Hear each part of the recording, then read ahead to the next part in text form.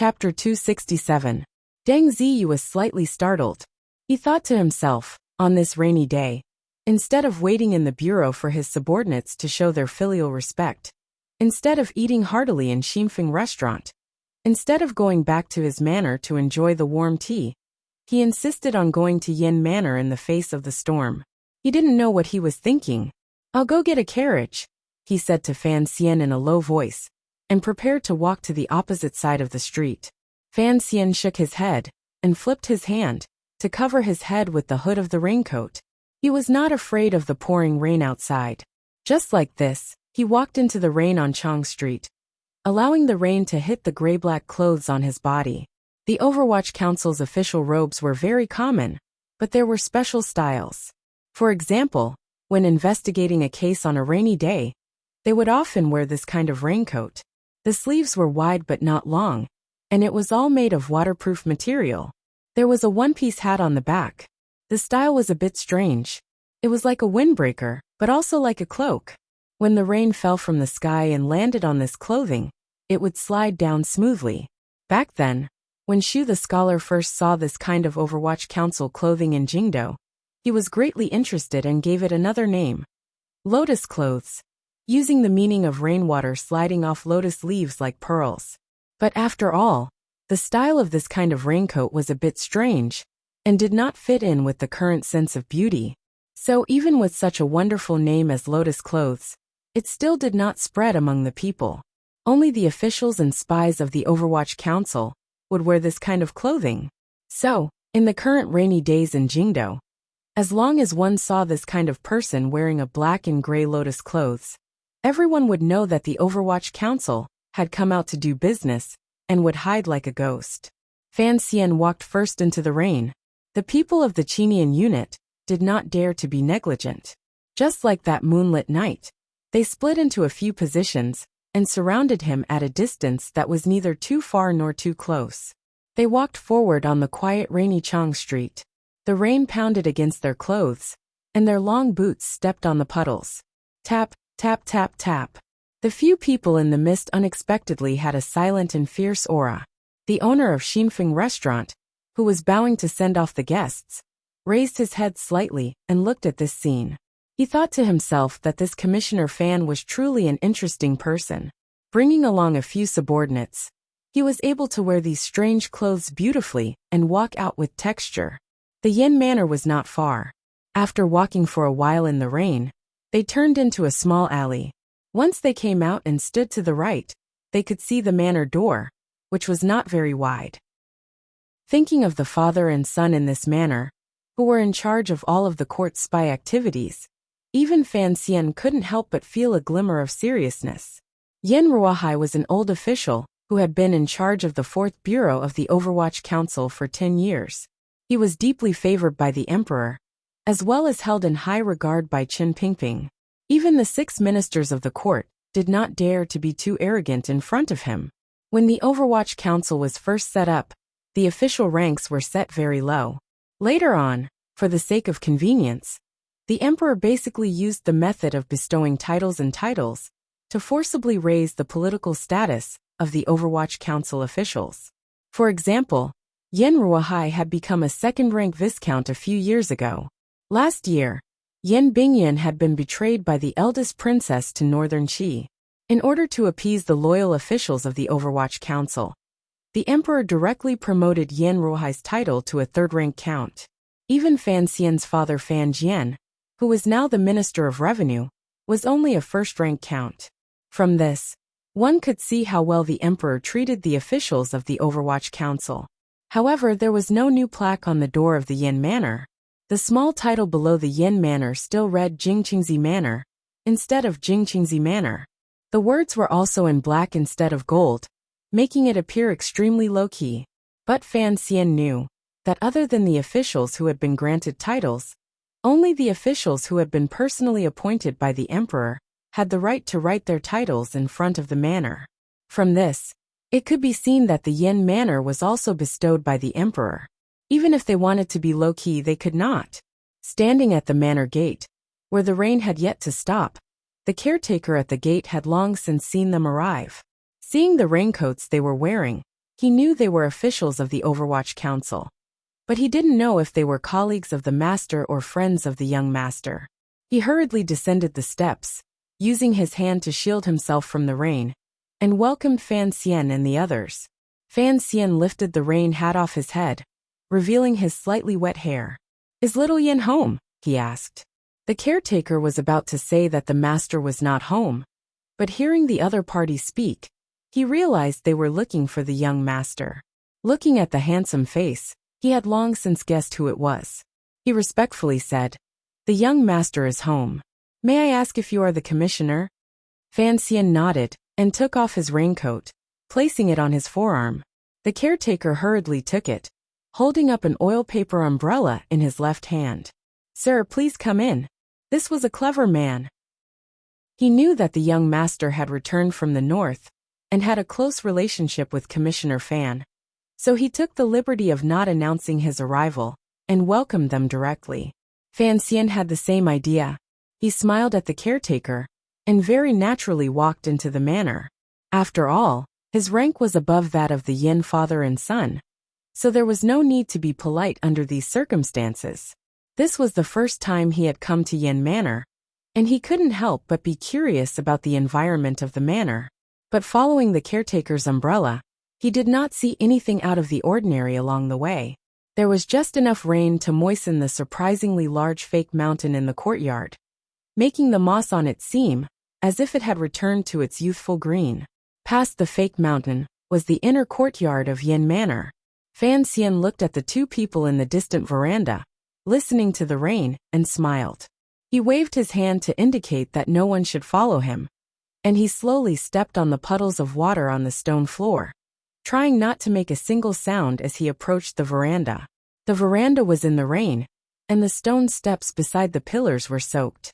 Even the ground under the veranda was half wet. But the two people in the veranda remained unmoved. They sat on two chairs and stared blankly at the scene of the autumn rain. One of them was Sir Yin Jr., who had just returned to the capital not long ago.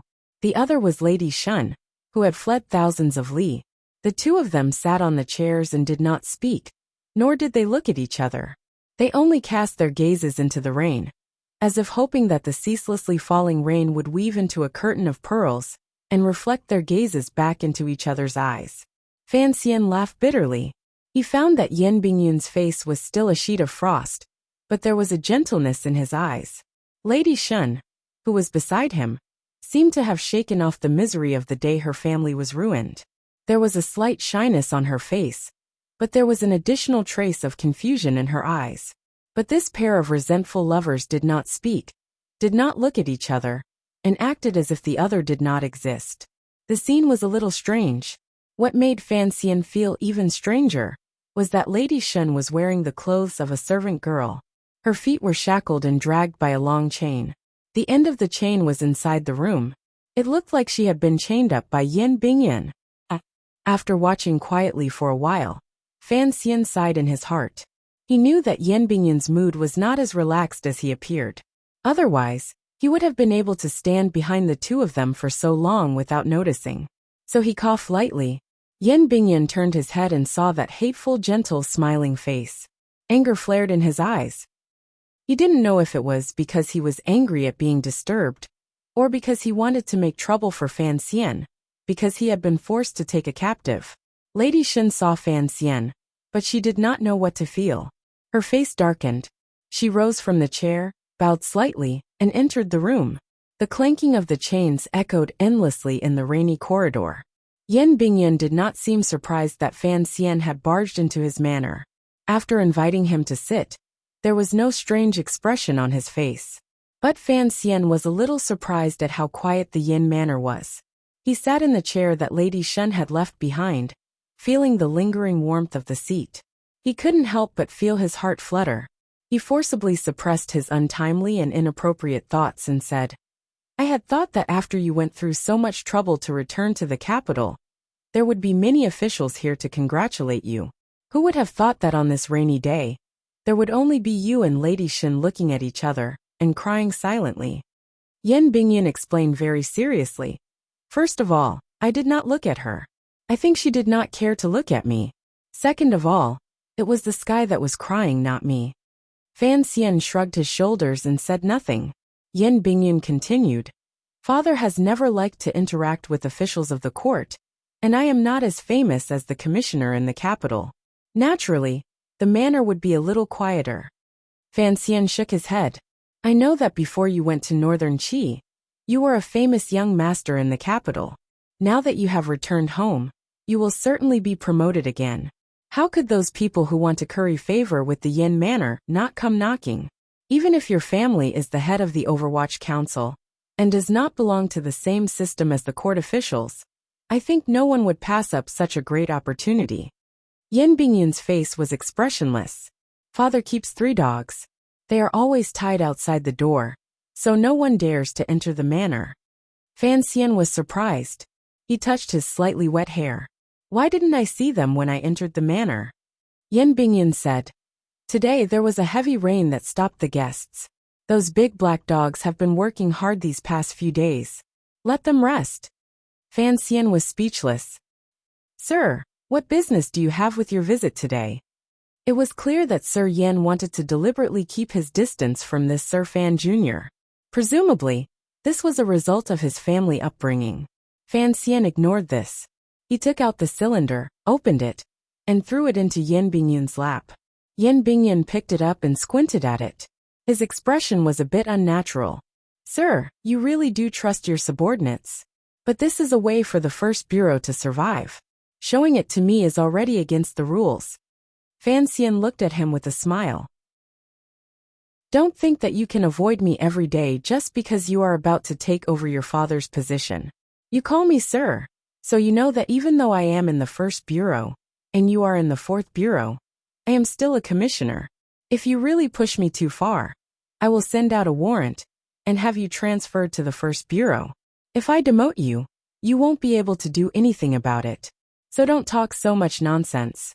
Helping me look at this information is the right thing to do. Yin Bingyun flew into a rage.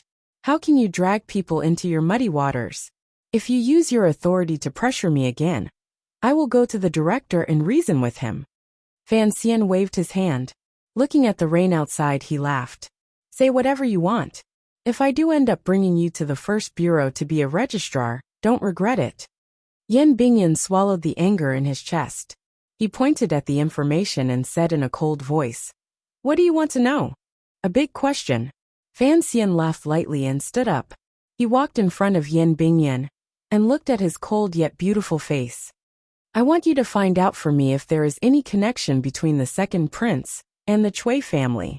There was a heavy silence in the corridor. There was no shock or fear on Yin Bingyun's face. He pointed at the cylinder and said, Since we were in Shangjing, I knew you were going to deal with the Cui family. You did not hide this from me. But the 2nd prince? There has never been any rumor that he has anything to do with Xinyang. He naturally knew that Fan Xian was dealing with the Cui family because of the eldest princess. He was investigating the relationship between the Cui family and the 2nd prince because he wanted to deal with the eldest princess. So he was a bit confused as to why the 2nd prince would be involved. Intuition, Fan Xian said calmly. I did not hide the matter of dealing with Xinyang from the beginning, because in this matter, there is a natural possibility that you and I will be allies. As for my suspicions of the 2nd prince, it is because I discovered that in the half a year I was in Northern Qi, he had been too quiet in the Qing kingdom. Furthermore, it was only recently that I gradually learned that this seemingly inconspicuous 2nd prince actually has such great power in the court. There are so many officials who are close to him. The reason why Fan Xian thought that the 2nd prince was unusually quiet was because, from the perspective of his previous life, in the struggle for imperial power, the crown prince, who had an innate advantage, could basically guarantee his future as long as he did nothing. And in this year, without the eldest princess' secret influence, the crown prince had indeed done so. However, the 2nd prince was different. If he wanted to ascend to the throne in the future, he had to do something. A quiet dog might bite, but a quiet prince must not seize power from others. Yin Bingyun looked at him strangely. It seems that you have decided to get involved in the struggle between the princes after all. Fan Xian smiled and shook his head. No. I am just making preparations in case they fight in the future, until I don't even have a house to live in. Yan Bingyan was silent for a while, as if he was calculating the consequences of this matter. After all, as an official, there was no one who did not care about the future direction of the court, especially young and promising officials like Fan Xian and Yan Bingyan. Sir, are you on the crown prince's side? Yan Bingyan suddenly raised his head and looked directly into Fan Xian's eyes, somewhat unreasonably. He asked such a seemingly stupid, overly direct question that left no room for discussion. Fan Xian was slightly startled, but a smile slowly appeared on his face. He shook his head. No. Yan Bingyan was silent for a moment, then gradually smiled. So you are on the emperor's side. Fan Xian did not say anything. He knew that Yan Bingyan would help him. Yan Bingyan had been locked up for a year, and had long been bored to death. Now that he had returned to the capital, he was still recuperating. If Fan Xian gave him such a fun and exciting thing to do, he was not afraid that he would not take the bait. Yan Bingyan lowered his head and carefully looked through the file again. He shook his head. Although the First Bureau's investigation of the capital is not as good as it was before, it is still not bad. But for something as big as this, it is impossible to rely solely on the intelligence reports in the capital. Information needs to be cross-referenced, and this information is already a finished product. It is not very valuable. I know Mutai. He is very capable of handling a single case, but for a big situation like this, he has no control. If you trust me, I will take care of this matter. Trust? Fan Xian looked at his lowered head. He looked at the silver strands between the eyebrows of this young man, who was only a few years older than him. He narrowed his eyes and said, I trust you. Trust was a simple and purely subjective matter. How long will it take? Yan Bingyan raised his head. His voice was calm, but it was filled with confidence. I will return to the Fourth Bureau next month. I will let you know before the end of the month. Fan Xian nodded. Is there anything I can help you with? Yan Bingyan shook his head. If this matter gets out of hand, I do not want to be a scapegoat. Don't worry. I love sheep. Fan Xian laughed.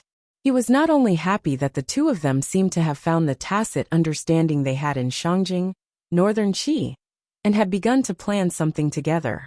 He was even happier because he knew that if Yan Bingyan really began to investigate this matter, then in the future, Yan Bingyan could only follow Fan Xian. The relationship between the second prince and Xingyang had to be investigated, but it was more important to have Yan Bingyan join his team. Oh right. Yan Bingyan suddenly frowned. I want to ask for a soldier from you. Fan Xian asked curiously.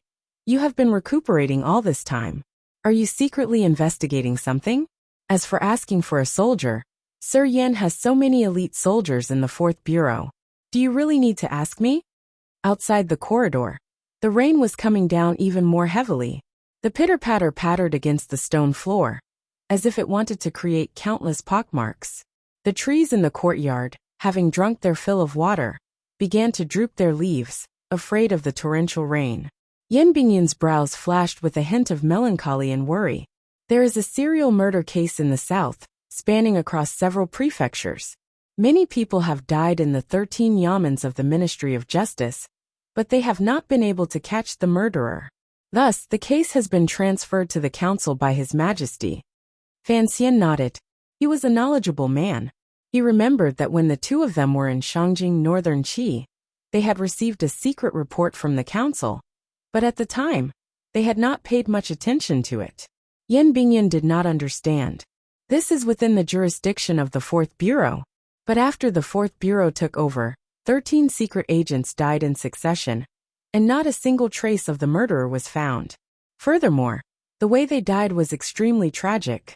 According to the report, the murderer was clearly a powerful martial cultivator, but there was no way to confirm what level he was. But seeing as he was able to kill so many investigating officers without a sound, I estimate that he was at least above the 9th level.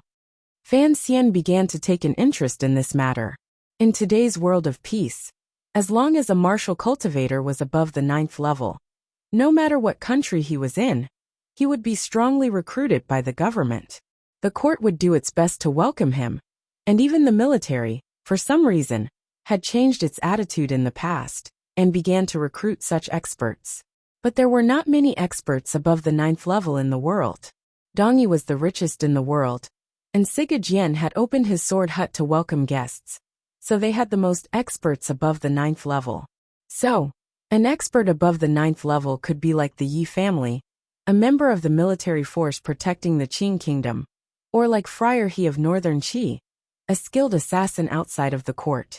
Even if he loved freedom, at the very least, he could go to Dongyi and occasionally help Dongyi's merchant groups as a powerful figure behind the scenes. In his spare time, he could go to Sigurd sword hut to compare skills with other martial cultivators. These were all choices that were rich, noble, and had status in the Jianghu. Serial murder. Was he planning to rape or rob? A 9th level expert definitely did not need to do these things. Perhaps he was a psychopathic killer. Fan Xian sighed. He just liked the thrill of killing. Yan Bingyan furrowed his brows, as if he had not thought that such a person existed in the world. Of course, he did not completely understand what Fan Xian meant by psychopathic. The 4th Bureau has suffered too many losses, so the court needs to send powerful martial artists south to investigate. But as you know, there are not many experts above the 9th level. The ones in the capital are all above my father, so the 4th Bureau cannot say anything, and His Majesty will not agree. So, I am preparing to borrow soldiers from you. Fan Xian asked curiously. There are no such experts in the 1st Bureau. Even the guards at home are at most 2 7th level experts, and that is already very impressive. Yan Bingyan curled his lips and smiled. I want to borrow Gundam, and those 6 long knives under his command. Fan Xian looked at his scheming spirit, and wanted to slap him. In a cold and mocking voice he said, Us 2 brothers have the same wish. I also wanted to keep Gouda by my side. The first thing I did was ask the old man for it. And the result? He spread out his hands. Same as you. It was all wishful thinking. How could someone from the palace lend them to us so easily? That I don't care. Yan Bingyan smiled. In the future, if Gundam is transferred to your service, please lend it to the 4th Bureau for a few days. Fan Xian was startled. Seeing the rare smile on Yan Bingyan's face, his heart thumped. He knew that the Yan family had other connections in the capital. Could it be that Yan Bingyan had heard something? Could it be that Gundam's 7 knives were going to be his? Thinking of this, he could not help but feel happy. Thank you for your auspicious words. If that day comes, I will lend them to you. Having finished talking about business, Fan Xian glanced at the quiet room and began to tease him. How have you been with Miss Shen? Yan Bingyan immediately turned into a block of ice at the mention of this. Sir, please conduct yourself with dignity, he said coldly. Dignity my ass, Fan Xian scolded. You tied her up with an iron chain. That is asking her to conduct herself with dignity. But you are just like the assassins from the south I spoke of. Perverted. The rain continued to fall, and the atmosphere was not harmonious. Under the same roof, Fan Xian proudly bared his fangs and brandished his claws. Yan Bingyan was so angry that he could not speak. He could guess that the word perverted was not a good word. He was furious. Gritting his teeth, he slapped the chair in pain. If you had not left her in the diplomatic mission, would I have been tormented to the point of no return? Disguising her as a maid isn't a long-term solution. Besides, I don't think you need to chain her up. With you in this house, I don't think Miss Shen will be willing to go anywhere else. Fan Xian continued to provoke him with a smile. Then what can I do, sir? Yan Bingyan laughed coldly. That great princess of Northern Qi is quite something. She has only been in the capital for a few days, and yet she can order the great prince to come to my manor and put pressure on me to treat Miss Shen well. She is Shen Zhong's daughter, a wanted criminal in the kingdom of Qi. Right now, I can neither kill her nor let her go. What can I do? The faint sound of weeping could be heard from the room. Fan Xian withdrew his gaze from the door. Only now did he realize that the great prince also knew of this matter. He frowned. If it is truly inconvenient, I will take Miss Shen back to my manor. Yan Bingyan suddenly raised his head. Fan Xian was strong and silent. After a long time, Yan Bingyan slowly nodded. After they left Yan Manor, they found that there was an additional carriage that had been transferred from Fan Manor. Fan Xian was no longer in the mood to take a walk in the rain. He sat in the carriage and turned his head to look at Miss Shun, whose face was full of fear. He smiled and comforted her. "Don't worry, Miss Shun. Stay here for a few days. When things have calmed down, I will take you back to Yin Manor." He had investigated the matter of the second prince, because of the death feud between him and the eldest princess. It was also because of some obscure reason that he would never say aloud. The matter was too big. If he did not have certain things in his hands, he would not dare to fully trust Yin Bingyan. Although trust was a matter of intuition and judgment, when it was not enough, it was more of a relationship of interest. The only thing that satisfied Fan Xian was that Miss Shun was in the manor, and he believed that Yin Bingyan would often come to the manor to talk to him. Yin Bingyan was deeply influenced by the culture of the Overwatch Council. Although he was secretly unhappy that Fan Xian had taken Lady Shen away, he did not feel too conflicted. After all, Lady Shen was a ticking time bomb to the Yin Manor. Although it had not exploded yet, it had already caused him and his son to quarrel endlessly every day. Now that Fan Xian had taken her back to the manor, on one hand, the two sides had reached an agreement to seek a balance of trust, and on the other hand, it was a temporary peace. Fan Xian looked out the window at the rainy street inside. He thought of a year ago, when he had also opened that chest on a rainy night. He thought of how crazy he had been that night, and then he thought of his own darkness and boredom. Only then did he realize that he had not yet had the time to change the world, but the world had already changed him deeply. As the carriage arrived at the entrance to Dingshi, the rain began to lessen. There were more people, and the carriage slowed down. It seemed to be a little crowded in front, and for a moment it could not move. At that moment on the long street, which could only accommodate 3 carriages side by side, a carriage overtook them from behind, joining the carriage of Fan Manor. A plump arm with a light yellow sleeve reached out and lifted the curtain of Fan Xian's carriage. "Master," she called out in surprise. Fan Xian had been watching for a long time. He raised his hand to signal Deng Ziyu, who had already drawn his knife, to stop. He looked over in surprise.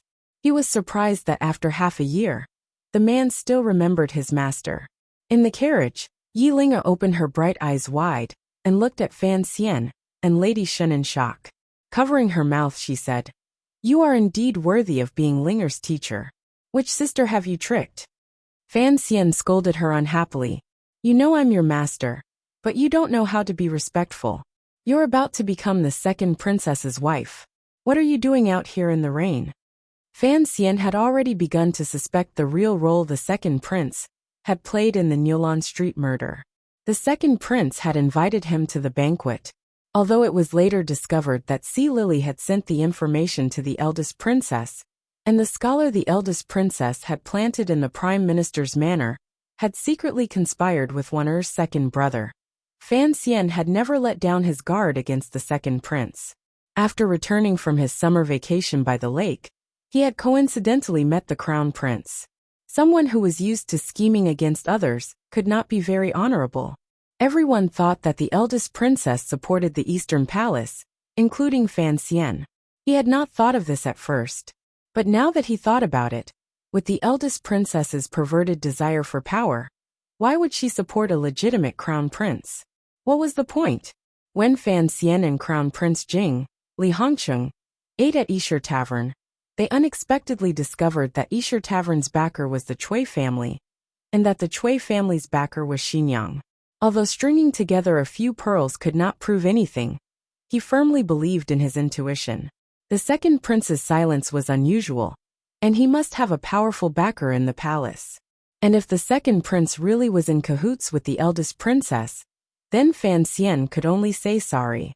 Although he had already begun to investigate the second prince, Fan Xian did not feel much resistance toward the girl in front of him, the girl who would become the second prince's wife next spring.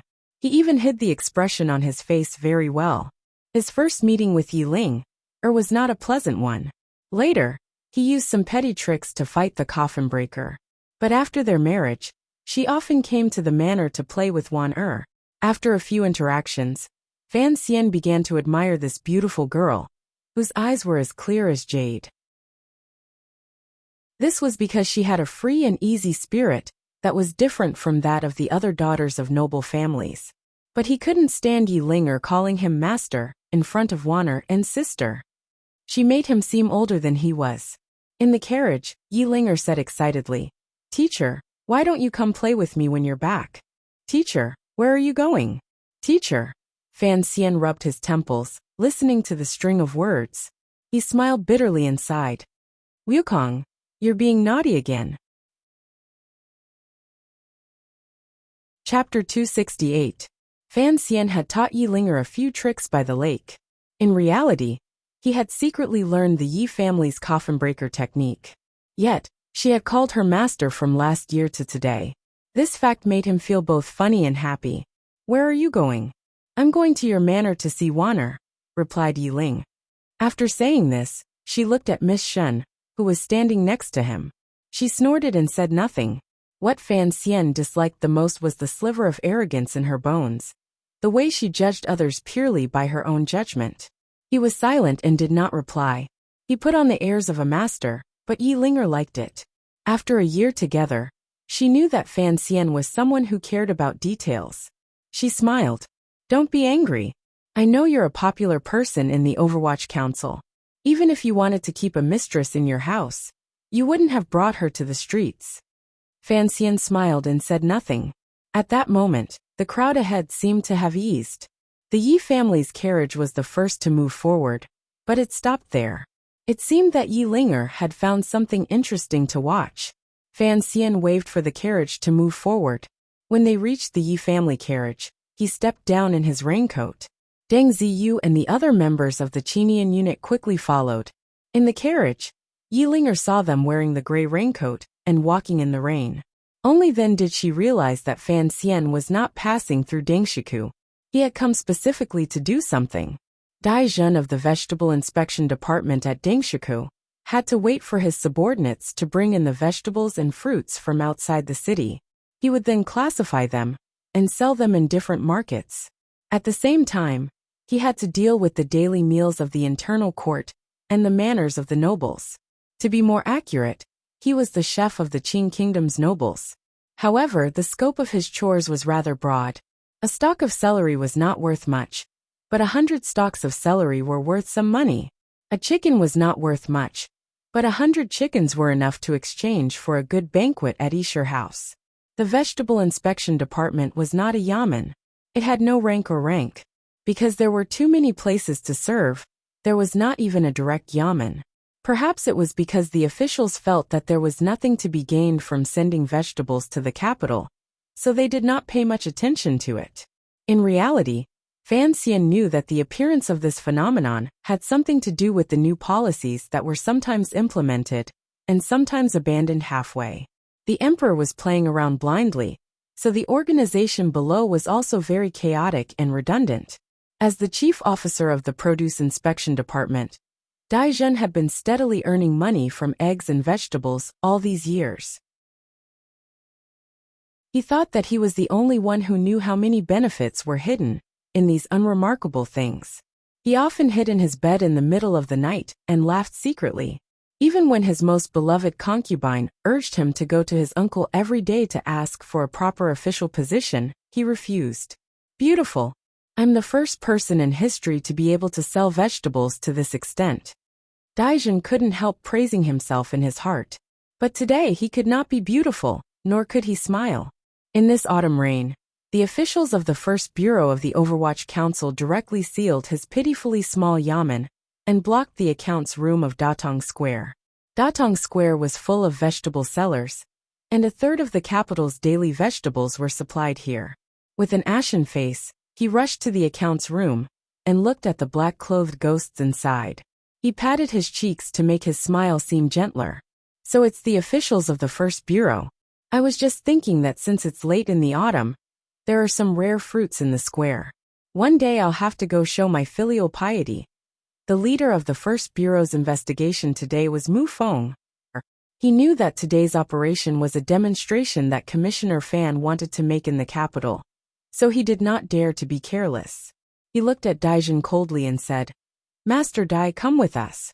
The officials of the first bureau had already sealed the account books with familiarity and began to use the names in the register to point out the people in the square and lock them into the carriages outside. The autumn rain was still falling, and Daijun's heart grew colder. He smiled apologetically and said, I wouldn't dare to call myself master. Perhaps Master Mu has misunderstood something. He habitually stuffed a banknote into Mu Feng'er's sleeve. Mu Feng looked at him and felt pity for him. Had he not even heard of Commissioner Fan leading the first bureau? Two indifferent Overwatch Council officials stepped forward and unceremoniously kicked Daijun in the back of his knees, knocking him to the ground. They took out a secret rope from behind their waists and tied a difficult-to-untie knot around Daijun's hands. Their movements were unusually clean and efficient. Presumably, the first bureau had done this many times in the past. Daijun fell to the ground. His mind was in chaos. His wrists were in pain, and he was both embarrassed and angry. Finally, he couldn't help but curse. What are you doing? Mu Feng touched the instrument in his clothes and thought for a moment. He still did not take it out. We are here to investigate a case. Master Dai, please cooperate. Daijun panicked. He rolled his eyes and yelled, Help! The Overwatch Council is murdering for money. When the first bureau of the Overwatch Council charged into the Produce Inspection Department, the people of Qing, who loved to watch a good show, had already surrounded them. However, they feared the thick black of the Overwatch Council, so the people did not dare get too close. Seeing the usually arrogant Master Dai in such a wretched state, they felt anxious. The thugs that Daijun had secretly kept took advantage of the commotion and blocked the path of the Overwatch Council. Daijun's hands were tied, but his mind was moving quickly. He knew that when the Overwatch Council acted, there was no reason to hold back. He yelled with all his might, The Overwatch Council is murdering for money. In reality, he was also panicking. At the moment, he could not think of anything. He could only blindly yell the words murdering for money, hoping that his uncle in the palace would receive the news as soon as possible and think of a way to get him out before the Overwatch Council threw him into that terrifying prison. Seeing the excited crowd surround them, Mu Feng'er furrowed his brows. He took out a document from his clothes and read Daijun's crimes to the crowd. Most of the hard laborers and commoners in the capital deeply trusted the officials. After all, everyone knew that Daijun's hands and feet were not clean, but the crowd had surrounded them, and it was not easy to retreat. The first bureau had very few people today, and they had to bring account books and related witnesses. It was inevitable that they would be in a difficult position. Seeing this, Mu Feng'er's heart was filled with anger. From a distance, he glanced outside the crowd of onlookers. Next to two carriages, there were a few unfamiliar colleagues of the Overwatch Council in raincoats surrounding Commissioner Fan. They were coldly watching through the rain. Mu Feng'er panicked and yelled, Let's go! Daijun's hands were tied, but he knew that the Overwatch Council's hell was not a place an official could go.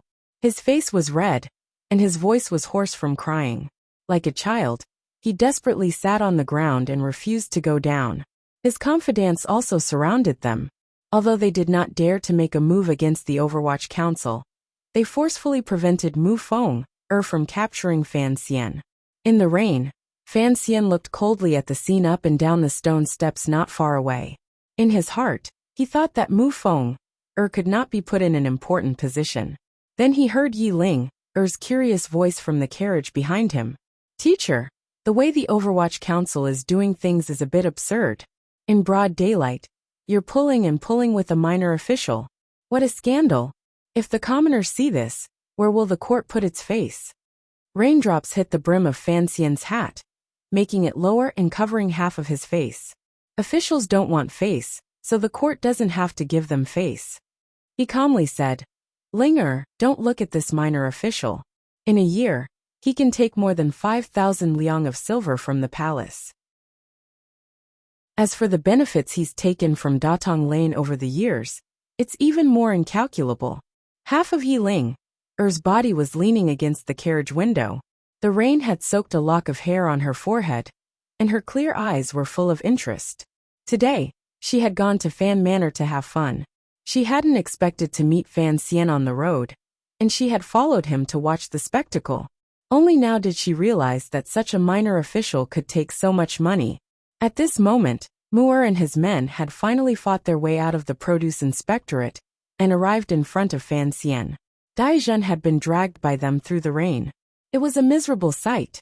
The thugs also surrounded them, but they seemed to be able to see the power and influence these two carriages represented, so they did not dare to act rashly. As for the commoners of the capital, they looked at Fan Xian and Deng Ziyu's attire, and seemed to be able to feel the coldness emanating from these people in raincoats, so they unconsciously retreated a little further away. Daizhen was truly a shrewish minor official. His official robes had long been soaked in dirty water, and his hair was scattered across his slightly round face. He looked battered and exhausted, but he still fiercely scolded. "You Overwatch Council people eat and drink from us. Haven't you taken enough? You want to take me back to torture me for money again?" When the ignorant commoners heard him say this, they couldn't help but look as if they had suddenly understood. Fan Xian slightly lowered his eyelids and looked at the official in front of him, who was sprawled in the rain and kicking his legs like a pig on the verge of death. He was not in a hurry to seal his mouth, because the Overwatch Council in the hearts of the world's people had long ago formed an incomparably dark image. Even if Daizhen cursed a few more times, it would not affect the overall situation. And today, he was only beating a small cat. The key was that he wanted to see how capable his subordinates were. Looking at Mu Feng-er, who was in front of him with a face full of guilt and a trace of anger, Fan Xian shook his head and asked, "Why didn't you choose to go to his house in the middle of the night and take him? Although it's raining today, you know that there are many people in Datong Square. It's easy for trouble to happen." Mu Feng-er was startled. In the new regulations, it was written very clearly that in the future, cases should be handled in the open as much as possible. That's why he had chosen to go to the Yamen to arrest people. He wanted to do it beautifully and make a name for himself. If it had been before, if the Overwatch Council really wanted to arrest an official, of course, it would have been in the middle of the night. They would have gone to his house and taken him away. How did this become his fault again? Fan Xian didn't wait for him to explain. Even if you wanted to come during the day, you could have sealed the account's room and left immediately.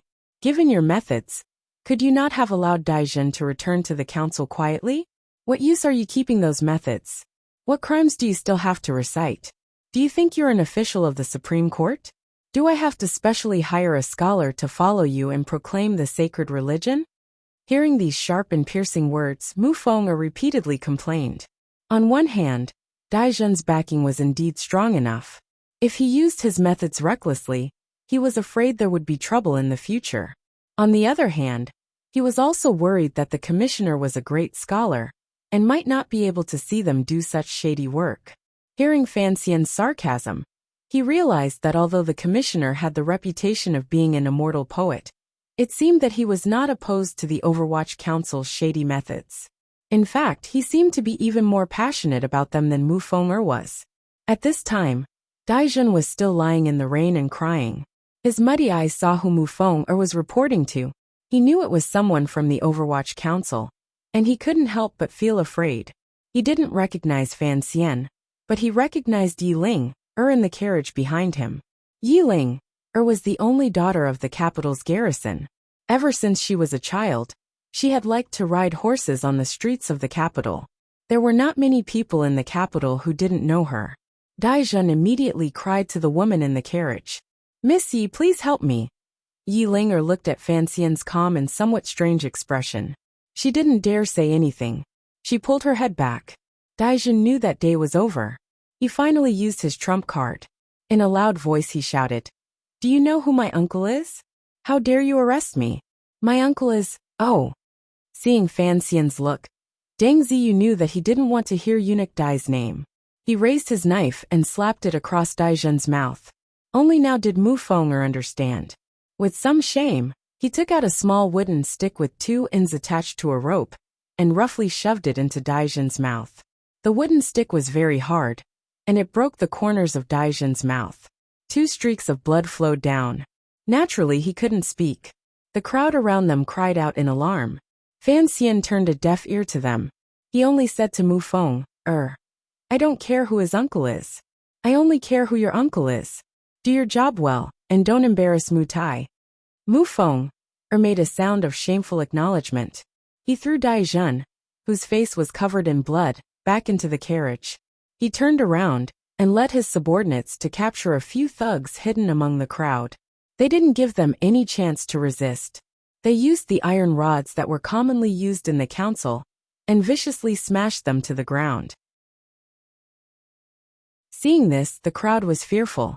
They scattered in all directions, but they stopped at the corner of the street and looked back curiously.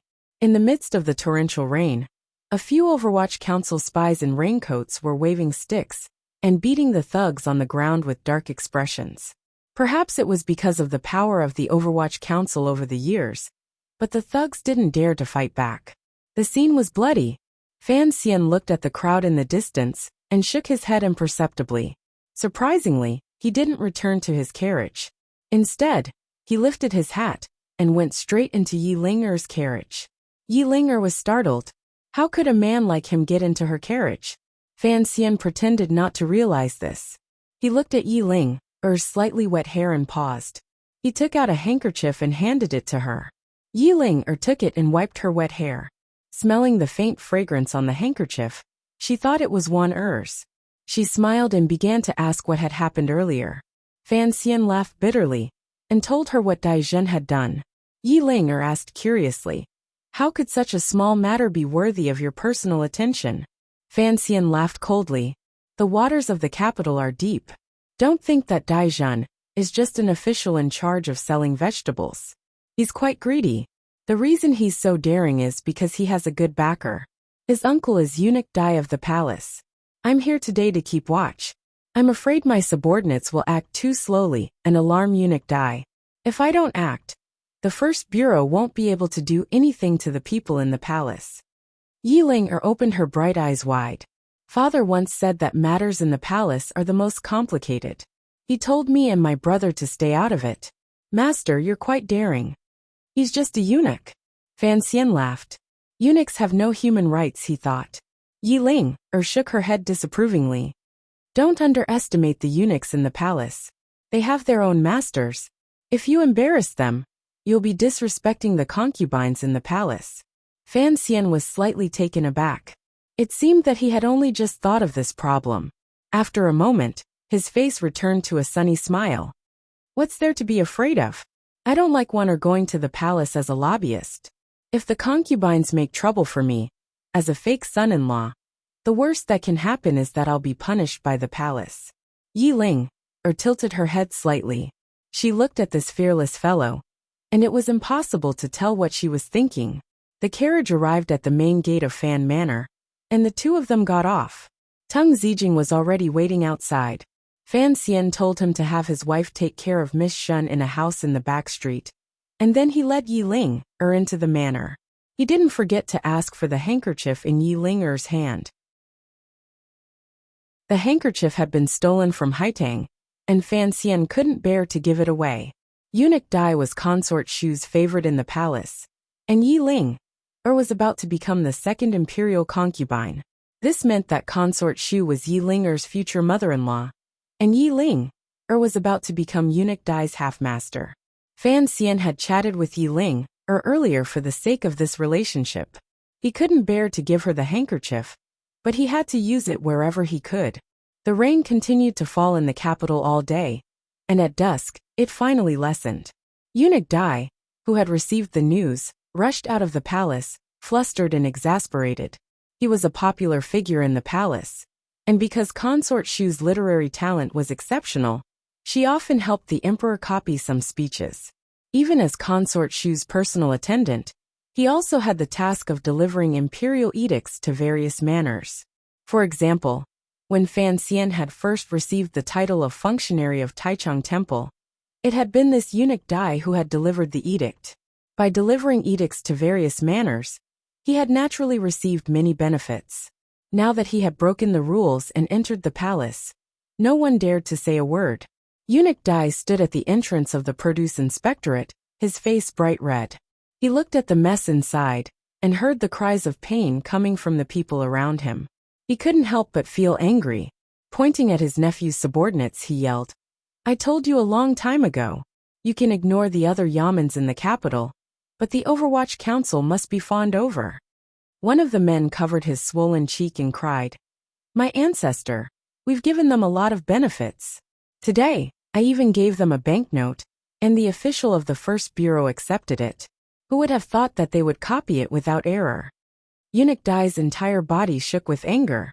In a sharp voice he yelled, "Who dared to not give me face? Which little bastard led the team? I'm going to find that blackface Mutai. How dare he touch the Dai family's seedling?" He was a palace eunuch, and the Overwatch Council had no control over him, so he had the right to say such things.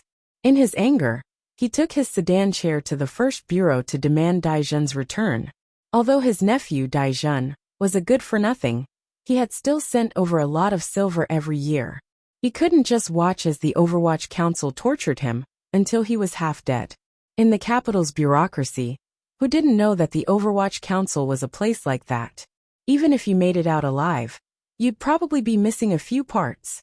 The sedan chair arrived at the entrance of a yamen, but Eunuch Dai was suspicious. He first had his attendant go in and make some inquiries. Not long after, the attendant came out and whispered something in his ear. Eunuch Dai's face immediately changed.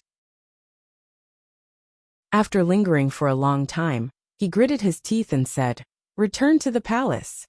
The injured thug saw that the old man's sedan chair was returning to the palace, and he panicked. Ignoring the fact that he was at the entrance of the first bureau, he shouted, "Old master, you must uphold justice for us." Eunuch Dai was indeed a man born in Jiangxia. His experience of announcing imperial edicts had trained him to be a master of speech. He spat out a mouthful of phlegm and spat it right onto the man's face. In a trembling voice he cursed, "I'm Eunuch Dai, not justice."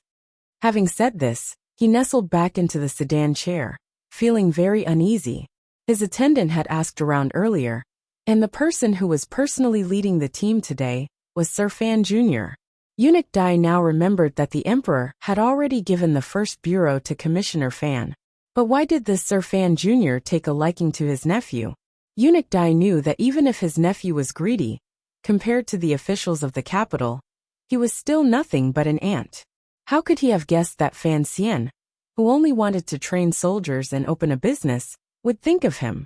Thinking of the Fan family's overwhelming power, Eunuch Dai couldn't help but feel a chill in his heart. Dai Zhen's thug watched the small sedan chair leave in a cloud of dust, and stupidly wiped the disgusting spittle from his face. He still didn't understand who Eunuch Dai was afraid of. A few days later, Eunuch Dai found an opportunity to bring up the matter in front of Lady Shu, hoping to get his nephew out of trouble, and also to get some information. Unexpectedly, Lady Shu had somehow found out about this beforehand, and knew exactly what his nephew Dai Zhen had done. Angry, she harshly chastised him. Only now did Eunuch Dai realize that Sir Fan Jr. had already used some means to cut off his escape route. In his shock and fear, he finally cast aside his old face, and humbly went to Iguipin's palace to curry favor. Only then did he use Lady Lu's connections to quietly hand over a thin silver note to Fan Manor. On the other side, Mu Feng who was in charge of the case, was also scratching his head. He looked at Dai Zhen, who had not been transferred to the celestial prison, and felt a burst of anger in his heart. It was this scoundrel who had caused him to lose face in front of Commissioner Fan. But Commissioner Fan had ordered that this minor character should not be punished. Why? His hand touched the rich silver note that had just been issued to him, and he couldn't help but mutter to himself. Chapter 269. Fan Xian had ordered the first bureau to arrest Dai Zhen precisely because he had the head eunuch behind him. The officials in the capital discovered that even Eunuch Dai had succumbed, and they were naturally intimidated by the determination of the first bureau and Fan Xian's methods. The first bureau's work was carried out in the capital in an orderly and secretive manner. In accordance with the rules of previous years, they broke down doors in the dark and quietly escorted the officials back to the council. The sudden purge brought a chill to the capital. The officials in the capital thought that this great scholar was going to stir up a storm in the capital, just like the case in the spring. But gradually people discovered that this was not the case. The officials investigated in this storm were all of relatively low rank. There were no important figures in the various factions, and there were no major cases that involved a lot of people. The elders of the court and the subordinates of the various princes, for Fan Xian's sake, and having learned from Eunuch Dai's mistakes, did not react violently. As time passed, they discovered that this storm did not touch on the important parts of the bureaucracy, and that there were only a few minor incidents. The officials, who had been a little nervous, relaxed. They guessed that Fan Xian was just a new official, and was using these 3 fires to establish his authority. Although the fire was not large, there were still people who were worried about being caught up in it. So in the past few days, Lady Lu had become the busiest person in Fan Manor. Her pair of hands, which usually liked to hand out banknotes without the slightest bit of emotion, now began to collect the banknotes with great compassion. Naturally, these banknotes were all transferred to Fan Xian. Fan Xian distributed most of them to the bureau, and sent the rest to Yin Manor. From ancient times until now, from Fan Shen's world to Fan Xian's world, money had always been the ultimate tool to win over people's hearts and pacify them. So the employees of the first bureau of the Overwatch Council were much more motivated. And the officials who had succeeded in intimate contact with the wife of the minister also felt a lot more at ease. Those who gave money, those who received it, they all comforted themselves. The affairs were already on the right track, so Fan Xian did not go to Xinfeng restaurant today. Instead, he sat in his study and flipped through the files in his hands. The files had been compiled by Mu Tai. Although the writing was not exquisite, it was clear. After paying a large fine, Eunuch Dai's nephew was lucky enough to return unscathed from the Overwatch Council. Taking advantage of a loophole in Qing law, he was not moved to the Ministry of Justice or the Supreme Court. However, he could no longer be a minor official in the Produce Inspection Bureau. The other small cases were handled more gently. Logically speaking, since the Overwatch Council was investigating the Produce Inspection Bureau case, Daijun would not only lose his official position, but he would also lose his head. But Fan Xian somewhat appreciated Eunuch Dai's knowledge and tactfulness. He had saved him some trouble in the future, and Yi Ling had silently entered the palace to speak up for him. She had also passed on concubine Shu's plea for leniency. This was a favor he had to sell. Shi Chanli looked at his young teacher across the desk and felt a little uneasy. After the spring examinations, his 3 good friends, Ho Jichang, Yang Wanli and Cheng Shilin, had been sent out to become officials. According to the letters, they were doing well in various counties and provinces. Prime Minister Lin had been in the court for many years, so naturally he had connections all over the counties and provinces. These people all had their eyes on Fan Xian, and as for Fan Xian's 3 prized students, they naturally had to be taken care of. Of the 4, only Shi Chanli did not have a name on the list, so he could not immediately embark on an official career. Before Fan Xian left for Northern Qi, he left a letter for Shi Chanli to wait for his return. Unexpectedly, after Fan Xian returned, he immediately took over the affairs of the first bureau of the Overwatch Council. Shi Chanli was not sure what he could do to help his teacher. His friend had already become a ruler of a region, while he himself could only sit in his study and transcribe files. Even though he was an easygoing person, he could not help but feel sad. Fan Xian raised his head and glanced at him. With a smile he said, "Do you think it's too stuffy?" Shi Chanli smiled bitterly. "Teacher, you are a few years younger than me, and yet you can be so calm in the midst of complicated documents. It seems that I also need to sharpen my temperament." Fan Xian chuckled. If Ho Jichang were here, he would certainly stand up and reply. If it was Yang Wanli, perhaps he would have already been unable to suppress his curiosity and begun to question why Fan Xian had released a felon. Only Shi Chanli was not impatient, nor did he have a dull tongue. It seemed that Fan Xian's decision to keep him by his side had not been a mistake. "Don't call me teacher," he said. "I'd rather you call me sir. It's not that it's too official, but it feels a little absurd." Shi Chanli was stunned. In fact, It was very common for examinees to be younger than the examiners. He did not feel that there was anything wrong with it. Fan Xian handed over the files on the table. "What do you think?" he asked. Shi Chanli did not know whether or not Fan Xian was testing him, but he had memorized these documents in the past 2 days. He shook his head and said sincerely, "I really do not understand, teacher, what you mean by this. If you really wanted to fight a tiger, you wouldn't have to keep an eye on these mice." Fan Xian smiled. "I just wanted to find something for the cats of the first bureau to do, familiarize themselves with it, so that when we do something big in the future, they won't be so flustered." Shi Chanli pretended not to hear the word big, and sincerely asked for guidance. "Sir, as an official in the court, I naturally have to share His Majesty's worries and work for the court. But looking at your actions these past few days, although you have caught the small and the big, you have still offended some people. Offending people is a characteristic of the Overwatch Council." Fan Xian explained. "You also know that the Overwatch Council is His Majesty's private organization. It is not a true public tool, but His Majesty's private tool. We only have one person we are loyal to, so whether it is from the perspective of the palace or the Overwatch Council, we must play the role of offending people. And the first bureau is deep in the capital. Being hindered by the prosperity of the capital, it has completely lost His Majesty's original intention. It is not valiant enough, not sinister enough. His Majesty put me in charge of the first bureau, because He wants the first bureau to return to its original role of offending people." Shi Chanli could no longer pretend. His teacher had already explained everything to him. He could only answer honestly. "His Majesty wants you to be a lonely official." Fan Xian nodded. "I am not biased. His Majesty wants me to be a second Chen Pingping, but..." His tone changed, and he said with a hint of mockery, "I went to visit the director's manor. The manor is extravagant and luxurious, but that loneliness is carved into the bones. I do not like it." Shi Chanli immediately understood what he meant. He said worriedly, "But if you feign civility, His Majesty's eyes are like torches. He can see clearly. I am afraid it will not be good for your future."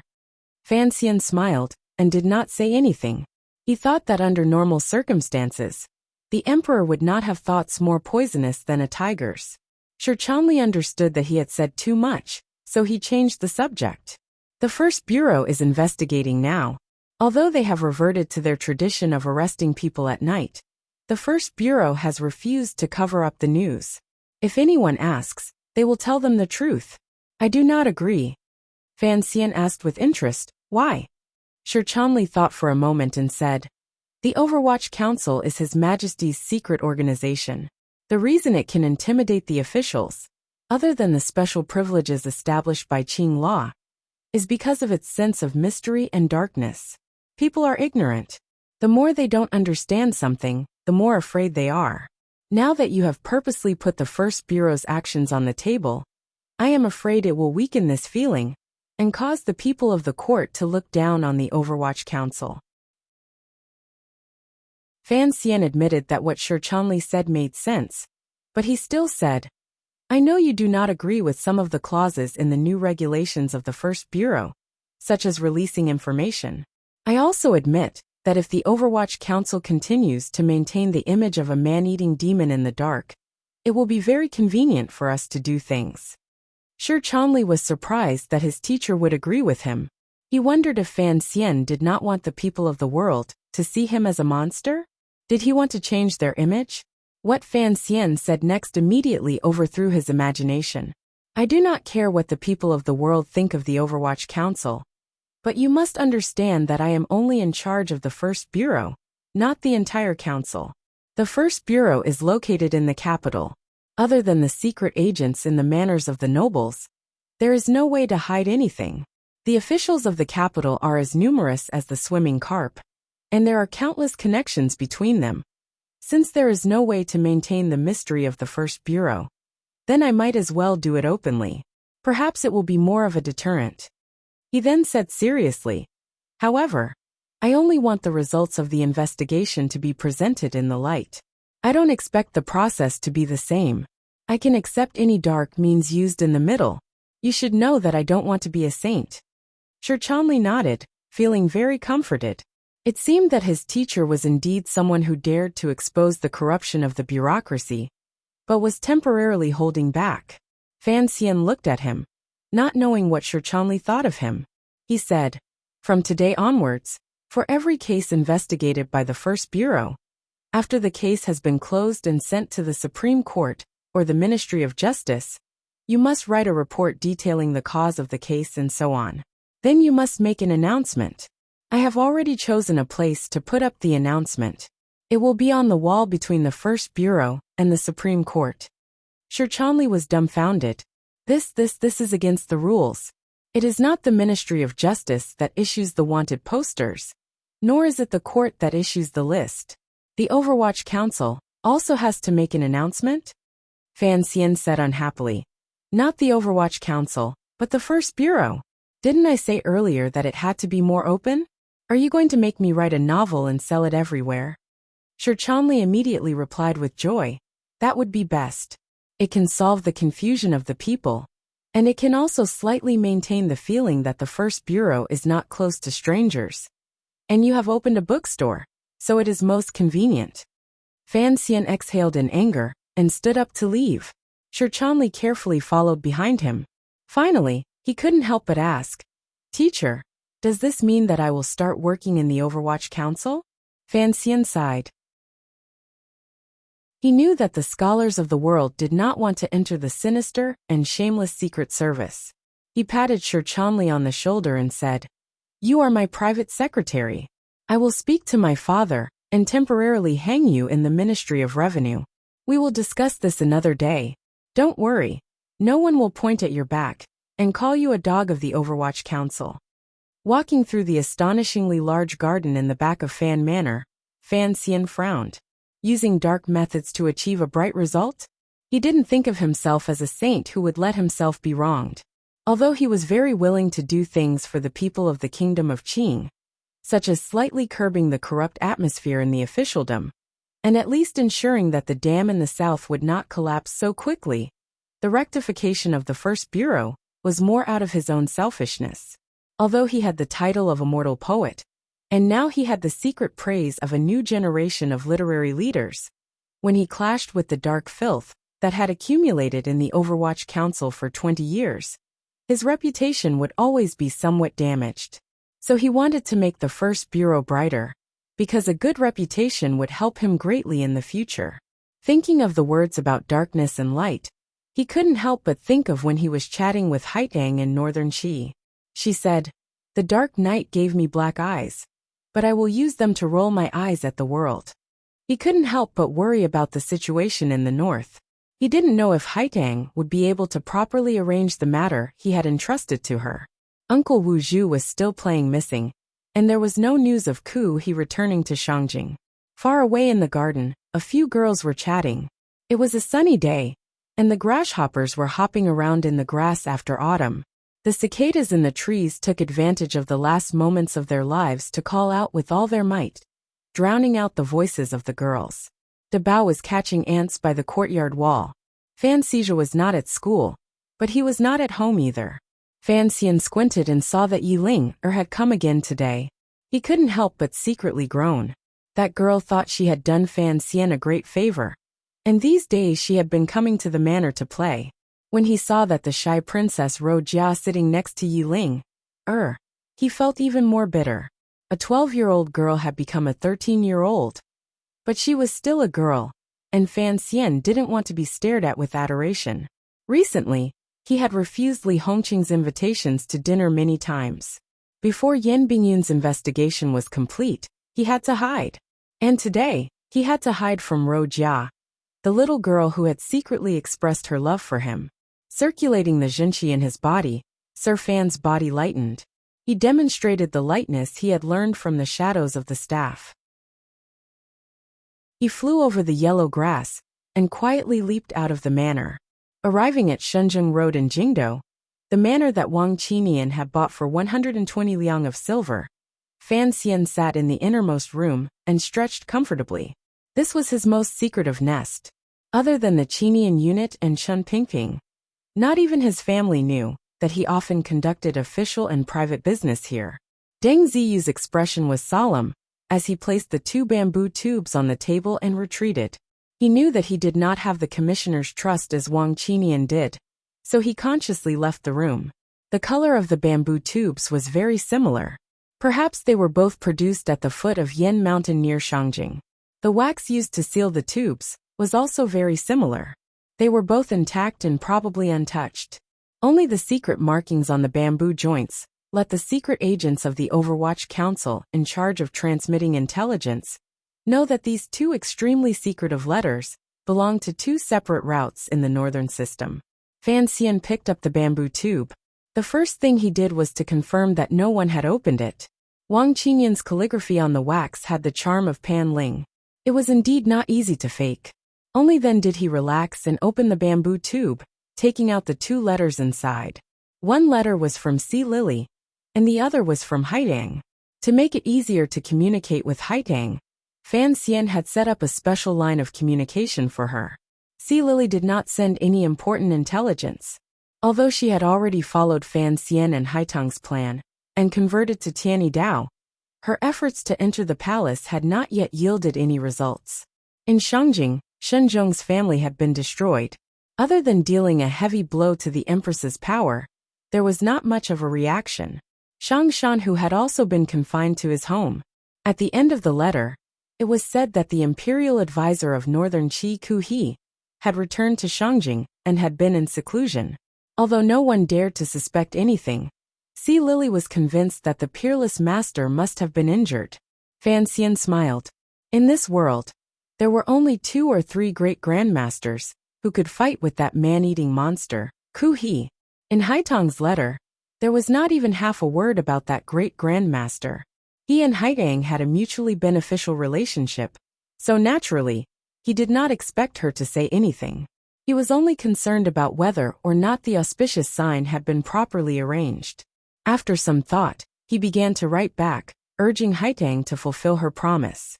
For Haitang, this was just a matter of convenience, but for Fan Xian, it was of great importance. In his reply to Sea Lily, he only copied a small poem from Li Qingzhao as a consolation, and did not say anything else. In the days that he had been dealing with the First Bureau, Fan Xian had been thinking about the issue of Ruoro and Li Hongqing's marriage. This matter had nothing to do with the crown prince's character, or whether or not there was a conflict of political standpoints between the two. For Fan Xian, the most important thing was one thing. Did his sister like it? Ruoro had already made her stance clear. She didn't like it. Fan Xian, like all older brothers, was confused and angry at girls in their puberty. He thought to himself, "Are you not going to marry?" But more than that, he wanted to protect her.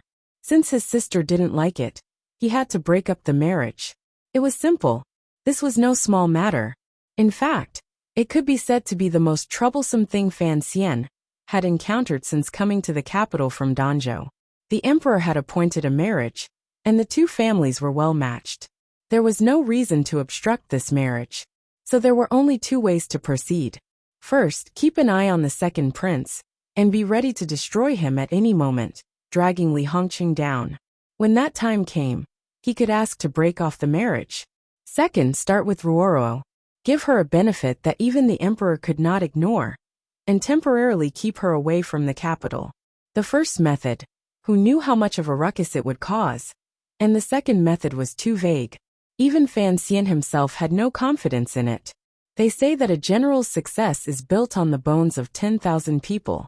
Do I have to create a marriage to break the bones of 10,000 people? He laughed self-deprecatingly. If that didn't work out, he would have to trouble Uncle Wu Zhu to take Ruoro on a journey to the ends of the earth. Presumably, His Majesty would not actually execute the entire Fan family because of this. Chapter 270. Returning to the manor, Yilinger and Princess Rojia had already returned. Fan Xian returned to his room and called for Siki to pour tea. He sent away the serving girl, who, like Sisi, had been complaining about him in the autumn. Taking advantage of the fact that there was only him and his wife in the room, he quietly asked, "Has there been any news in the palace?" Lin Wanner was sitting by the window, embroidering something against the light outside. Hearing his question, she raised her head in surprise. What has happened? It was close to dusk, and the light from the sky shone in through the window. Fan Xian looked at Wanner's tightly furrowed brows, and his heart ached as he walked forward. He rubbed her smooth brows and said, "The light is not good. What are you embroidering?" Wanner's face was a bit pale. Perhaps it was because she had not slept well last night. She lowered her head and giggled. She hid what she was embroidering behind her back and said, "I'll show you when I'm done." Fan Xian looked at his wife's weak appearance and long eyelashes. He couldn't help but feel a glimmer of guilt. Ever since he had left Jingdo at the beginning of spring, his care for his wife had been weaker than it had been last year. This was not to say that he was someone who liked the new and hated the old. After all, the great Sir Fan Jr. did not even have a concubine. It was just that there were too many things holding him back, and he rarely paid attention to family matters. Lin Wanner thought of what he had asked earlier. She thought for a moment and then said, "The palace has been quiet recently. There is nothing special. Why would you ask this?" Fan Xian smiled bitterly. "Your heartless uncle sent me to manage the first bureau. I don't know how many officials I will offend. The true masters of those officials all live in the palace. Naturally, I have to pay more attention." Lin Wanner's identity was special. She had the royal grandmother's favor and the emperor's favor. Her position in the palace was even higher than Fan Xian had imagined. The emperor did not have a daughter. Presently, Qing Kingdom did not have a proper princess. Wanner was not much different from a princess. She thought for a moment and then smiled. "Don't worry. We all know the emperor favors you. Those ladies will only say good things about you in front of you." Fan Xian smiled and said, "I've only seen the emperor a few times. I don't know where the word favor comes from. If it's said that the emperor favors you, then it's possible.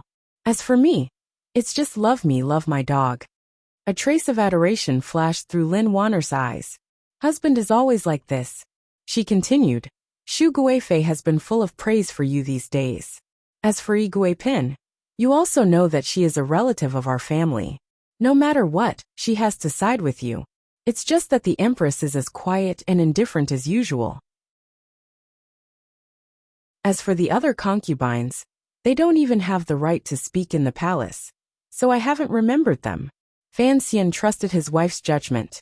Even if he took over the Overwatch Council in the future, the royal palace was still a place that his fingers could not touch. And Wanner was his most reliable spy and spy. Lady Shu had said good things about him, because he had done her a favor. A few words didn't cost him much money.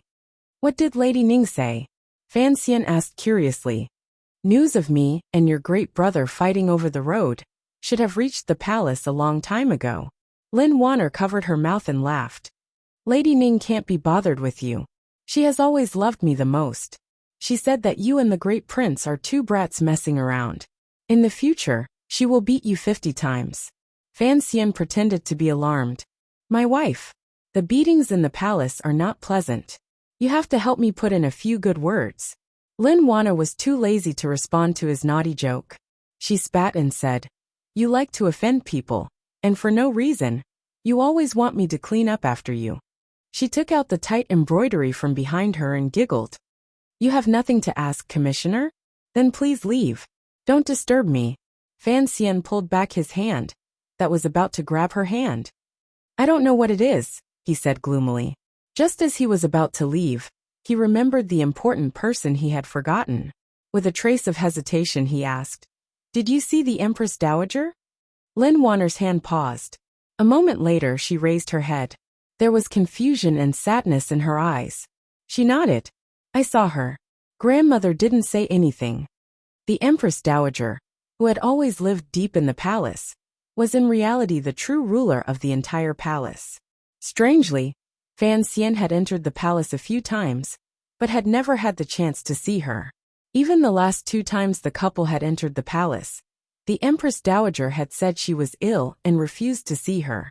And when Wanu entered the palace herself, the Empress Dowager loved her dearly. She held her in her arms and called her darling. The Empress Dowager was clearly distancing herself from Fan Xian.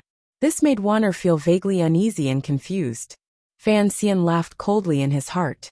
He knew that the Empress Dowager had guessed something, but he was not afraid. Lin Wana looked into his eyes and sighed. Today, she told me about Linger entering the palace last time. Husband, I know your official duties are a bit difficult, but you still don't know what kind of person you are. It looks like you are using her, but I'm afraid you are giving yourself an excuse to remember her favor. The things you told me last night are very scary. Second brother, although the second prince looks soft and easygoing right now, his personality is actually very twisted. Since you have no choice but to investigate him, if you still have so many misgivings like you do now, I'm afraid it is not appropriate. Fan Xian looked at his wife's worried face and smiled slightly. He nodded. I also didn't expect that when you were little, you would give the second prince the name Pebble. He looks easygoing, but once he sets his mind on something, he will not change, Lin Wanner said worriedly. Fan Xian had always believed that the way of a husband and wife was based on sincerity. If he was reborn, he would have to be more cautious of the person who slept next to him. That kind of life would be a bit miserable. So he did not hide the fact that he was investigating the second prince from his wife. Hearing Wanner's worry, he comforted her. In reality, it is for the good of the second prince. Looking at the current situation, the court officials seem to be blinded by the emperor's determination to protect the crown prince. If no one pulls the second prince up now, when he truly climbs to the top, it will not be easy for him to come down again. Lin Wanner smiled sweetly and did not continue this topic. She changed the subject. I don't know how your heart was born, but it has a few more openings than other people. Your brain is full of twists and turns. A few more openings than a person? Fan Xian almost blurted it out, but he knew that he was just an actor. When it came to politics, he was very naive. The only thing he could rely on was his own cold-bloodedness and the gentleness on the surface. He bowed deeply to his wife and smiled. How could I be compared to the great strategist Lin? You are a fairy who escaped from the most scheming palace in the world. Lin Wanner spat at him and laughed. Do you really think the palace is so embarrassing? Fan Xian smiled. A wise man once said that in this world, there are only brothels and the palace. It is a world of darkness. It is not a place for people to stay. Hearing this, Lin Wanner was startled. She felt a bit displeased and lowered her head. Only now did Fan Xian remember that his wife also came from the palace. What he said really did not take her feelings into consideration.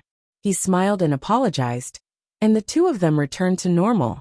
After a moment of silence, Lin Wanner thought about it carefully. Her heart was moved.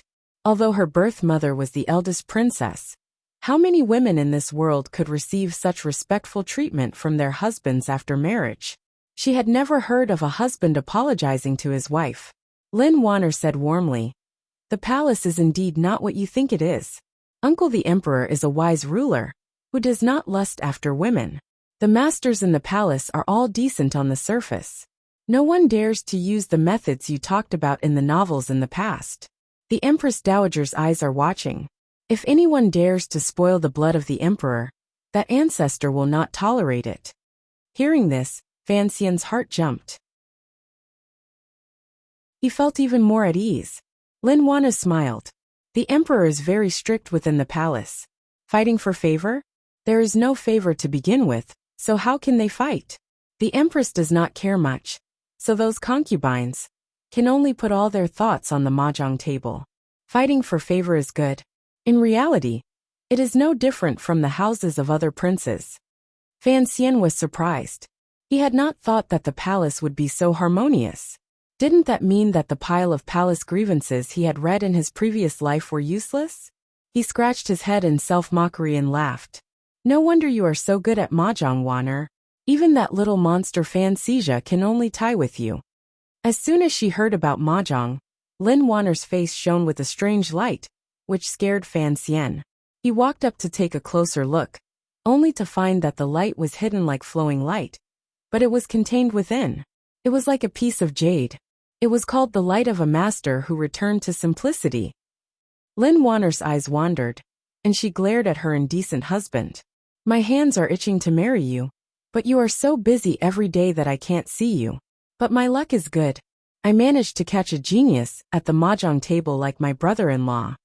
She gritted her teeth, rolled her sleeves and rubbed her fists. I don't know where Fan Xija has gone these days.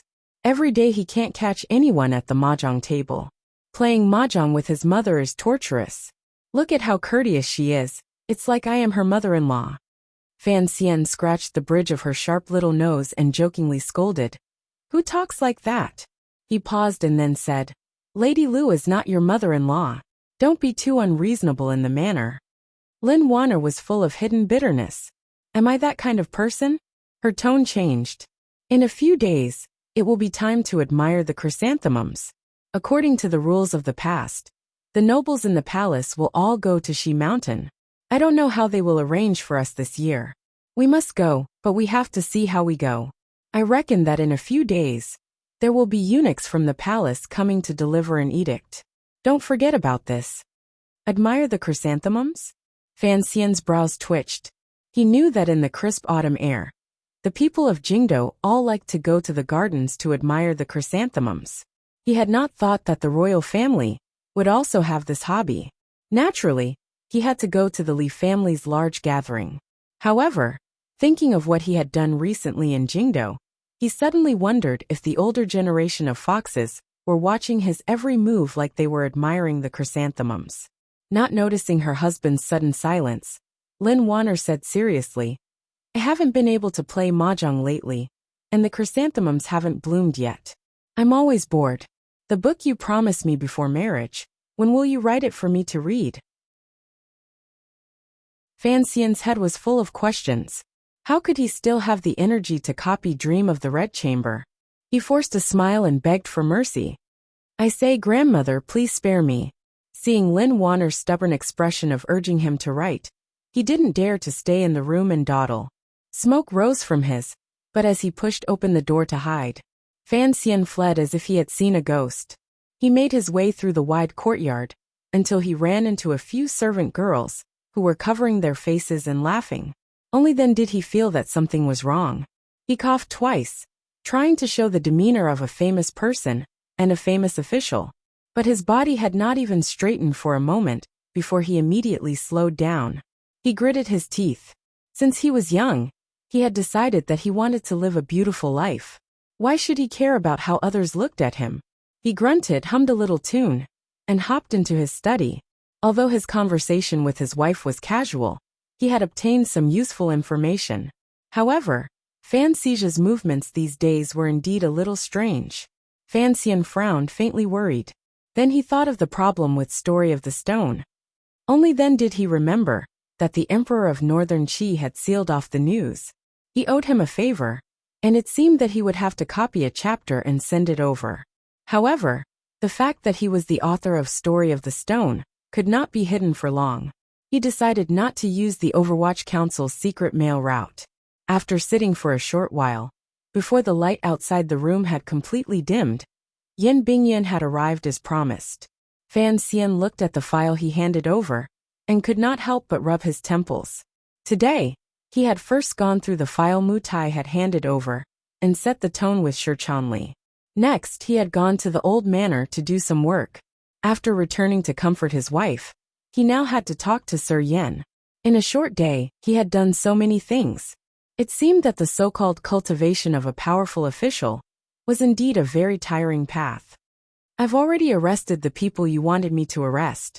I don't know if this will be of any help to your work. Fan Xian did not look at the file. He only asked calmly.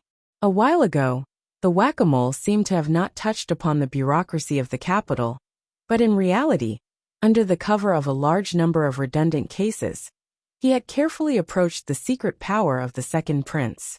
He had also tentatively arrested 2 officials, because Yen Bingyan believed that although the 2 officials were of low rank, they were important figures in investigating whether or not there was a relationship between the second prince and the eldest princess. Yen Bingyan sat in a chair, his expression calm. He pointed at the file in front of him.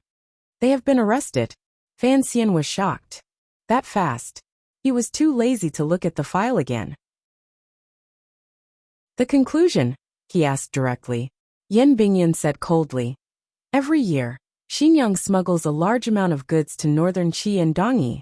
On the surface, the deficit is caused by the crown prince of the Eastern Palace, but in reality, the largest amount is given to the second prince through the Ming family. It is used to bribe the officials in the court and befriend the feudal officials of various places. So your judgment is correct. The second prince is backed by the eldest princess. Fan Xian frowned. The Ming family? The in-laws of the Cui family? Exactly. Such a large amount. How did they get it from the palace treasury to the second prince? Fan Xian asked. Of course, they couldn't go through the capital. They went around Jiangnan. In the middle, a few royal merchants split it up. From bottom to top, they were all controlled by the second prince. Yin Bingyan glanced at him. The process is complicated. It is written in the file. If there is anything you do not understand, you can just read it. It is more complicated to say it. Fan Xian did not pay attention to the doubt in his voice about his ability. He only sank into deep thought. His judgment was correct. He took a deep breath and said, "The man is very handsome." Fan Xian countered with a question. The eldest princess and the second prince did it so secretly, but we easily found out. Do you think the palace doesn't know? How could our director Chen not know? Even if the palace is vigilant, they certainly do not have concrete evidence. Yin Bingyan slowly lowered his eyes. Don't forget, the head of the first bureau, Zhu Gu, was always the eldest princess man. This case, if you were not in charge of the first bureau and the full cooperation of the other departments, it would have been impossible to find out. So, the situation now is that if you really open this case, Jingdo will be in chaos.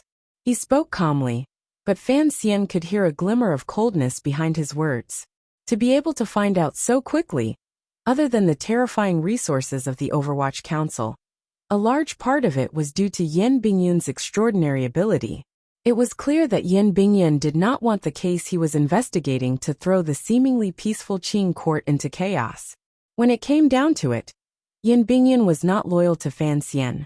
He was loyal to the emperor, to the Qing kingdom, and to the Overwatch Council. Fan Xian glanced at him. Do you know what it means to suppress this matter? Yin Bingyan shook his head. I only know that if this matter is opened, your wife will be the one in the most difficult situation. In reality, most of the upper echelons knew that Fan Xian's wife was the eldest princess daughter. It was just that no one had said it. If Fan Xian was determined to expose this matter, without question, no matter how one looked at it, the emperor in the palace would have to make an unusually valiant response. Lin Wanner's situation would inevitably become awkward. Fan Xian's actions after returning to the capital were actually just to make up for his failure in using the paper to force the eldest princess away and ease the conflict in the palace. The result he wanted was to force the emperor, who might have other plans, to strip away the eldest princess' power in the shortest amount of time. I respect my wife. Fan Xian stared at Yin Bingyan with a chill. But I will not slow down my steps because of her difficulties. Yin Bingyan slowly raised his head. There seemed to be some confusion in his eyes. This is something I do not understand. Sir, what exactly do you want to do? 2 reasons. Fan Xian stood up and walked to the window of the study. He looked at the slowly sinking sun. In the corner of the courtyard, a woman was taking care of the branches and leaves of a shrub. The first reason is very simple. The court is currently short of silver. The great river in the south has not been repaired for many years. This year, the dam has failed and hundreds of thousands of people have drowned. Although I have not personally seen it, thinking about it, it is indeed tragic, brother. Where can we find silver for disaster relief? My father has been worrying about this problem these days. The financial situation of the current dynasty is different from that of previous dynasties in history. Long years of military use have used up large amounts of money and grain. Putting aside this, the source is also very strange. A large portion of the national treasury's annual income must come from the palace treasury. The palace treasury is the emperor's treasury. In reality, you and I both know that it is the legacy of the mistress of the Yi family. It is only by relying on the endless silver produced by these industries that the Qing kingdom can be supported. Fan Xian turned his head. and narrowed his eyes at Yin Bingyin. The eldest princess is a person who loves to play with power.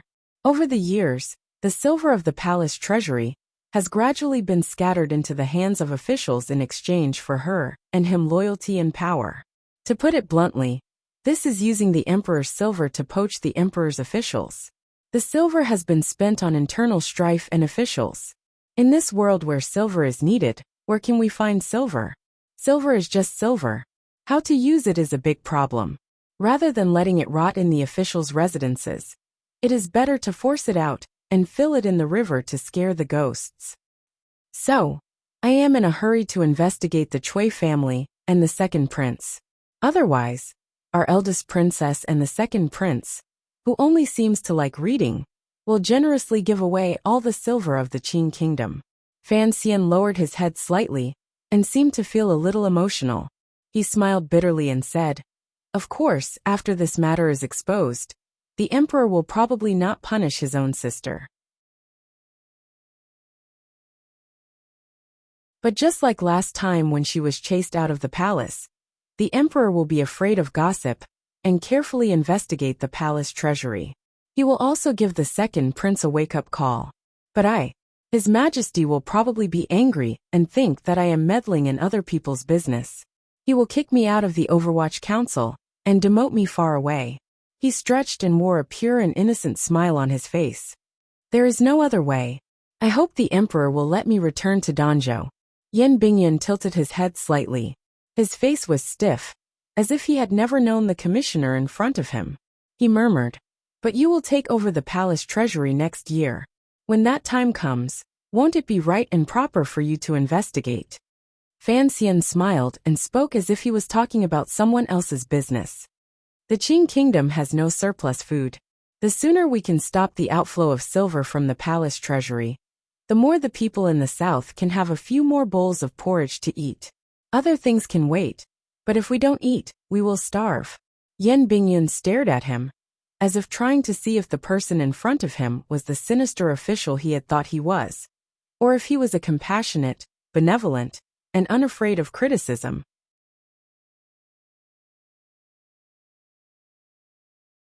Chapter 271. Don't think I'm a saint. Fan Xian shook his head. "In the end, I'm thinking for myself. Taking over the palace treasury next year? That would be cutting off Xinyang's source of income. How could she support the prince? Could she allow such a thing to happen? The accounts of the palace treasury are clean and tidy. But what about the secret deficit? Do you want me to take it and worry until my hair turns white? Her leftovers from the feast. I don't want to hold this broken plate of food. The palace treasury is a mountain of gold, but also a basin of dirty water. The eldest princess has the Empress Dowager's favor. But what about me? As a foreign official, going to take charge of the palace treasury is a painful thing to do," he said in distress. "I wonder if the emperor wants me to be the eldest princess's scapegoat? In the future, when the palace treasury's deficit is investigated, I won't be able to explain it even if I had 800 mouths. Yes, I'm not satisfied, so I'm going to take my mother-in-law's foot-washing water and pour it on herself." If Chen Pingping or Fan Jian heard what he said and saw his expression, they would certainly give him a thumbs up and praise him for being so young. But his acting skills were already at the point of perfection. Foreign official? Foreign my ass. But Yin Bingyan did not know the shocking secret behind the scenes. Hearing Fan Xian admit to his own selfishness, he felt even more admiration in the depths of his heart. He felt that this Sir Fan Jr., who he had always disliked, was actually an upright official. He furrowed his brows and suggested, "Why didn't you reject the palace's proposal in the beginning? The palace treasury is indeed a hot potato." Fan Xian laughed somewhat self-deprecatingly. "Perhaps you won't believe me, but I really do want to do something for the people of the world." Yin Bingyan's appearance was still cold, but the warmth in his heart seemed to have warmed. He stood up and bowed to Fan Xian. He then began to use a steady voice, and began to give advice from the perspective of a subordinate. "At this time, it is not worth it to touch the palace treasury." Fan Xian looked at him quietly. Yin Bingyan did not seem to feel Fan Xian's aggressive gaze. Because even if this matter is revealed, looking at Sir's recent plans, Perhaps he will have the guts to ask Shi Chanli to write an official document and post it on the Supreme Court's wall, letting everyone know how much the eldest princess and the officials in the capital have benefited from the palace treasury. Fan Xian laughed self-deprecatingly. He really did have this plan. In any case, he was bold and had a strong backer. And this backer was not the emperor, but that uncle. It's useless, Yan Bingyan said seriously. At least for this year's victims it is useless. The silver that has flowed out of the palace treasury cannot be recovered in a short month. Let's not talk about whether the emperor can make up his mind and offend most of the officials. If there are too many officials to be demoted, the court will have problems operating. The disaster relief cannot be delayed. Fan Xian sank into deep thought and asked, "Then what do you think?" "Put this case on hold for the time being. The minister has been in charge of the national treasury for a long time. He must have his own ways. I don't think he will delay the disaster in the south," Yan Bingyan said quietly. "The things that Sir has arranged in northern Qi also need some time to prepare. After the winter, the council will coordinate with Wang Qinian in the north and south. First, we will uproot the Cui family and cut off Xinyang's path of distribution. Then, we will take advantage of the commissioner's new control of the palace treasury to investigate the accounts and cases. This is the way to be prudent." Fan Xian frowned. "I am just worried that Wang Qinian's time in Shangjing is too short. He cannot completely control the power in the north and uproot the Cui family." Yan Bingyan paused for a moment then simply replied, "I can help." Fan Xian looked at him. His expression did not change, but he was secretly delighted. "You are now a famous person in northern Qi. How can you go back north?" Yan Bingyan replied, "The men under me do not need me to watch over them. I will try to grasp more and more power, and then use this power to do things that I want to do. In this process, I will need the help of many people." Fan Xian looked into his eyes and said in a low voice, "I really want to be like when we were in Shangjing. You and I can work well together, of course, not just this time, but also next spring." Yan Bingyan understood what he meant. He did not stay silent for long. He lowered his head, saluted and left. The young and handsome men of the Overwatch Council were not sloppy people. However, after Sir Yin Jr. expressed sufficient trust in Sir Fan Jr., he still turned his head back and asked in confusion before he stepped out of the study, "Commissioner, you have lived in luxury since you were a child. Why do you place so much importance on the common people who suffer in the world?" Fan Xian scratched his head and replied, "Perhaps it is because I have long since gotten used to doing good deeds." Sir Yin Jr. is very patient. He still hasn't asked how Miss Shin is doing. He looked out the window at the half-cut shrubs under the setting sun. His face was expressionless, but he sighed to himself. The officialdom was indeed treacherous at every step. Even the Fan Manor he lived in had such a skilled spy. Although Fan Xian had officially revealed his identity as the commissioner of the Overwatch Council to the Ministry of Justice, and the First Bureau's secret agent had tactfully revealed his identity and left, the courtyard was still not quiet. If it weren't for Wu Zhu behind him, he probably wouldn't have noticed the woman planting flowers. Just as he had said, Fan Xian was not a saint, nor was he a good person in the purest sense of the word, and he was certainly not a traitor. The simplest reason for dealing with the eldest princess, as well as the unknown second prince, was because he and Xinyang had long had enmity that could not be solved. And the root of this enmity, the palace treasury, was the thing that Fan Xian would not give up after his rebirth.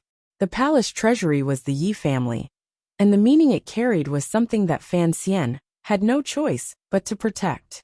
No matter who tried to stand in his way, Fan Xian would mercilessly kick them aside. But what he had said to Yan Bingyan was not all an act. It was just like what he had said to his sister a long time ago.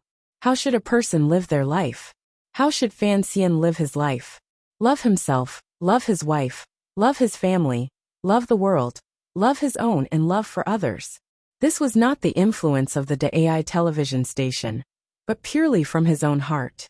Muddle-headed glory, wealth, bullying men and women, this was a life. Honest, wronged, precarious life, this was a life. Leading troops into battle, killing people like scything flax, and unifying the world was a life. Fan Xian was also an ordinary male animal who coveted wealth, enjoyed power, and loved beautiful women. But the experience of two lives had allowed him to accurately grasp what he wanted. So he believed that being free and easy, being cruel when it was time to be cruel, being gentle when it was time to be gentle, being close to more beautiful women, earning more money, and seeing more of the beautiful scenery of this world, was the way to live a glorious life. On the premise that his life and material life were guaranteed, he did not mind enjoying his spiritual world. But for the world to be beautiful, it first had to make the people who lived in it smile. So Fan Xian, the poor official, inevitably felt a little tired at the beginning. If he had maintained the clear and murderous state of mind of the youth from Danzhou, perhaps he would have become a lot more free and happy. The palace treasury, and the people of the world, would not have made him think too much. But in the spring of the 4th year of the Qing calendar, that bit of unnecessary curiosity about his fiancée made him fall into the river of love, into family, and deeper. He could no longer live freely in this world. This fact tells us that as a man, getting married too early is always a very stupid thing to do. That afternoon Fan Xian, the commissioner of the Overwatch Council, and Yan Bingyan, the alternate head of the 4th Bureau of the Overwatch Council, had a conversation in fan manner about the palace treasury, the second prince, and the people of the people. The contents of this conversation were quickly sent through the most secretive channel of the Qing kingdom, to the royal study in the royal palace, and to Chen Pingping's table. Chen Pingping's reaction was very simple. He immediately wrote an order, temporarily delegating his authority over the entire council to Fan Xian.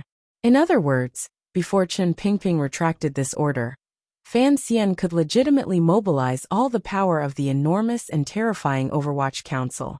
And in the royal study, the Supreme Emperor of the Qing Kingdom looked at the report on the table, and only nodded lightly. In His Majesty's heart, he was very pleased with Fan Xian's actions these past few days. Since the officials and the people of the world all believed the Overwatch Council to be his dog, then this dog must have the courage and ruthlessness to bite people. But it must not bite anyone it met. By making Fan Xian the dog's leash, the emperor wanted to see just how capable he was.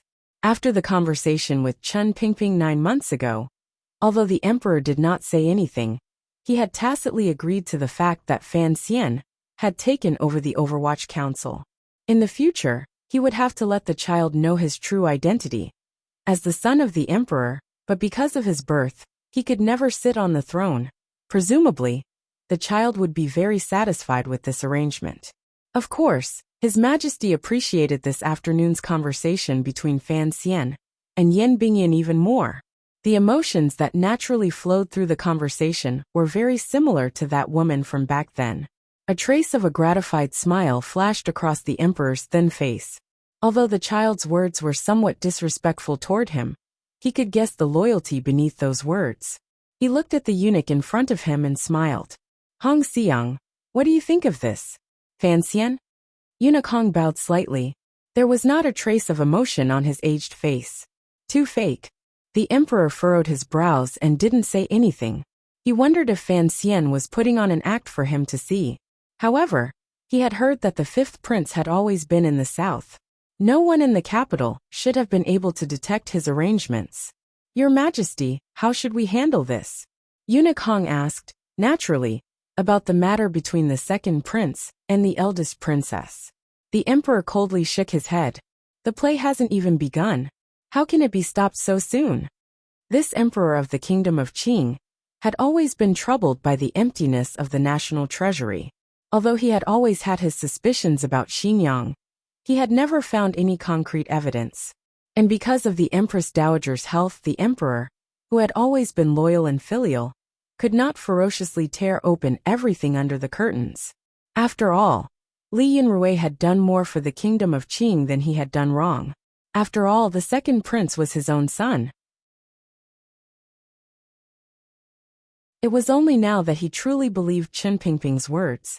In some matters, although young people could appear a little rash, they could also display sufficient ability and boldness. Not to mention Fan Xian, It seemed that the emperor had not paid enough attention to the young official named Yin Bingyan. The serving girls lit the candles and left. The royal study was silent. The emperor quietly waited for Fan Xian's memorial. If Fan Xian had truly guessed his intentions, and was willing to follow his arrangements to be a lonely official, then by tonight at the latest, he should have found out and delivered the information to the emperor's desk.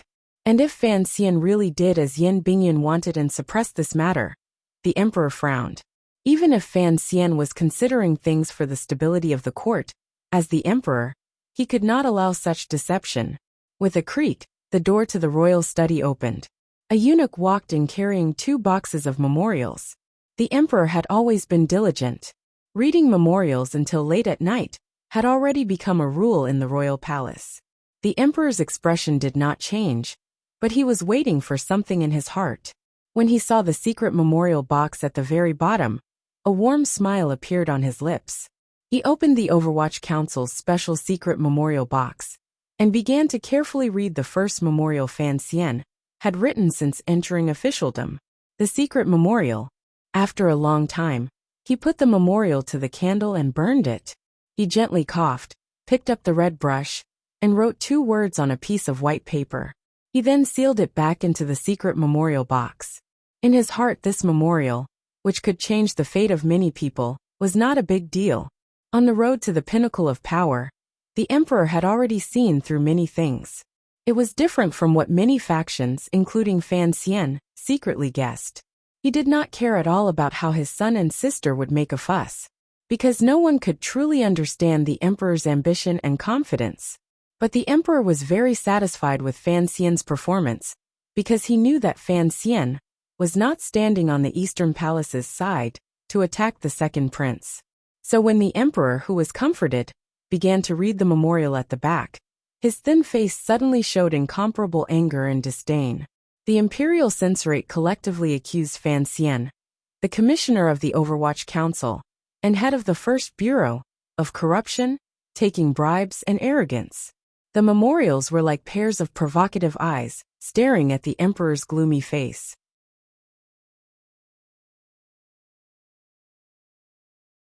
Chapter 272. In the entire capital, the first person to know that the imperial censorate had collectively impeached Fan Xian, a popular figure of the court, was none other than Fan Xian himself. When His Majesty had not seen those memorials, Fan Xian knew that he was already standing at the heart of the storm. Mu Tai sat in the chair opposite Fan Xian and said, "Last night, the imperial censor of the left, Lai Mingqing, led the way. Because of the confirmation process, it was only sent here today."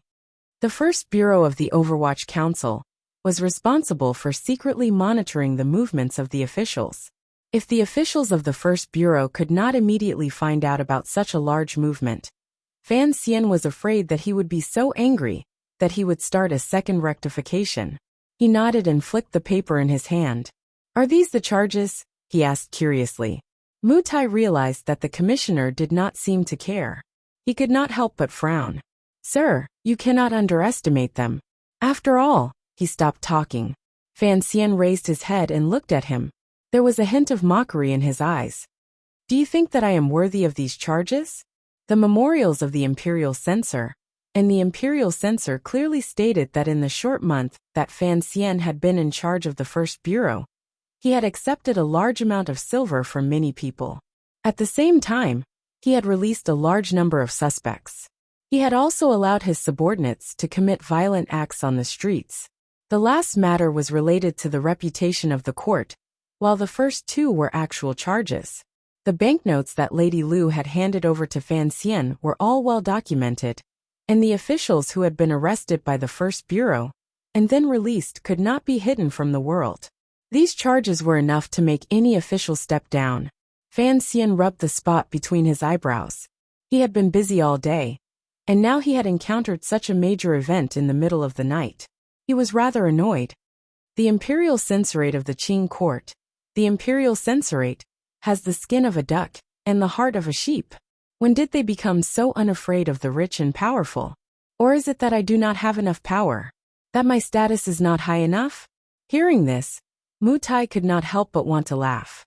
The Overwatch Council had always looked down on the Imperial Censorate, but he forcibly suppressed his laughter.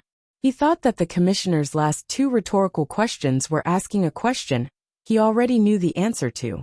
In Jingdo, Fan Xian Jr.'s power was high and noble, and everyone knew that.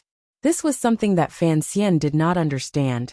Why did the Imperial Censorate's censors have the courage to offend him for no reason? These days, his methods had been gentle, and it seemed that he had not offended these people. Furthermore, these days, he had gradually gained the emperor's favor. Were these people not afraid of making the emperor unhappy? Mutai looked at his face and knew what he was thinking. He explained, "Sir, this is the usual practice of the Imperial Censorate. They have always acted against the Overwatch Council. The law of Qing gives them this authority, and His Majesty has always suppressed the Overwatch Council's secret methods. So every few days, those poor scholars will always find fault with the Overwatch Council, but..." He frowned. "I didn't think they would have the guts to directly target you, sir. And with such heavy crimes." Fan Xian reached his hand into the teacup and dipped it into a few drops of cold tea. He carefully rubbed it between his brows. The glimmer of brightness calmed him slightly. The Imperial Censorate was a very special organization.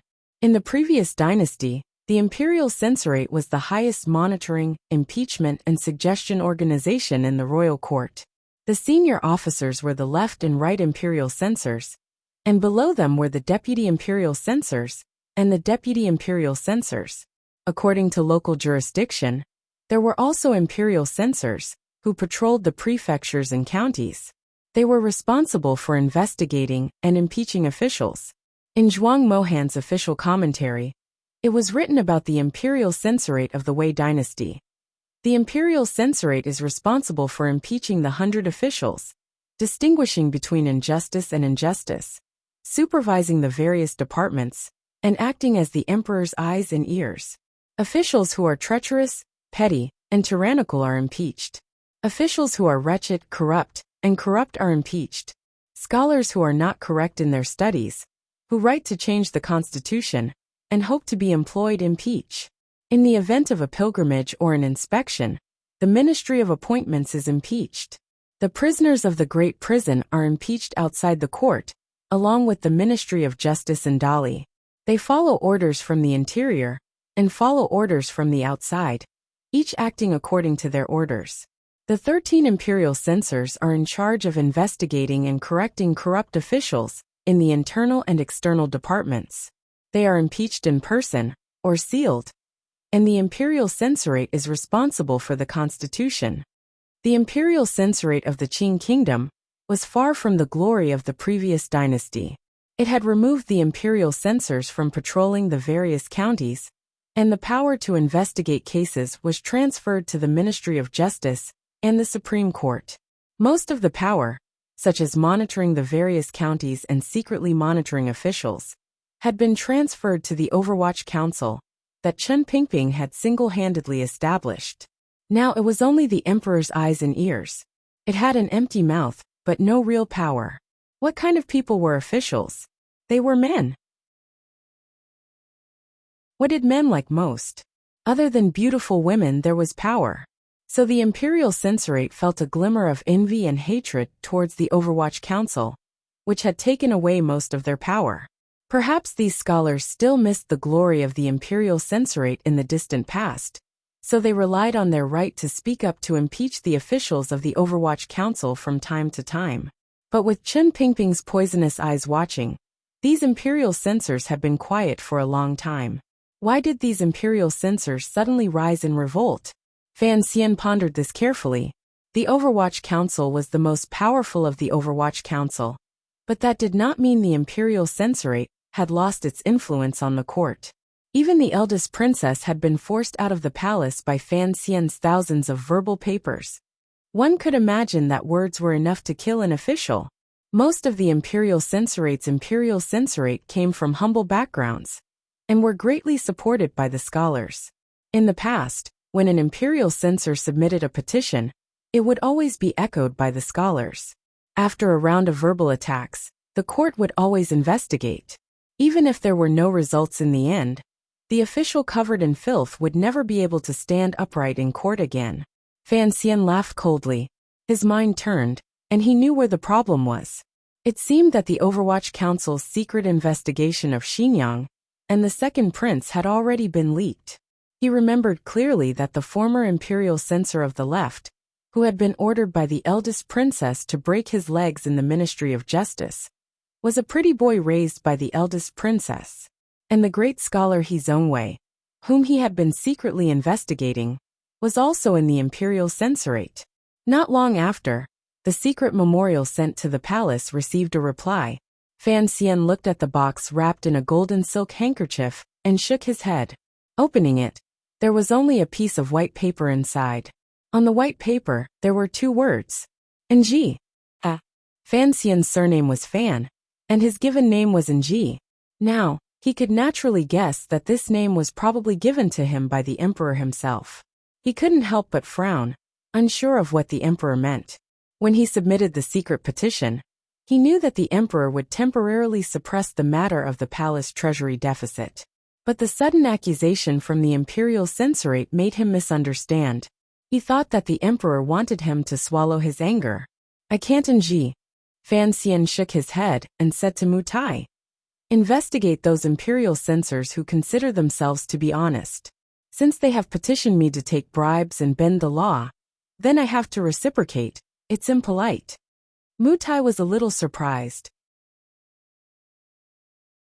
Director Chen once said that when it comes to the imperial censorate's petitions, it's like listening to a dog barking. Ignore it. Because the palace does not want the Overwatch Council to investigate the imperial censorate, it would not look good. And in order to open up more avenues of speech, the emperor has never given the Overwatch Council the power to arrest the imperial censors. Fan Xian spat. This time they're not just barking. They're already opening their mouths to bite me. Who cares about the face of the court? I told you to investigate, and when the problem is found, I won't do it myself. Of course, I'll throw it to the Supreme Court and the Ministry of Justice. Even if the emperor doesn't accept it, what's the use of that wall outside the first bureau? Mu Tai was very happy. The people of the Overwatch Council had been waiting for this day. They accepted the order and left the manor in high spirits. They went to arrange for spies to investigate the imperial censors for any illegal activities. The next day, Fan Xian played mahjong at home and enjoyed a good day of rain. He didn't take the impeachment of the imperial censors seriously. Wanu and Ruoro, who heard the news from him, were a little worried. Everyone knew the importance of an official's reputation. It wasn't until the news of the imperial censor's impeachment had spread throughout the capital, and the Hall of Governmental Affairs had already copied the memorials and sent them to Fan Manor, that Fan Xian pretended to know about the matter. His face was full of shock and anger, but he still slept soundly that night. Early in the morning on the 3rd day, Fan Xian left the manor. According to the rules, an official who was impeached by the imperial censors had to put down what they were doing and submit a memorial to defend themselves. But he didn't follow the rules. Instead, he went to Xinfeng restaurant and led a family to attack the delicious jitong buns. This matter had already caused a huge uproar in Jingdo. No one knew what kind of method he, the current popular figure of the court, would choose to retaliate. This was because this time, the imperial censors had clearly come prepared in their collective petition. They firmly held on to the accusation of impeachment. Even the officials who had been in and out of Jingdo this month were clearly investigated. But no one expected that Commissioner Fan didn't attack the imperial censors. Instead, he attacked the meat buns. On the 4th day, the continuous rain finally stopped. Fan Xian led a family to the outskirts to admire the chrysanthemums. Before the rest of the world, he used his fingers to get close to the little daisies that had just bloomed. Logically speaking, at this time, the Hall of Governmental Affairs should have brought out the Emperor's edict. To investigate or not to investigate. To ask or not to ask. Regardless of whether it was to wake up Sir Fan Jr., who had risen too quickly this year, or to harshly rebuke the imperial censors who were too meddlesome, the emperor had to have an attitude. During the court discussion, the Minister of Appointments, Yen Hangshu, finally couldn't resist the curiosity in his heart and carefully asked. He didn't know that the emperor only grunted through his nose and didn't respond at all. The scene was stuck in an awkward stalemate. The imperial censors' faces of justice and solemnity gradually turned into awkwardness. They planned to jointly submit a memorial again. They were also prepared to draw in their peers among the civil officials in court. At the same time, they were going to mobilize the students of the Imperial College.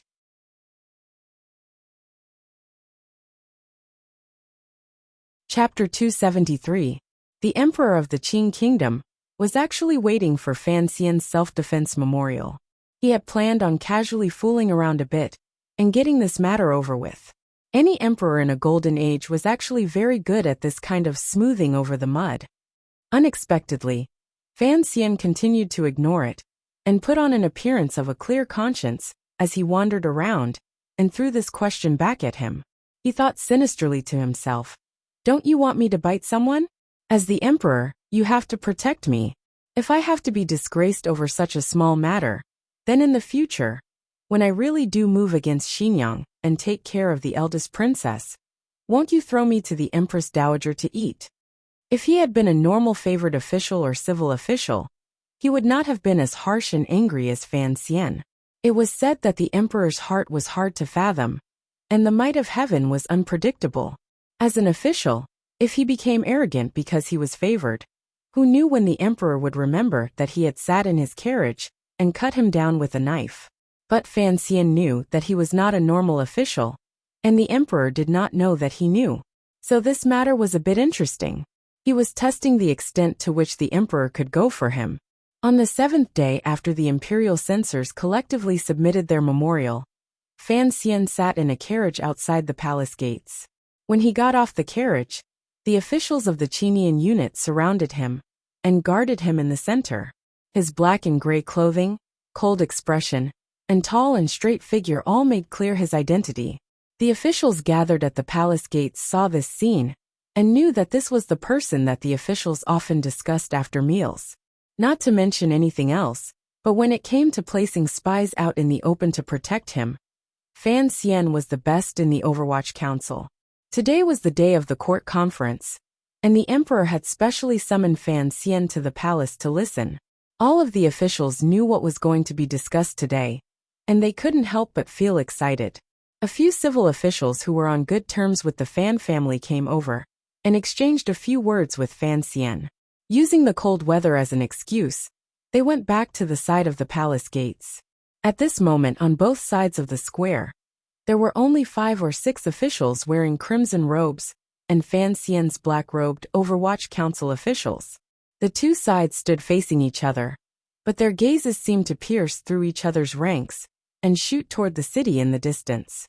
The officials dressed in crimson robes were the censors from the Imperial Censorate who had written to impeach Fan Xian.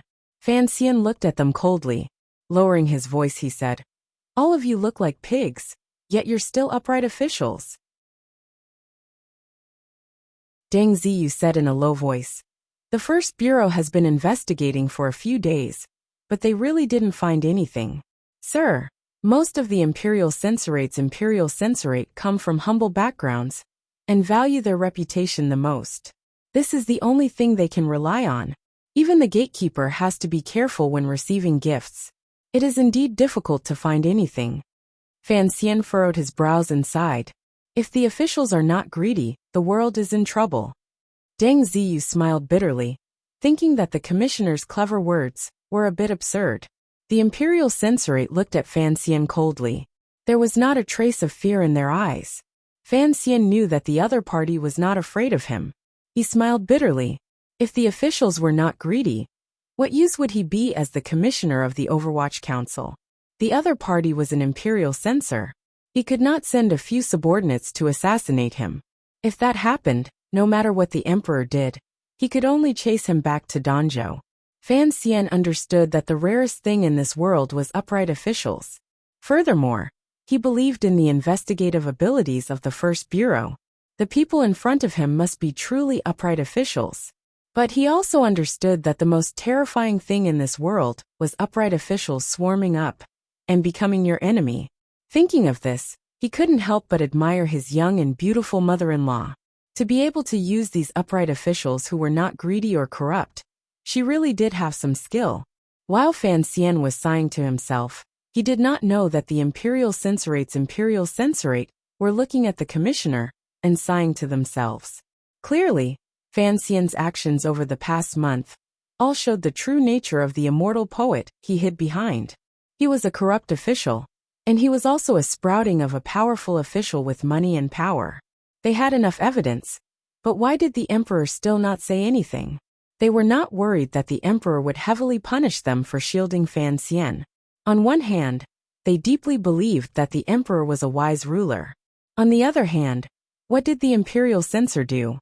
He shouldered justice with iron shoulders and admonished with iron bones. Even if he died, so what? They only hoped that the white bones would leave a lingering fragrance. But the Imperial Censorate's Imperial Censorate did not fare well these past few days. First of all, their connections with the court had no effect. No matter which department the official came from, once they heard the purpose of their visit, they remained courteous on the surface, but refused to join them in writing. Second, the public opinion of the common people had not been mobilized. The scholars who had been wantonly criticizing the court in the past, upon hearing that the person they wanted to impeach was Fan Xian, shook their heads in disbelief. And what angered the Imperial Censorate the most was the attitude of the young people in the Imperial College.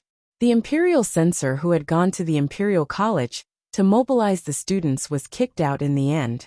No one believed that the immortal poet, Zhuang Mohan's designated successor, the son of the Minister of Revenue, the idol of a generation of young scholars, and the dream lover of countless girls, would be so immoral as to covet such a small amount of silver. 13,400 liang, just a small amount of silver? Perhaps the Imperial Censorate's Imperial Censorate were used to being poor, so this was the thing they could not understand. At this time, a sudden gust of morning wind blew past, making the officials guarding outside the palace feel refreshed. Immediately after, their expressions changed. They looked at the cloud of rain floating in the morning light, and hid inside the palace gate. The imperial guards and eunuchs did not dare let these high-ranking officials get drenched in the rain, so they did not stop them. In autumn, the capital often changed its face, and after the wind came the rain. An autumn rain floated down solemnly. It went from light to dripping, and in the time it took to take a few breaths, the green stone floor in the palace was immediately soaked, revealing a thick black color. At this time, outside the palace gate, only Fan Xian and the Imperial Censorate's Imperial Censorate stood there. The rain poured on them, but they did not react at all. Fan Xian narrowed his eyes and looked at them. Suddenly he said, "Imperial Censor Lai, go hide from the rain." He called out to the Imperial Censor of the left, a third-rank official, Lai Mingcheng. Censor Lai looked at him coldly and said, "Master Fan, do you think being drenched in the rain will be enough to wash away your sins?" Imperial Censor Lai cupped his hands. "Today, when I see the emperor, I will definitely impeach Master Fan." Fan Xian's eyebrows twitched. This imperial censor was very cunning, he thought. He smiled and cupped his hands. "Is that so? But I don't know if a member of the royal family really broke the law. Would Master Lai have the same heroic spirit you have today?" The imperial censor of the left was so angry that he did not want to speak. He waved his sleeves and walked toward the palace gate. Behind him, the Imperial Censorates knelt in the rain, playing the game of kneeling at the palace gate. Fan Xian felt that these people were both pitiful and funny. He sighed. "Life is only for fame.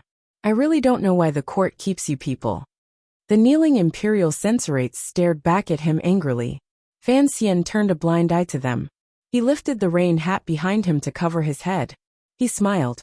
"I am black. No matter how I wash, I will always be black. Although you are all red, after being washed by the rain, you have turned black." The rain slid down his Overwatch Council robe. The robe was smooth and did not leak water. The black was still that gloomy black.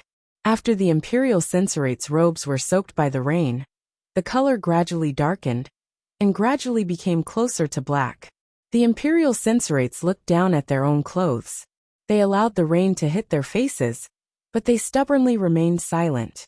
After all the important matters of the court had been discussed, the emperor seemed to see imperial censor of the left, Lai Mingsheng, and commissioner of the Overwatch Council Fan Xian. His brows furrowed in annoyance. He had the eunuchs summon the two of them and coldly said, "Speak in front of the court officials." The imperial censor of the left adjusted his robes and said in a clear voice, "Everything I have said is in the memorial. Please, Your Majesty, quickly investigate this case to cleanse the court and appease the grievances of the common people." The emperor turned his head to look at Fan Xian. "Why have you never submitted your memorial to the Hall of Governmental Affairs?" Fan Xian bowed respectfully. "I did not write a memorial." The emperor angrily rebuked him. "How arrogant! The imperial censor of the imperial censorate is the first to impeach 100 officials like you. Don't think your family has been loyal for generations. Just because you have done a great service to the country and are famous in the world, I can't bear to punish you." Fan Xian knew that the emperor was angry because he had been silent all this time. He was angry because he had thrown the topic to him. He apologized. "I really did not know I had to write a memorial to defend myself. I am guilty." The emperor's expression softened. "Considering that you have just entered officialdom, and Fan Jian is busy with work, and that old thing Chen Pingping will not teach you these things, I will forgive you this time. Today, I summon you to the palace. I want to hear how you will defend yourself and explain yourself to the court officials." Fan Xian's expression showed that he was in a difficult position. A moment later, he hesitantly opened his mouth. "I really do not know how to defend myself." The emperor's expression immediately darkened. "Then you admit to your crimes?" he asked. Fan Xian suddenly raised his head. His expression showed bitterness. "Long live, I do not admit to my crimes. The reason why I do not defend myself is because the imperial censorate's accusations are absurd and without reason. I do not know the truth, and I do not know who is involved in this so-called bribery and perverting the law. I do not know how to defend myself."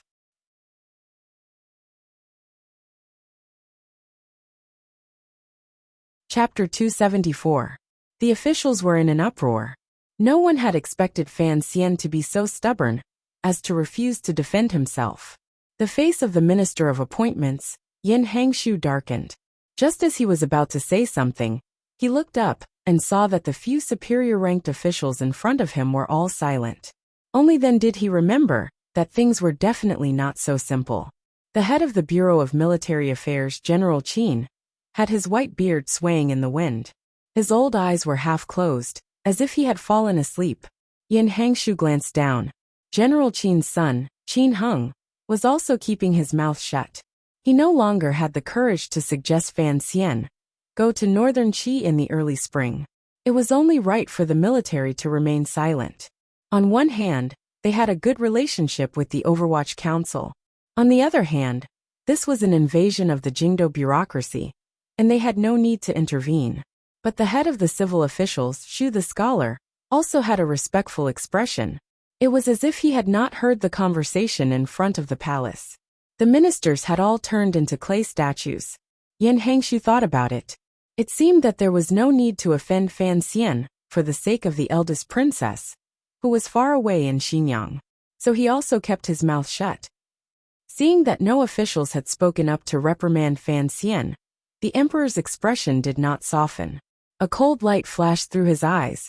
He stared at Fan Xian and said, "If you do not defend yourself, then let's hear what Minister Lai has to say." The imperial censor of the left, Lai Mingsheng, accepted the edict and stepped forward. He read out all of Fan Xian's illegal actions in the memorials. Stroke by stroke, it was clear. Fan Xian groaned in his heart. This imperial censor of the left was indeed surnamed Lai. Why did he have to blame everything on him? What did the bribe from the first bureau have to do with him? The court was filled with discussion. The gazes that were directed at Lai Mingxing and Fan Xian became somewhat strange. Among the matters that the imperial censorate was investigating, the one that bore the brunt was that eunuch Dai was suspected of bribing the commissioner of the Overwatch Council on behalf of his nephew, Dai Zhen. The officials thought, "How dare a rogue like you drag this matter into the palace?" On the other hand, they looked down on Fan Xian. This was such a great opportunity And yet he had only accepted 1,000 liang of silver from eunuch Dai.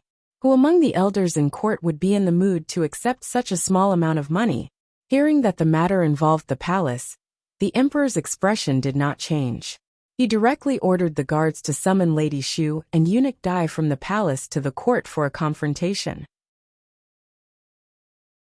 Although the officials knew that this kind of investigation method was a bit ridiculous, they all knew that the emperor was not a person who was bound by conventional rules and regulations. In addition, they were also curious about how this matter would turn out, so they all kept quiet. Not long after, eunuch Dai was led into the palace. He had long known what would be discussed in court today. He was anxious and puzzled. He had only given the banknotes to Yi Guipin. Her personality was cheerful, but she had always kept her mouth shut. Furthermore, she was Fan Xian's relative, so how could she have sold him out? How did this news get to the imperial censorate? After entering the palace, eunuch Dai first cried, "Long live the emperor," and then cried, "I have been wronged." Eunuch Dai rubbed his buttocks, and tears streamed down his face as he kowtowed to the emperor. His Majesty has always forbidden the servants of the palace from communicating with the officials. I am timid, and I dare not break the rules. Speaking of Sir Fan Jr., I have indeed heard of his name, because eunuch Dai looked pitifully at the emperor on the throne. Everyone in the world knows the great name of the immortal Fan Xian. Although I am a cripple, I am still a cripple of the kingdom of Qing. When I heard that Sir Fan Jr. had gone to northern Qi to bring glory to His Majesty, I was naturally happy. It was inevitable that Sir Fan Jr. would be mentioned in our daily conversations. But I have never even seen Sir Fan Jr. How could I have bribed him? The imperial censor of the left, Lai Mingcheng, asked coldly, "Eunuch Dai, have you really never seen Commissioner Fan?" Eunuch Dai's knees hurt from kneeling, and he had long since cursed the meddlesome censor countless times in his heart. Hearing the question, he suddenly seemed to realize something. I remember now. Last year, when I delivered the imperial edict to Fan Manor, I saw Sir Fan Jr. once. But at the time, it was to deliver the edict, so I left as soon as I entered the door. If that counts as a meeting, it would only be once. Eunuch Dai then wailed and swore to the heavens, "Long live the emperor. I have only seen Sir Fan Jr. once. If I have seen him again, let my intestines be torn apart, and I die a horrible death. I will still be a eunuch in my next life." This was a vicious oath, and His Majesty cursed angrily. "What nonsense are you spouting?" Imperial Censor Lai, on the other hand, looked slightly worried. He said, "Bribery doesn't necessarily mean that both parties must meet. Eunuch Dai, let me ask you, do you have a distant nephew called Dai Zhen, who is a minor official in the Vegetable Inspection Department at the entrance of Dangshiku?" Eunuch Dai did not dare to hide anything and nodded. Imperial Censor Lai reported seriously, "Your Majesty, that Dai Zhen is a corrupt." He recounted everything that had happened in the first bureau of the Overwatch Council, then stared at Fan Xian and said coldly, "Commissioner Fan, may I ask where this Dai Zhen is now?" Fan Xian thought for a moment, then replied, "The case has been closed." After this low-ranking official Dai Zhen spat out the stolen money, he was stripped of his position. "I do not know where he is now." Imperial Censor Lai said coldly, "You do not know?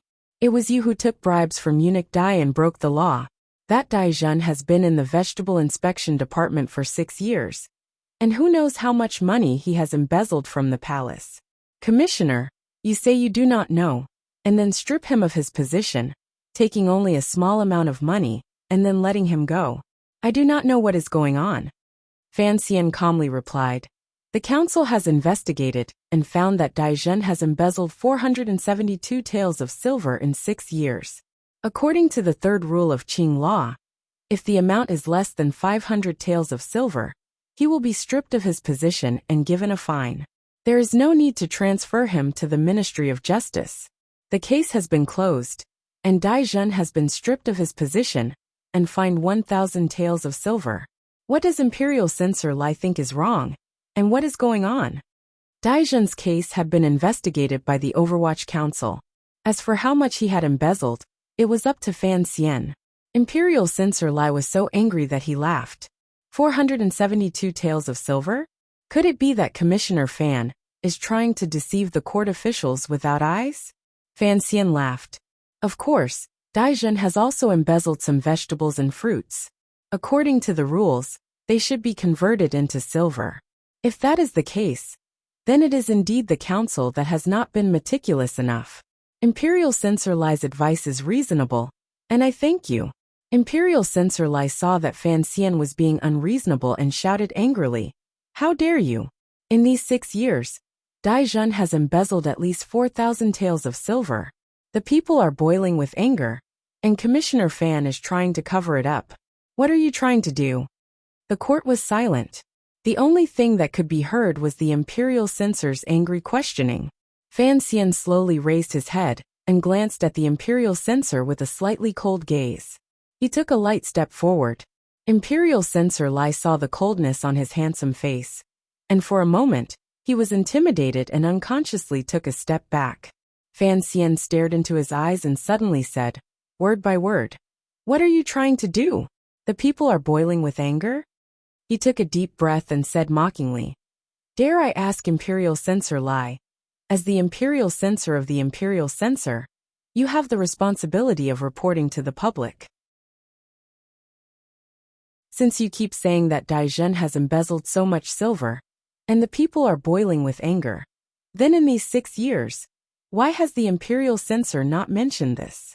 Are you the official who is trying to cover up Daizhen's crimes? The people are boiling with anger. Why don't you ask the capital's magistrate to arrest him?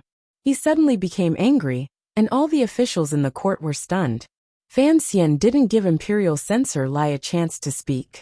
In a cold voice he said, I have been in charge of the first bureau for less than a month, and I have already found out about Daizhen's embezzlement.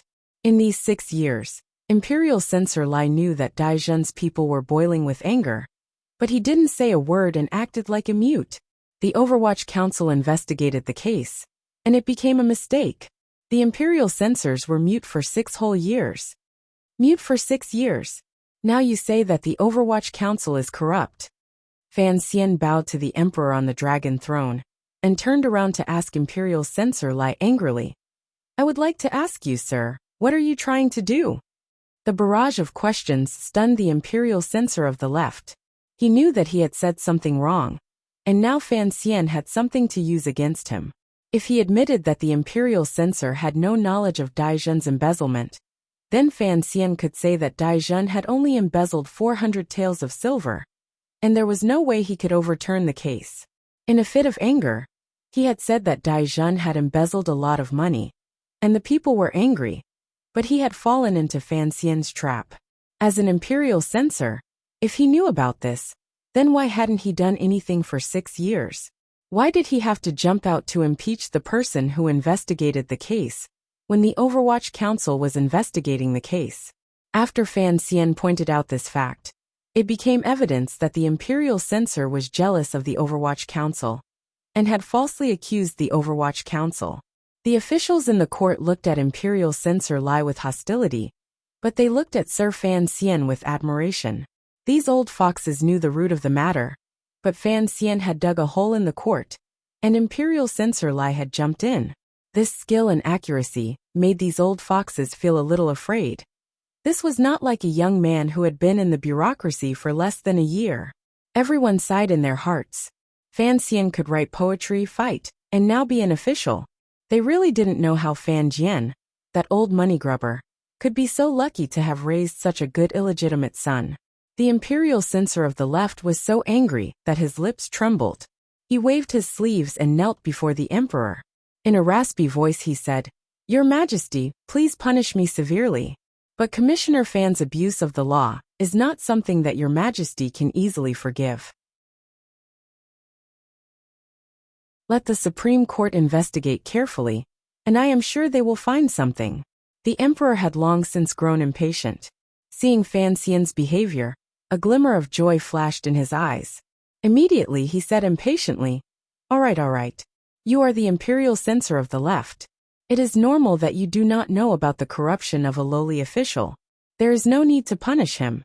Just remember, in the future, do not exaggerate this matter in court, and use the people's anger to talk about it. I am not the emperor of Northern Wei or Northern Qi, and the kingdom of Qing is not that kind of country. In the future, do not do such things. Do not do such things again? Lai Mingqing was ashamed and angry. He would rather die than accept this kind of reputation. Gritting his teeth, he knelt on the ground and kowtowed again and again.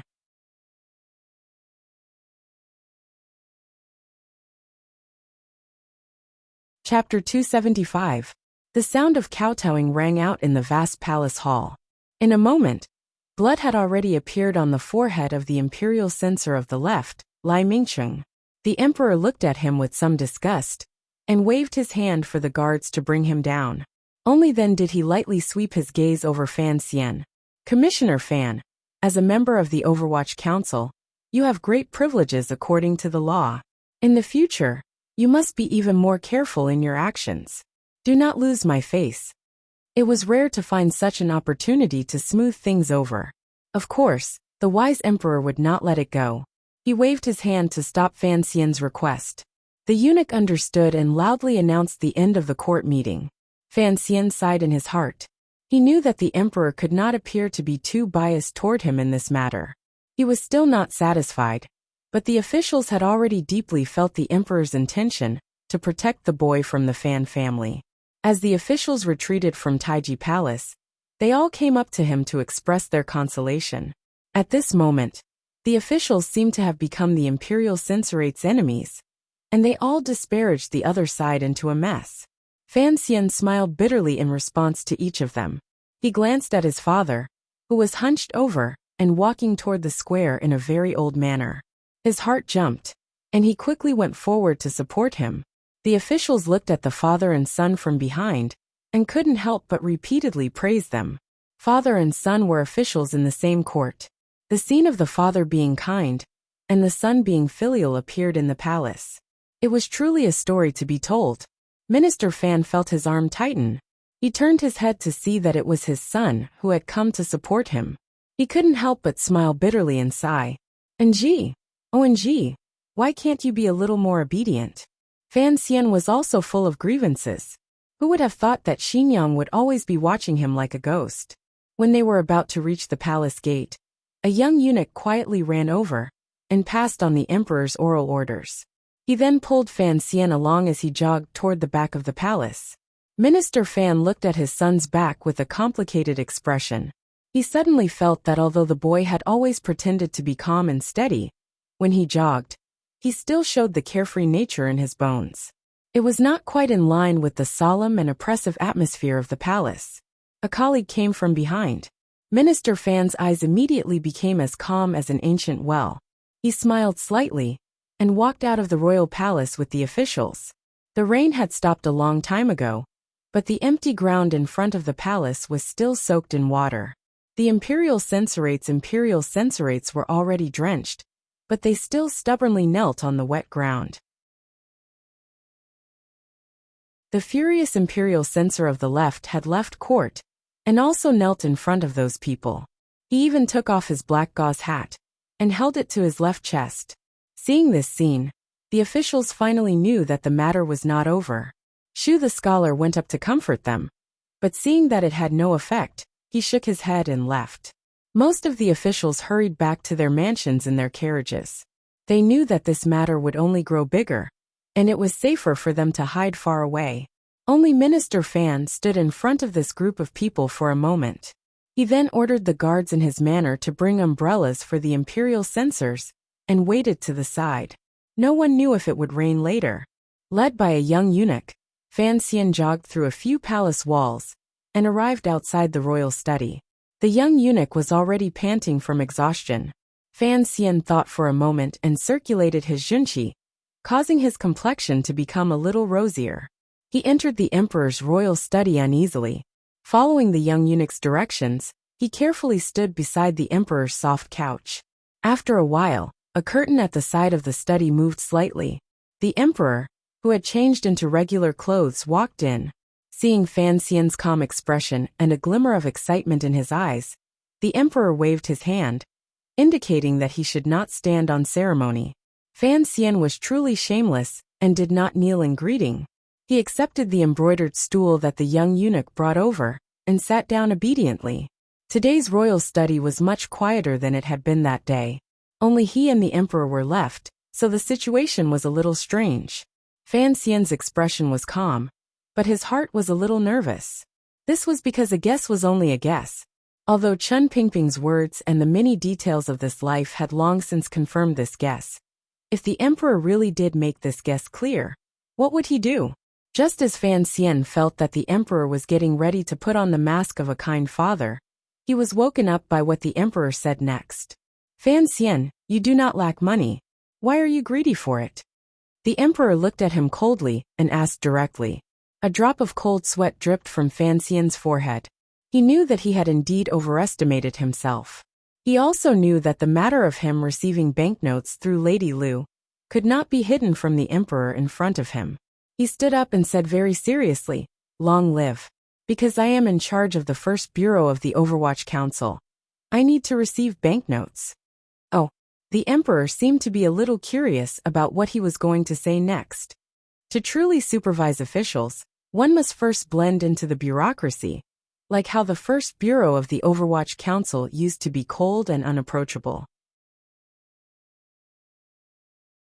Although one can rely on a large network of spies to effectively supervise the officials in the capital, it is like looking at flowers in the fog. One can never see clearly. As for the most important transactions in the capital's bureaucracy, one can never be sure. Fan Xian carefully explained. To supervise officials, one must become an official yourself. He smiled bitterly and continued. Long live your majesty also knows that I have lived in Danzhou for a long time. As he said this, he lowered his head, but when the emperor heard this, he could feel a slight reaction. After entering the capital, the changes have been too great. At the beginning, I was only a literary official. Now I have to take over the Overwatch Council, which is such a heavy responsibility. I feel uneasy, and I often think that there is a layer of estrangement between me and the officials. It is difficult to blend into the court.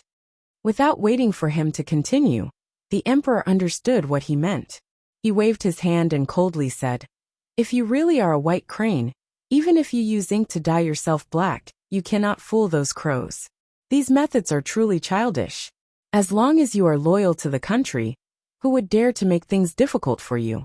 Don't forget Zhu Ji's example. At first, that bastard wanted to plunge into the bureaucracy of the capital. Unexpectedly, he plunged head first into it, and was unable to rise again." Fan Xian knew that the emperor was repeatedly warning him to be a lonely official. He felt a bit disgusted, but his face did not change. He only chuckled and said, "Long live your majesty. Today, someone in court is making things difficult for me." To the side, the eunuch holding the horsetail whisk felt his heart tremble. Sir Fan Jr.'s words did not match his status. It seemed to be a bit arrogant because of his favor. No matter how much the emperor liked this young official, he was afraid that he would lose his temper. Even the crown prince was respectful in front of the emperor with a glimmer of fear. Who would speak like Fan Xian? Unexpectedly, the emperor glanced at Fan Xian with a slight smile and said, "I do want to give you justice. However, this is a matter between you and your family's elders. I don't want to meddle too much."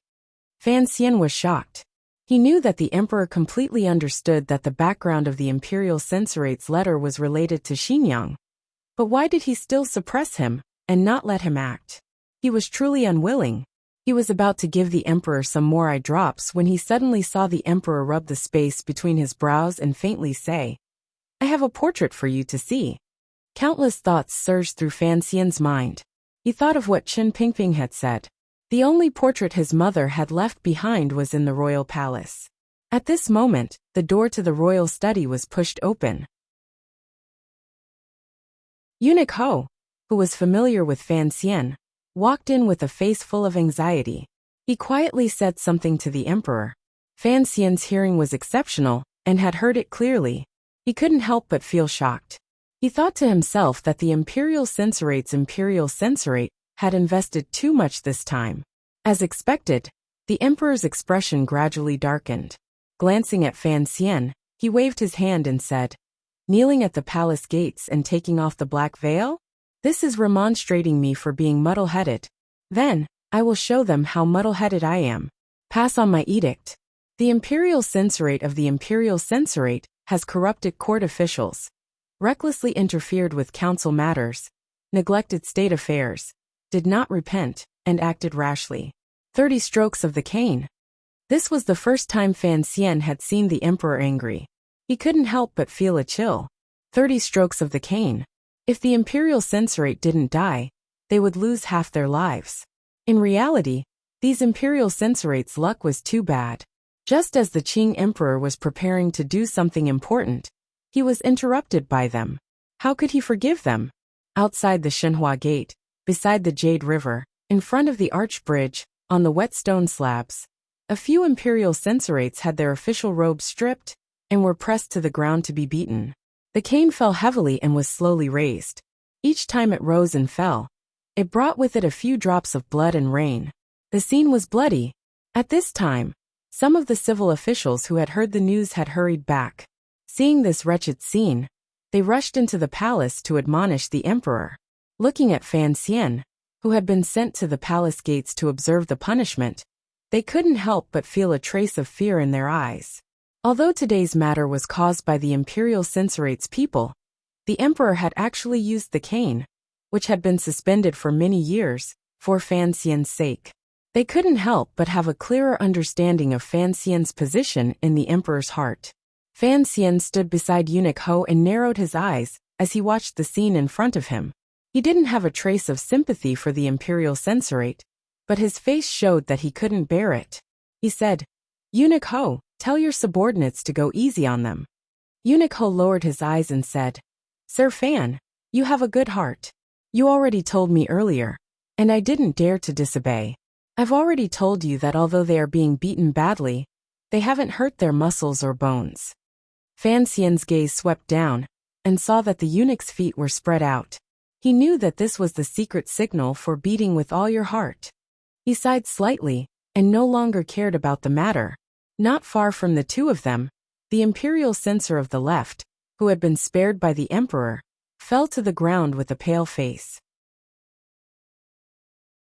Although he hadn't been caned, he felt that the punishment that had fallen on his subordinates was like a slap to his face. The servants left behind by Fan Xian's father had a look of disdain on their faces. Holding an umbrella in their hands, they looked at the dazed imperial censor of the left. Fan Xian walked over and waved his hand to disperse the servants. With a trace of pity, he looked at imperial censor Lai and said, "Why did you have to get involved in this matter?" Imperial censor Lai didn't know how much inside information Fan Xian knew. He stood where he was. Fan Xian sighed and desperately begged Eunuch Ho to temporarily stop the caning and enter the palace alone to plead with the emperor. It wasn't that he couldn't bear to see blood, nor did he want to spare these imperial censors who dared to provoke him. It was just that he had to do this in front of the hundreds of court officials who couldn't bear it. As Fan Xian ran toward the palace, he thought bitterly to himself, "You, the emperor, want to use this caning to push me against all the other officials. I won't let it happen. I've worked so hard to build up my good character for 2 years. If it's all gone because of a few caning strikes, I'll lose a lot."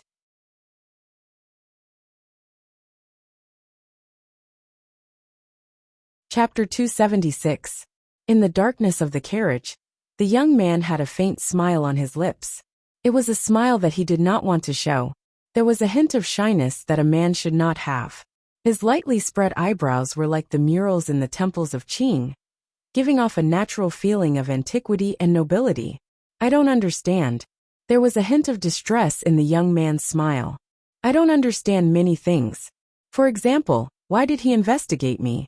Does he not know that I truly admire him?" His fingers gently pinched the sachet at his waist. He sniffed the scent of lilacs that was slowly spreading out. He gently leaned his head against the soft wall of the carriage and half closed his eyes. "It is natural for me to admire him. Father is used to the life of a horse. Why does he value his literary name so much?" No one dared to respond to him. No one had the ability to respond to him. So the young nobleman was still trapped in that absurd sense of unreality. Why? The bashful smile on his face gradually disappeared. He gently removed his fingers from the sachet and rubbed them against the tip of his nose, as if trying to preserve all the remaining fragrance on his fingertips. This doesn't make sense, but there's nothing I can do. The young man sighed. He turned his head to look at the bunch of green grapes beside him. Suddenly, he reached out and grabbed the grape by its stem. He expressionlessly threw the grapes away. Father loves him too much. More than he loves me. The corners of his mouth twitched nervously. He thought of the crown prince in the palace and his aunt in Xinjiang. He waved his hand and said to the bowing censor beside him, "Sue for peace." Censor He Zhongwei did not participate in this operation. He raised his head in surprise and saw a flash of weariness in the second prince's eyes. He did not speak for a while. The imperial censorate's imperial censor had been beaten until his flesh and bones were separated, and his blood was dripping. This matter naturally became the most sensational news in Jingdo recently. The newly published newspaper in the palace lightly described the situation at the time, and the internal court bulletin of the government wrote it clearly. Everyone knew that through this incident, the emperor had once again emphasized the authority of the Overwatch Council. Even more obviously, he had once again emphasized his desire to protect the young man called Fan Xian. There was a seat in the royal study, and there was a seat in the Overwatch Council. If the imperial censor were to accuse him, it would mean that the emperor was giving him face. Fan Xian, this was already a dazzling name.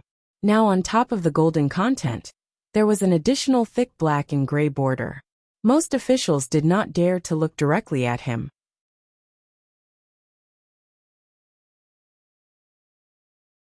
On the day the imperial censor was beaten, it was rumored that the young commissioner had knelt outside the royal study and begged the emperor to stop the punishment. The imperial censor was able to live because he had disregarded his former enmity and begged for mercy. At the time, Eunuch Ho, who had carried out the punishment, had casually revealed that the reason he had not beaten the imperial censor to death with 3 strikes was because of Commissioner Fan's secret request. On the surface, Fan Xian did not turn this matter into a favor to the imperial censorate. He maintained his silence on the matter of the cane. On the contrary, it was this attitude that allowed him to gain more understanding and support. After all, he had kept the lives of those pitiful imperial censors. The Jingdo scholars and imperial college students, who had secretly stood on his side, felt that they had not supported the wrong person. The people of the Qing kingdom had always thought the Overwatch Council was the emperor's dog. It was not until this matter, perhaps because Fan Xian's reputation as an immortal poet was too dazzling, that people began to learn to face this organization that had always been hidden in the dark. Their impression of the Overwatch Council, or at least the first bureau, began to gradually change. There was a possibility of transition between black and white. Within the camp of good and evil, there was also a different kind of beauty. Gray silence. This was the Overwatch Council. There were still a few more days before the chrysanthemum viewing party in the royal palace. Fan Xian sat in his courtyard with his head half tilted, guessing what exactly Wanner was embroidering. At the same time, he wondered what Fan Xija, the little bastard, had been playing these days. Occasionally, he would also wonder if the second prince, who was very similar to him, still had that slightly bashful smile on his lips. When Fan Xian thought of this matter, he was not very happy. Slightly bashful? Naive? This was his trademark. Suddenly discovering that someone more noble than him also had this quality, he began to feel uneasy in the depths of his heart. "Young master," Teng Zijing respectfully reported, "according to your wishes, Miss Shen has already moved into the garden." Fan Xian nodded. "Has she been acting strangely these past few days?" Teng Zijing replied. "Aside from her somewhat gloomy state of mind, there has been nothing out of the ordinary." Fan Xian nodded and slowly closed his eyes. "Send an invitation for me. Invite the young and old of the Yin Manor over for a meal." "Should I inform the master?" Teng Zijing glanced at him and asked carefully. Fan Xian laughed and said, "Of course. If father knew that he was able to eat at the same table as Yen Ruahai, I'm afraid he would be much happier." Teng Zijing agreed and couldn't help but say, "That imperial censor He Zhongwei has come again." "Young master, Are you still not going to meet him today? Fan Xian opened his eyes. It was unclear what they meant. Of course, he knew He Zongwei. When he had first entered the capital, he had interacted with him at Yisher Tavern. At the time, this great scholar of the capital was attached to the only son of Guoyu, Guo Baoquan, the Minister of Rites. Yet, he refused to pass up the opportunity to make friends with Fan Xian. He was presumably a scholar who was passionate about power. As for why he had become the imperial censor, Fan Xian was very clear about the hidden reasons. He knew that he had been visiting every day, representing that noble master. Because of Fan Xian, even Li Hongqing was avoiding him. The second prince was probably a little annoyed. See him. Fan Xian waved his hand and stood up. The preparations in the council were almost complete. Seeing him and expressing his attitude was not an undeclared war. After walking around the garden for a long time, Fan Xian felt a little annoyed. When he reached the front residence, he wondered why he had run so fast the night he returned from northern Qi. Perhaps he was really worried that his sister would run away, and his wife would make a cuckold of him? As he thought this, he realized that the gravel path between the autumn trees was a little short. He walked into the study of the front residence. The imperial censor, He Zongwei, was already sitting in the room. Seeing Fan Xian arrive, He Zongwei hurriedly stood up and bowed. Master Fan. Fan Xian waved his hand. It's not the first time we've met. There's no need to be so polite. That was true. After last spring, He Zongwei often came to Fan Manor to visit. Perhaps he wanted to walk the same path as the Fan family. But he didn't expect Fan Xian to have already seen through his thoughts about Ruoro. Plus, he didn't like the man's deeply hidden nature, so he cleanly drew the line between them. After coming a few times and being ignored, He Zongwei retreated. But this famous scholar of the capital was no stranger to the people of Fan Manor. He Zongwei saw that there was no one else in the study. I have come because of a previous matter, he said straightforwardly. A previous matter? Fan Xian only said these two words before closing his mouth. The ends of his brows rose slightly. With a glimmer of interest, he looked at Imperial Censor He Zongwei's face. However, he waved his hand and stopped him from continuing to speak. He Zongwei's face was dark. It was obvious that he came from a poor family when he was young. But these years in the capital, and half a year in the bureaucracy, had made him more mature, and had slightly shed some of the arrogance of a scholar. His eyes were unusually clear, and his face was full of undisguised righteousness. Anyone who saw him would feel that he was amiable. But in Fan Xian's eyes, it was incomparable disdain. What previous matter? Fan Xian narrowed his eyes and asked with a smile. I am not very clear. He Zongwei was indeed worthy of being the second prince's lobbyist. A faint smile appeared on his dark face, a sincere smile that could not be missed. It's nothing, it was a slip of the tongue. I just brought a box of good tea from Mount Yunwu on behalf of the second prince. Fan Xian looked at the seemingly ordinary box in front of him, and fell silent. He knew that if he accepted this gift, it would be the same as making up for the incident with the censor a few days ago. From the second prince's point of view, perhaps Fan Xian had not suffered any losses, and had instead gained a great deal of face from the wooden staff in front of the palace walls. He should be willing to let the matter rest. Master it was a slip of the tongue. I remember something from before. Fan Xian looked at He Zongwei with a smile. He Zongwei couldn't help but feel his heart tremble. He felt that this young and handsome Master Fan, this young man who, as soon as he entered the capital, had completely stolen all of his glory as a scholar, how could his expression be so similar to the second prince's? What matter are you referring to, master? He Zongwei felt a bit uneasy. Fan Xian looked at him coldly. I left the capital in the spring, and went to northern Qi. Unexpectedly, I returned a few months ago, and found that things in the capital had changed greatly. Even my father-in-law has been forced to retire. He Zongwei's tongue felt a bit bitter. He couldn't say anything. He knew that the thing he feared the most had finally happened. Fan Xian quietly said, Master you should know who Wu Bowen is, right? He Zongwei forced himself to be alert. He is the Prime Minister's strategist. Fan Xian raised his eyebrows. Master you are indeed a man with an old friendship.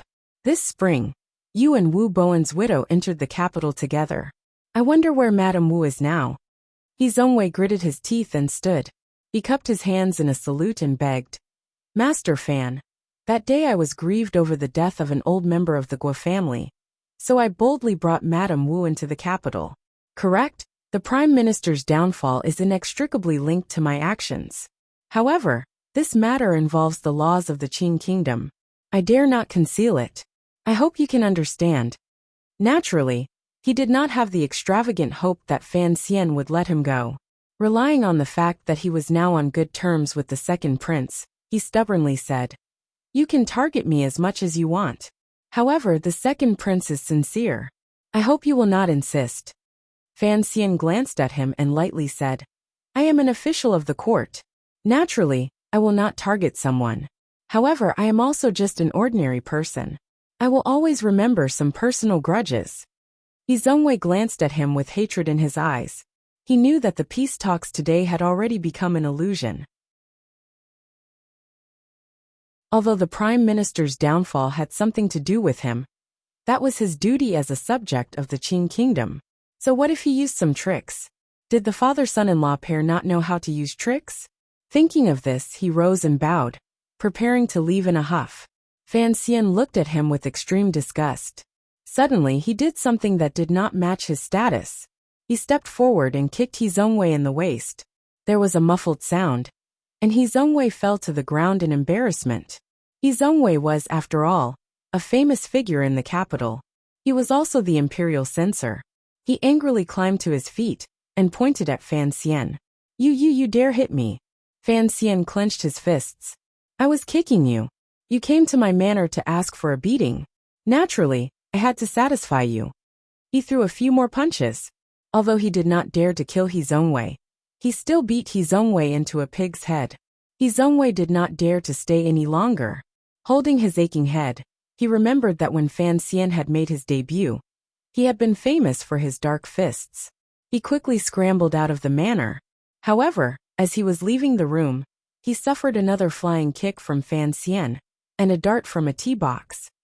Fan Xian looked at the wretched figure of the servant and felt a little better. He lowered his head and spat. You tricked my father-in-law, and now you come to my manor to ask for peace. F***ck. If this isn't asking for a beating, then what is? Tung Zijing flashed over from the side and smiled bitterly. Young master, if word of this gets out, I'm afraid it won't look good on the old master. Fan Xian shrugged. It's just beating a barking dog. It's all for his master to see. It was said that a few months ago, when Fan Xian was still part of the diplomatic mission heading north, he had received the council's court bulletin. He clearly understood how the prime minister, his father-in-law, had fallen from power. And with the help of the dead old man Xiao En, his judgment of the matter was even more accurate. Wu Bowen was a strategist the eldest princess had placed in the prime minister's office. Last summer, he had instigated the second son of the Lin family to join forces with Northern Qi to assassinate Fan Xian on Nilan Street. Unexpectedly, he had died under a grape trellis. Because of this, Wu Bowen's son was also tortured to death by the prime minister's men in Shandong. Fan Xian naturally did not know that this was the doing of Yuan Hongdao, Chen Pingping's deepest spy. Wu Bowen's wife had been arranged to enter the capital by Xinyang. Cleverly, through He Zhongwei, she had moved into the old residence of an old imperial censor and began to lodge a complaint against the emperor. What really toppled Prime Minister Lin was a very unreasonable murder. On the streets of the capital, an assassin had attempted to assassinate Wu Bowen's wife. It seemed that the Prime Minister's men had wanted to silence her, but she had been saved by the combined efforts of the second prince and Crown Prince Jing. This matter was reported to the palace, and Prime Minister Lin Ruofu had no choice but to accept the deal and dejectedly leave the capital.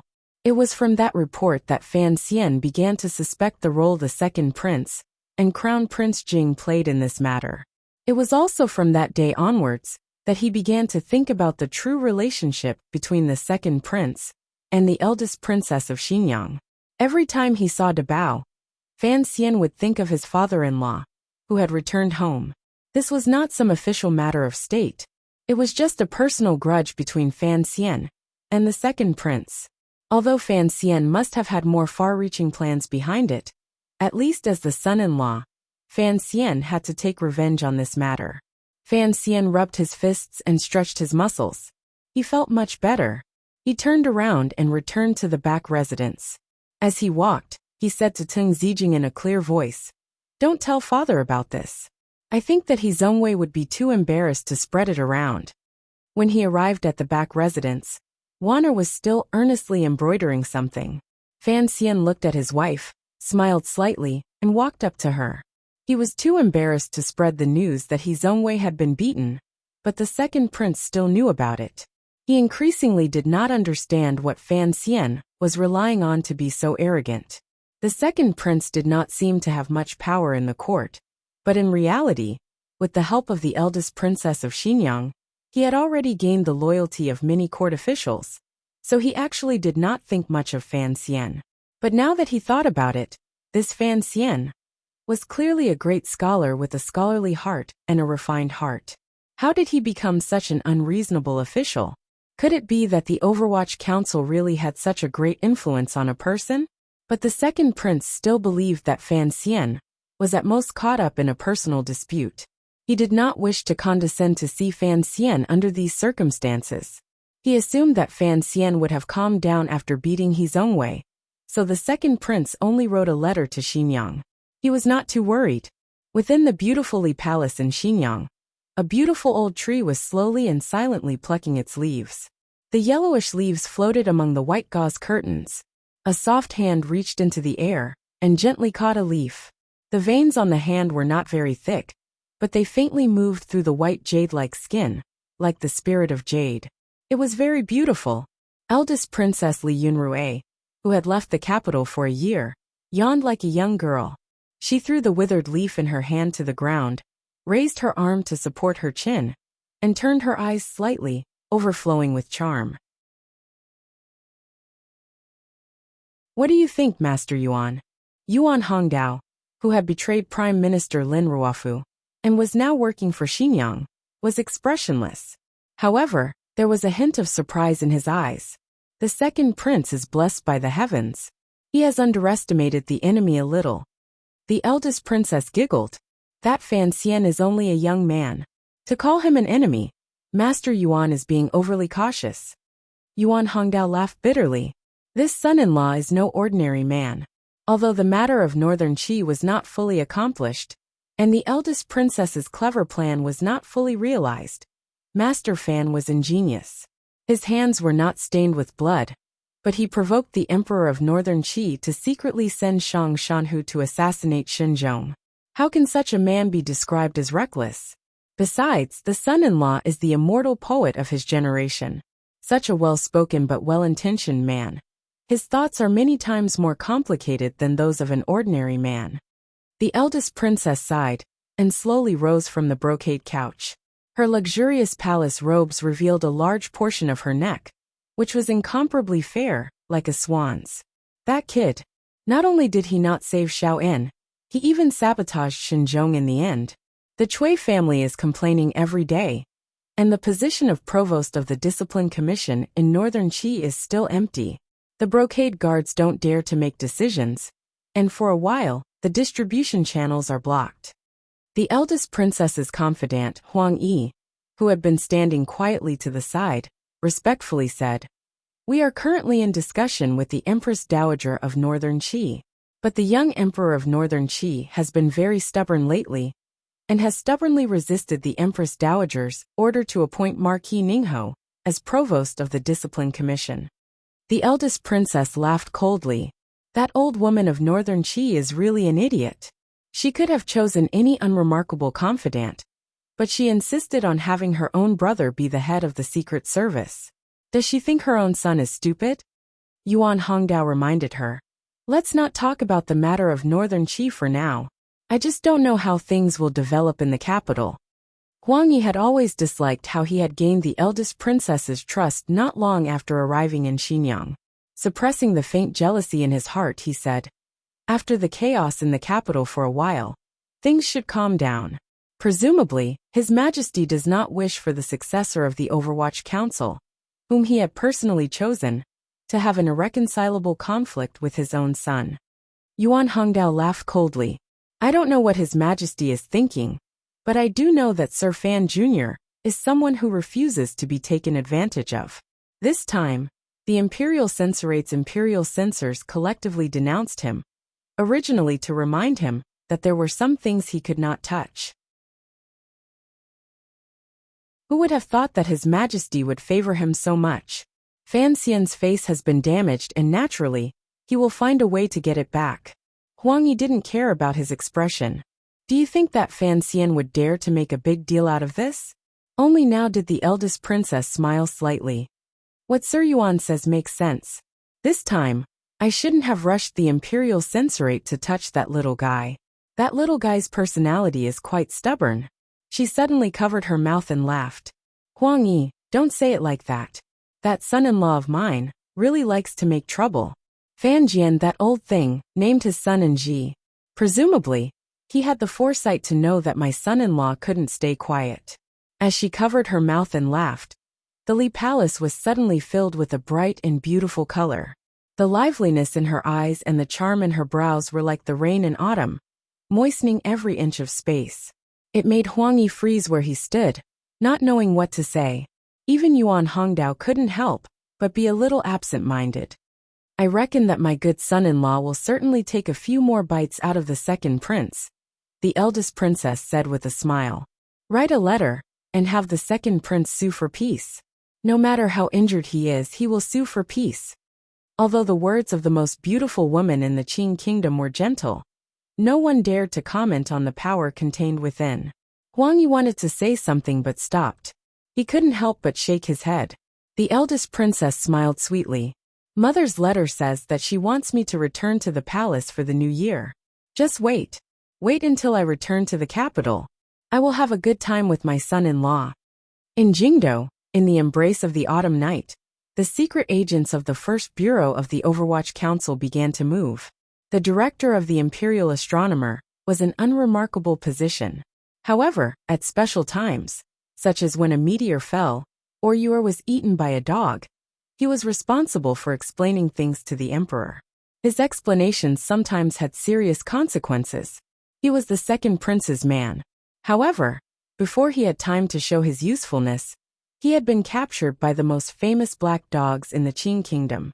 On the long street, with a whooshing sound, a dozen black-clothed men, like demons of the night, jumped directly into the manor of the director of the Imperial Astronomer.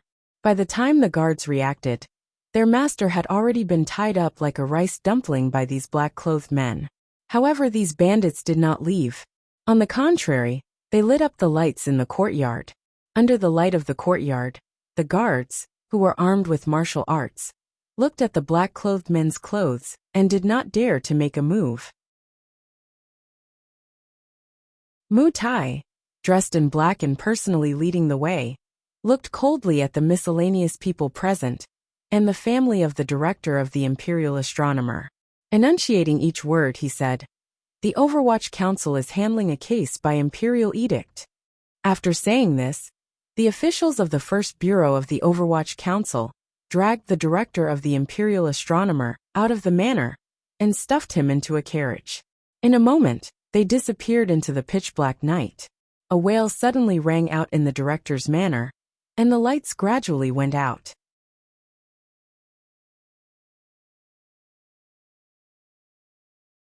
Chapter 277. In the autumn of the 5th year of the Qing calendar, the palace eunuch Hong Zhu carried a thick stack of documents. Half bent, he jogged toward the room in the west corner of the door. The tips of his seemingly small feet stepped on the slightly wet ground without any hesitation. The hem of the light blue robe he wore had been lifted to prevent him from tripping over it. His right hand was placed horizontally on the stack of documents. The wide sleeve covered the documents tightly, terrified that the lead-like heavy clouds in the sky would squeeze out a few drops of rain and wet these documents. Stepping over the threshold, he went through the procedures of taking over the documents. He exchanged names with the eunuchs in the room. Only then did Hong Zhu relax. He carefully signed his name on the form, and handed over the documents in his clothes. The Hall of Governmental Affairs was the central place where the Qing kingdom handled court politics. In the past, its position was not as important as it was today, because there was still a prime minister in charge of the 6 ministries. All memorials had to be read by the prime minister before they could enter the palace to ask for an edict. Now that the powerful Prime Minister Lin Ruofu had quietly returned home, the position of the Hall of Governmental Affairs immediately became apparent. The emperor had brought up a few old officials to discuss matters in the Hall of Governmental Affairs. He had placed the place of discussion outside the corner of the royal palace to make it easier to communicate. Presently, the people in charge of court affairs in the Hall of Governmental Affairs were Shu the scholar and a few old officials. The slightly cold autumn wind blew in from the square in front of the palace. Hongzhu rubbed his hands and let out a breath. He stood quietly outside the door, waiting for the old official's replies. At this time he could not leave. He stood obediently outside the door and pricked up his ears to listen to the movements inside. Occasionally, an official would walk past him and politely nod his head in greeting. Hongzhu knew his identity and quickly smiled and bowed. However, no one thought it was strange for him to stay outside the Hall of Governmental Affairs temporary study hall, because they all knew this little eunuch's job. Occasionally, some of the little eunuchs sent out by the palace to serve the elders would see him and respectfully bow to him, inviting him to the side room to hide from the cold. Hongzhu did not have much etiquette toward these little eunuchs. He nodded his head proudly and continued to stand guard outside the door. He was only 16 years old this year, but he had such a small status in the imperial palace. The reason was that his daily work was an extremely important part of the imperial palace. More importantly, his surname was Hong, so there had always been rumors in the imperial palace that he might be a relative of eunuch Hong. Hongzhu rubbed the little fire lump growing on the left side of his lower lip. He was a bit angry. These few days, the Overwatch Council had been arresting people fiercely. The memorials from the civil officials were fiercely. The arguments in the Hall of Governmental Affairs were fiercely. He had been running around in and out of the palace a few times a day. He was so busy that he pissed his pants. The anger in his body was too strong, and it had rushed out. He thought that when he returned to the palace, he would definitely go to the small kitchen and ask for a bowl of herbal tea to drink. The discussion inside the door wasn't very loud, but it still reached his ears. This is a matter of the Overwatch Council. I don't know why His Majesty has returned the memorial. Perhaps. The voice that followed was hesitant.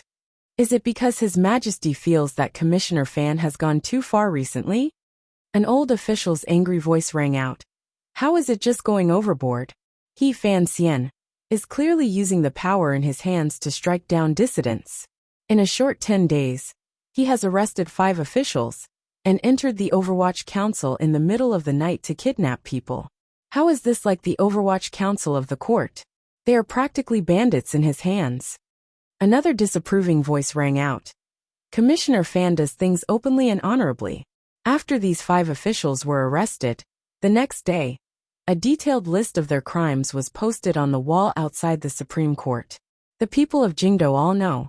I think Sir Yan's words are a bit excessive. The first bureau of the Overwatch Council does such things as supervising the governance of officials. What does it have to do with striking down dissidents? I think it is because those 5 officials did not handle matters properly that there is such trouble. The old official surnamed Yin said angrily. Not striking down dissidents? Then why did the Overwatch Council suddenly make so many moves after the Imperial Censorate reported him last time? That person smiled coldly and said, if it was a strike for revenge, why did Sir Fan Jr. not make a move against the Imperial Censorate? That is because His Majesty is wise and strictly forbids the Overwatch Council from participating in the Imperial Censorate's affairs. That person's cold laugh appeared even more disdainful. Then dare I ask Minister Yen, what is the relationship between the Imperial Censorate and the Imperial Censorate? If Fan Xian wanted revenge, why did he arrest the director of the Imperial Censorate? The Minister of Appointments Yin Hongshu's words were cold for a moment. After a moment he said in a cold voice, no matter what, We can't let the Overwatch Council make matters worse. If they continue to arrest people like this, will they have to arrest all the officials of the court? That person said mockingly. You can rest assured, Minister. The Overwatch Council does not have the power to act against officials of the third rank and above. The hidden meaning in these words was a bit sinister, implying that the Minister of Appointments was not upright, which was why he was so angry at the Overwatch Council's investigation. However, there was a limit to the Overwatch Council's power. Officials of the third rank and above could not be touched. Yen Hongshu's angry voice immediately reached the ears of the young eunuch Hongzhu outside the door. How absurd! Are you going to watch the Overwatch Council grow from now on? The person who had spoken first began to act as a mediator. Warmly he said, Don't be angry, Minister. Xiao Qin, don't say anything else. The Overwatch Council can only investigate cases. Unless specifically approved by the Emperor, they cannot judge cases. These officials, he coughed and said, whether they are guilty or not will be decided after the Supreme Court has examined them. It's just that His Majesty's intention is very clear. The few of us must have an opinion. The person called Xiao Qin rushed to say, Council affairs are matters the Emperor personally manages. As an official, I dare not comment too much.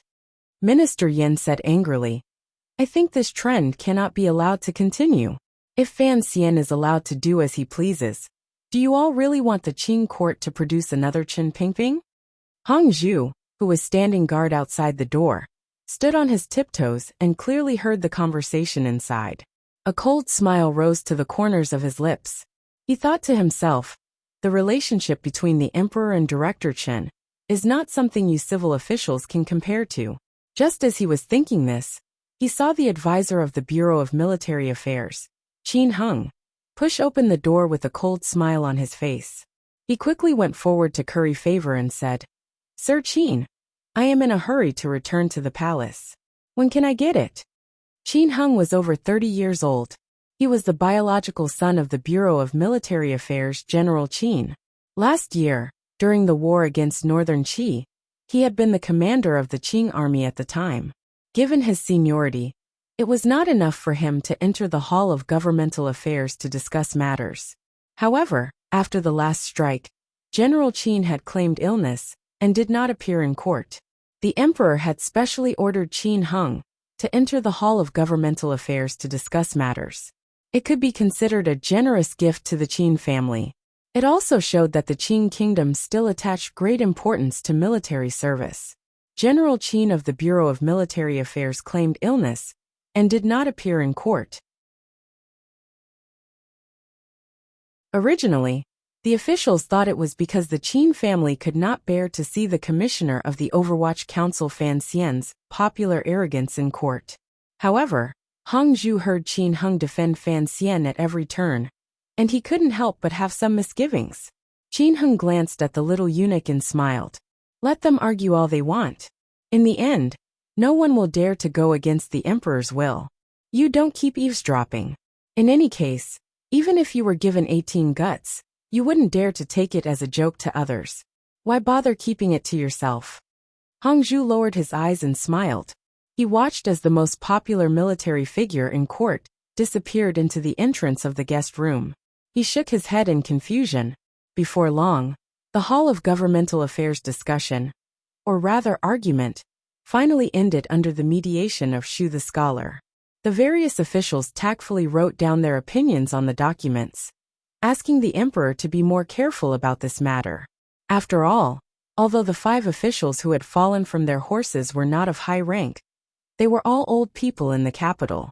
As the saying went, all things grieved for their own kind. These civil officials did not want to see the Overwatch Council pull them down so easily. Thus, Hongzhu carried the documents again and lifted his light blue palace robes to his waist. Using his sleeves to cover the documents, he stood on his tiptoes, arched his buttocks and jogged toward the palace. From the temporary residence of the Hall of Governmental Affairs to the royal study in the palace, it was all under the clouds. In everyone's eyes, under the protection of the palace guards, there was no need to worry that someone would harm the Qing kingdom's most important documents. Hangzhu was particularly pleased as he ran. Along the way, there were a few serving girls who greeted him with affectionate and gentle voices, but he had no time to pay attention to them. He also ignored the fawning gazes of the little eunuchs. Running outside the royal study, Hangzhu calmed his breathing and pushed open the door with his eyes lowered. He carefully and gently placed the documents under the desk. The emperor, who had been frowning as he read the memorials from the south, picked one up and read it. His frown grew tighter. His thin lips suddenly opened and he said in a cold voice, "These mediocre people. Xu Wu only knows how to laugh. Yan Hangshu, on the other hand, has some guts. The boy from the Qin family is not bad." Hangzhu did not dare listen to these thunderous words of the emperor. He stood silently to the side, his heart very nervous. The emperor waved his hand. It was as if a heavy burden had been lifted from Hangzhu's shoulders, and he left the royal study. Today's matter was over. He followed the cobblestone path and made a few turns before coming to the side of Taiji Palace. In that side room, a few eunuchs were cracking melon seeds and playing. Seeing him come, they quickly invited him to take a seat and asked with a smile, "What's so strange about today?" Hangzhu's face carried impatience as he said, "Isn't it just listening to those elders quarrel every day? What's so new about it?" These eunuchs quickly flattered him. Eunuch Hang goes back and forth between the royal study and the hall of governmental affairs every day. The important matters of the Qin court are all happening under your eyes. So naturally, you don't find it new. Another one joined in the fun and said, "Of course, if you want to talk about the vital parts of the Qin court, they are all held in Eunuch Hang's arms." No matter how proud Hangzhu was, he still had a bit of wariness. He quickly put on a serious expression and said, "What nonsense are you saying? I am nothing more than a servant." The eunuch chuckled and said, "Other than the emperor, all of the Qing officials and gentry are servants. Eunuch Hang, you don't know, but your name has spread far and wide. Even when I am outside buying cloth for the palace, when others hear that I am on good terms with you, they all look at me in a different light. Everyone says that in Jingdo, other than Sir Fan Jr. in the minister's manor, there is only you, Eunuch Hang." Hangzhu stretched out his hand and smoothed the strand of hair on his forehead. He smiled and didn't say anything, although he knew that he and the world-shaking Sir Fan Jr. were not on the same level. Everyone loved to hear flattery, particularly when he was mentioned in the same breath as that person. It was hard not to feel proud in his heart. Just at that moment, a shadow walked past the door of the side hall. The eunuchs quickly shut their mouths. Hangzhu's heart also trembled. He saw clearly that it was Eunuch Dai of Lady Shu's palace. Although he had accepted the task of holding documents, in terms of rank, he was far from Eunuch Dai's. Only when Eunuch Dai had walked far away, did a young eunuch spit on the ground. Seeming to feel that the silence just now was somewhat degrading, he hatefully said, "This Eunuch Dai is no longer the same as he was in the past. Fortunately, I didn't come to my senses earlier. Why should we pay attention to him when he is in such dire straits?" Hangzhu's heart jumped and he asked, "What happened to Eunuch Dai?" The young eunuch's eyebrows danced as he said, "A few days ago, the imperial censor accused Sir Fan Jr. and pulled out Eunuch Dai. Although in the end, the emperor beat the imperial censor with a rod, Eunuch Dai was also punished. Now I hear that not only has the emperor taken away Eunuch Dai's task of announcing imperial edicts, but even Lady Shu is preparing to kick him out of the palace." To the side, another person said to Hangzhu in a fawning manner, "Back when Eunuch Dai was popular, he beat and scolded us of the lower ranks. Now that he has lost power, who would want to pay attention to him? He is like an autumn leaf that has fallen into the mud. How can he compare to a fresh branch like Eunuch Hang?" Hangzhu listened to these fawning words that were becoming more and more unbearable and vulgar. He furrowed his brows and casually said a few words before quickly walking out of the side hall. He hurried along the palace's giant pillars and finally saw Eunuch Dai's somewhat dispirited figure in front of the stone door leading into the rear palace. He quickly ran forward and said in a fawning manner, "Eunuch Dai, I saw you from afar. I quickly came to pay my respects." Eunuch Dai glanced at him with surprise. Recently, It was rare for the little bastards in the palace to be as courteous as this person. He knew that Hongzhu had been working in the royal study and was gradually becoming popular, so he found it increasingly strange. Hongzhu did not say what was going on. He only skillfully fed each word of compliment to the other's heart, making Eunuch Dai very happy. Only then did they part. Watching Eunuch Dai disappear into the depths of the rear palace, the young Hongzhu revealed a pleased smile at the corners of his lips. Everyone else thought that Eunuch Dai would lose power, but Hongzhu did not think so. Since Eunuch Dai had connections to Sir Fan Jr. outside the palace, he would certainly stand up again. Hongzhu, this young eunuch, did not have much confidence in Eunuch Dai, but he had incomparable confidence in Commissioner Fan. Recently, he had been able to hear the discussions between the royal study and the Hall of Governmental Affairs every day. He knew just how popular Sir Fan Jr. was. The first bureau of the Overwatch Council had arrested 5 officials within 10 days. The emperor had maintained a neutral stance. No matter how strong the opinions of the Hall of Governmental Affairs were, or how strong the backlash was, they were unable to touch Commissioner Fan at all. 10 days and 5 officials. Although they were all third-level and below officials. As a eunuch deep in the palace, Hongzhu knew very well what kind of boldness Sir Fan Jr. needed to make such a big ruckus. He also knew what kind of backer stood behind him. He was often in the royal study, and knew very well that this backer was the Emperor of Qing Kingdom. Hongzhu touched the acne by the side of his lips that was about to burst out. He was incomparably envious of the Sir Fan Jr. outside the palace, who was the center of attention. They were both young people. How could the difference in their lives be so great? If he could use Eunuch Dai's connection to attach himself to Sir Fan Jr.'s side, that would be wonderful. The fall of the Imperial Astronomer, Ministry of Appointments, and 5 officials in a row caused the darkness of the Overwatch Council to once again envelop Jingdo. However, the people of Jingdo did not care much about these things. In any case, the unlucky ones were all officials. What did it have to do with them? In officialdom, the evaluation of the first bureau of the Overwatch Council leaned toward the negative side. Other than feeling that it hurt its own kind, there was more that it did not understand. No official could understand why the young Commissioner Fan would make a move against these seemingly unremarkable officials. Other than a very small number of people, no one knew that these fallen officials were all important pawns in the second prince's secret system. Many people thought Fan Xian was taking revenge. He was angry at the imperial censor's collective complaints. However, he was hindered by the emperor's strict edict and could not act against the imperial censorate. Thus, like a rash man who had been provoked, he held a 7-caddy butcher's knife and roared on the long street. He cut down anyone he met, particularly young children, who had no power to protect themselves to vent the gloom in his heart. However, Commissioner Fan Xian, from his behavior in the past 2 years in the capital, should not be such an impulsive and brainless person. Fan Xian sat in Xinfeng restaurant with a smile.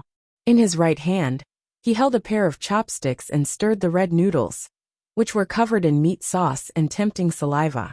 In his left hand, he held the case files that Mu Tai had presented to him.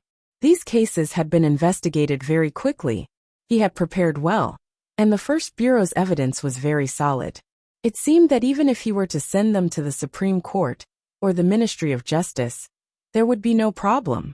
Before he began this operation, of course, he had first asked his father and the old cripple.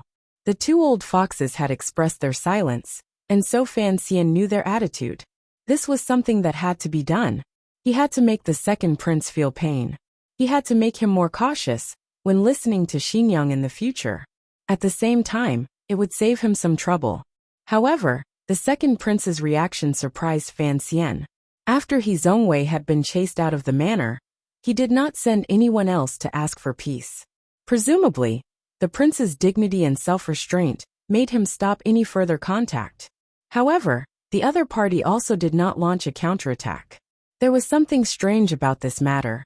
What kind of place is Wangyue restaurant? Fan Xian asked curiously. An obscene expression appeared on Mu Tai's face. Fan Xian laughed and scolded him. You are so old. Be a good boy and go home to your grandchildren. Don't keep thinking about such things. Mu Tai's face was bitter. Although Wangyue restaurant is a brothel, it is one of the newest establishments in the capital this year. The first bureau secretly investigated and found that there must be an important figure behind this place. Recently, there has been a lot of activity there. It seems that someone is secretly planning something. Fan Xian had no interest in brothels. Lujing River was under the influence of Li Hongcheng, the heir of King Jing. Although he was secretly fighting with the second prince, he did not want to have a falling out with Li Hongcheng. They were friends, and who knew what would happen in the future? But he was very interested in what Mu Tai had to say. An important figure? How important? Mu Tai thought for a moment and then said, "This brothel has an evil air to it. It's very daring, and it does all sorts of evil things. Within a few months, it has forced a number of women to their deaths." Seeing Yin Mo's silent attitude, "I'm afraid the person behind it must be a prince." Fan Xian was silent. He did not know whether it was the crown prince or the second prince who was behind Wangyue restaurant. The great prince only liked to compete with people in the military, and His Majesty rewarded him generously. For the time being, he had no need for money. Under these circumstances, he could not afford to offend everyone at once. Thinking that the second prince was more likely, Fan Xian felt a bit more at ease. He said to Mu Tai, "Find some time to investigate. If it is as you say, that this high-class brothel is used by the great prince to contact the officials in the capital, then send a few people in." Mu Tai shook his head. "That place is tightly controlled, and it is newly opened. It will be difficult to get in. Also, the Overwatch Council only monitors the officials. They can't do anything to the merchants and the common folk." Fan Xian looked at him angrily. "The council may not be able to control the prostitutes, but it can control the yamen that controls them. In any case, keep a close eye on it." There was something he did not say to Mu Taiming. The second prince was too modest and quiet. Fan Xian always felt that he was holding on to a trump card, waiting to play it out at some point. After taking care of business, he did not return to the manor. Instead, with a headache, he sat in a carriage and went directly to King Jing's manor. Today, the entire Fan family was at King Jing's manor. For King Jing's birthday, he had not invited any guests. He had only invited Minister Fan's family. This kind of affection and care was right there. No matter how much Fan Xian did not want to see Li Hongcheng, he had to make this trip. Walking into the manor, the first thing Fan Xian thought of was that a year and a half ago, he had once recited Lao Du's poem by the lake in the manor. After that, there had been the banquet, Zhuang Mohan vomiting blood, and Northern Chi's gift of a book. All these things seemed to have started in this quiet and noble manner before him. Fan Xian suddenly thought of the carriage full of precious books. After he had given them to the Imperial College, he had never had a chance to look at them. As he was thinking, Li Hongqing came to greet him. In his hand was a bowl of sour juice from outside the manor.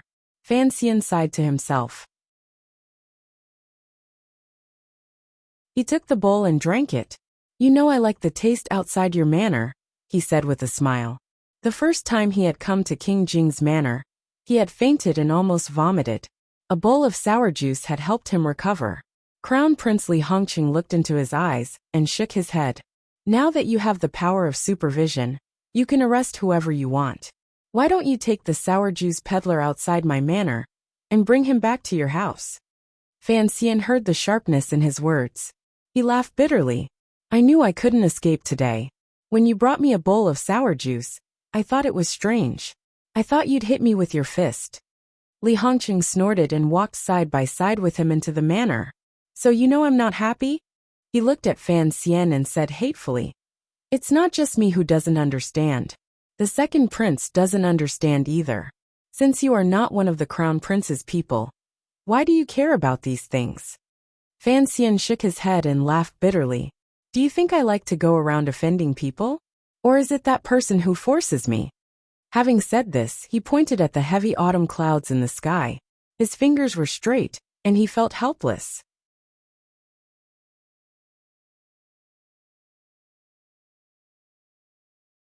Chapter 278. I'm an idiot? Crown Prince Jing looked into Fan Xian's eyes seriously. Please tell me that I really am an idiot. Fan Xian did as he asked and said seriously, I think in some ways you really are an idiot. Li Hongqing was talking about Fan Xian's finger pointing up at the sky. Fan Xian was talking about the prince's insistence on participating in the prince's battle for power. The autumn grass in the manor was neat and tidy. It did not give off a poignant feeling. On the contrary, it was like a yellowish blanket spread out on both sides of the road. Fan Xian knew that this was what King Jing, who loved gardening, worked hard every day. He pointed at the grass and said, Look, this is life. Li Hongqing laughed mockingly. If you are willing to tend the garden at home every day, I will have the second prince give you a few thousand mu of land in Jiangnan. Fan Xian shook his head in distress. I told you these recent events were not my idea. You didn't believe me. Li Hongqing had a warm and sunny face. But at this moment, he was shocked by this news until his brows gradually furrowed. If the recent movements in the court were not Fan Xian's viciousness, but the emperor's secret plans, then this matter could not be good. Was the emperor no longer as fond of the second prince as he was in the beginning? Fan Xian glanced at him. Of course I have my own selfish motives. You should know that I have no good feelings toward the second prince. Li Hongqing furrowed his brows. Ever since you entered the capital, the second prince and I have been kind to you. Of course, we can't say we were wholeheartedly, but we were at least closer than we were to the Eastern Palace. Fan Xian laughed coldly and didn't say anything. The two of them walked side by side into the manor. They did not go straight to the back garden. King Jing's birthday banquet had not yet begun. Walking into the prince's secret study, Fan Xian sat by the table. There was a glimmer of coldness between his brows as he stared at Li Hongqing. The servant who had brought the tea had left, leaving only the two of them in the study. Polite? Having the imperial censorate act against me is polite? Li Hongqing was slightly startled. He smiled bitterly and said, The imperial censorate, that was my aunt's idea. You know why? Who told you to start investigating my aunt and the second prince as soon as you returned to the capital? Fan Xian did not bring up the matter of Mulan Mountain. Instead, he shook his head and said, As I said earlier, I have my own selfish motives. You should also understand why I want to investigate the eldest princess and the second prince. All the money in the palace treasury has been taken by the two of them. You want me to take over an empty shell next year? Li Hongqing said, No matter what, you are the eldest princess son-in-law. She only has one girl, Wanner. Would she really force you into a dead end? Let's take a step back. It's always good for everyone to live in peace. It's fine to take a step back. Fan Xian looked at him and said seriously, I'm just worried about you. I know that the reason you stand on the second prince's side is because you think that if he becomes emperor in the future, he will be more successful than the one in the Eastern Palace. His temperament seems gentle and kind, so you think that the manor will be more comfortable after he takes over. But have you ever thought that if he really becomes the emperor, won't he remember these things? Li Hongqing smiled and said, It's a good thing that it came from your mouth. Otherwise, others would think it was a clumsy attempt to sow discord. Fan Xian waved his hand and said, This is serious talk. Just treat it as me being meddlesome. In the spring, I told you by the Lujing River that you shouldn't get involved in these things. He looked into Li Hongqing's eyes and said, I know what you've done, but because of your status as King Jing, even if you have thousands of women at your command, you don't have a single soldier. It's not that I'm being arrogant, but the power you have is less than mine. How can you travel among these princes as you wish? Without waiting for Li Hongqing's reply, Fan Xian stood up and said seriously, What I'm saying is actually a bit narcissistic. Perhaps you laugh at me in your heart, but since the emperor has already been moved, I don't think the second prince will have many good days in the future. If you can keep your distance, keep it that way. He patted Li Hongqing's shoulder and said sincerely, I'm not saying this for anything else. It's just for Ruoro. Li Hongqing was silent. Although his face was expressionless, his heart was moved. After a moment he said quietly, You don't understand the second prince. He was forced to do this. Besides, he and I are friends. I can't let go. Fan Xian shook his head and didn't say anything. King Jing's birthday banquet began. There was a large, round table with flowers and all kinds of expensive dishes. King Jing sat at the head of the table. His long beard floated in the wind, and he was dressed like a wealthy merchant. He didn't look like a prince, nor did he look like a gardener. Instead, he looked like a salt merchant in Jiangnan, who was bored and worried about being rich. Seeing his son walk in with Fan Xian, King Jing laughed and waved for Fan Xian to come over. He said, "Sit next to me." Fan Xian was most afraid of King Jing's swearing, so he sat down with a bitter face. He turned his head and saw Wan'er sitting next to him, giggling and looking at him. His sister sat next to Wan'er, her face calm. Thinking of how he had shamelessly used Ruoro's name to temporarily appease Li Hongcheng, Fan Xian despised himself from the depths of his bones. He raised his cup to King Jing, and then to his father and Lady Lu, who were sitting across from him. Only then did he accept his punishment for being late. There was no one else at the birthday banquet, just the Li and Fan families. But with the elders at the table, both the Crown Prince and Fan Xian couldn't help but be a bit reserved. The sumptuous banquet was tasteless. After 3 rounds of wine, King Jing was a bit unhappy. He picked up the wine pot and said to Fan Xian, "How do you manage your children at home? With you here, Fan Xian and the others don't dare to say anything." Fan Xian picked up a silky deer tail and chewed on it. He said slowly, "It's better than you. At least I won't curse in front of my children." *CKU. King Jing wiped the wine off his chin and scolded, "Don't speak ill of me in front of my daughter." Princess Jing died young. There were still a few concubines in the house, but they didn't have the right to sit at the banquet table. Princess Rojia and Crown Prince Li Hongqing sat to his right. Rojia heard her father's profanity, and she secretly raised her head to look at Fan Xian. She was ashamed and angry, and felt very humiliated. Hearing this, Fan Xian's face darkened. He scolded back, "Go slap yourself." Since Wan'er married into the Fan family, this was the first time she had seen the 2 families sitting together. Seeing that the 2 elders didn't seem appropriate, she quickly pulled on Fan Xian's sleeve. Hearing her father-in-law tell a prince to slap himself, she couldn't help but suck in a breath of cold air. Fan Xian, on the other hand, was used to seeing it, so he didn't really care. Speaking of which, it was strange. His father had always been cautious and upright. It was only in front of King Jing that he would reveal his romantic and unrestrained aura, like when he slept in a brothel at night and broke a branch in the morning. Hearing that Fan Xian wanted him to slap himself, King Jing was about to say something when he suddenly remembered what he had said. He couldn't help but let out a cry of surprise. Smiling bitterly, he raised his right hand and gently slapped his own face. The slap was a little loud. Fan Xian didn't let it go. He pointed his chopsticks at King Jing's nose and scolded, "Your son is about to marry a wife, and you're not going to learn how to speak properly." King Jing said, "That was a slip of the tongue." He glared at the juniors and fiercely said, "None of you heard what I said." Then he coughed awkwardly and asked Fan Xian, "Fan Xian, how is my mother doing in Danzhou?" Lin Wan'er lowered her head to stifle her laughter. Only now did she remember why Minister Fan had dared to tell King Jing to slap himself. Her husband's grandmother's status was not ordinary. King Jing had been raised by that grandmother in Danzhou. Fan Xian's face was bitter. He thought to himself, "Why drag me into your quarrel?" He briefly talked about his grandmother's recent situation, which was nothing more than her health. He rolled his eyes and said, "King Jing, let's drink, let's drink."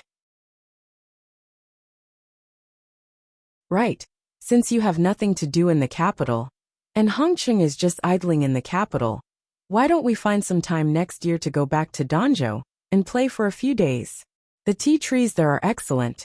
King Jing looked at Fan Xian and knew what he meant. He liked it more and more. He smiled and said, "That's a good idea.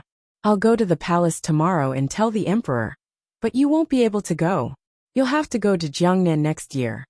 Li Hongcheng, who had been listening with his ears perked up, was shocked. He thought to himself, "Fan Xian, what a brilliant move." Fan Xian asked, "Why do I have to go to Jiangnan?" King Jing scolded him, "You usually look very smart. Even the second prince suffered a lot at your hands. How can you be so stupid now? Next year, You're going to take over the palace treasury. If you don't go to Jiangnan, how can you do it? Fan Xian rubbed his head, confused. Why do I have to go to Jiangnan to take over the palace treasury? King Jing looked at Fan Jing and widened his eyes. I say, Fan Jing, is your son pretending to be stupid, or is he really stupid? Fan Jing glared at Fan Xian and said, I had thought that although he didn't have great wisdom, he had some small tricks up his sleeve. Now I know that he doesn't even have small tricks up his sleeve. Lin Wanner pouted and said, My husband doesn't know that the 3 workshops of the palace treasury are all in Jiangnan. Uncle, go drink your wine.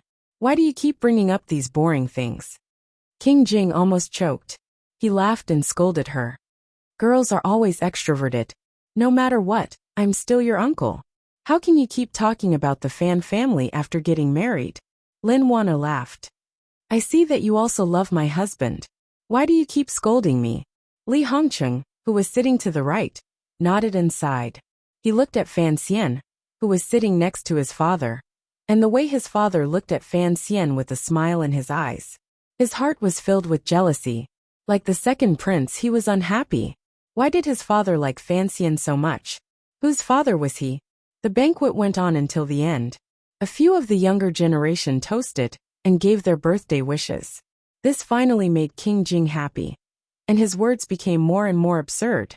One time, he said that after the marriage, the 2 families should quickly have a baby.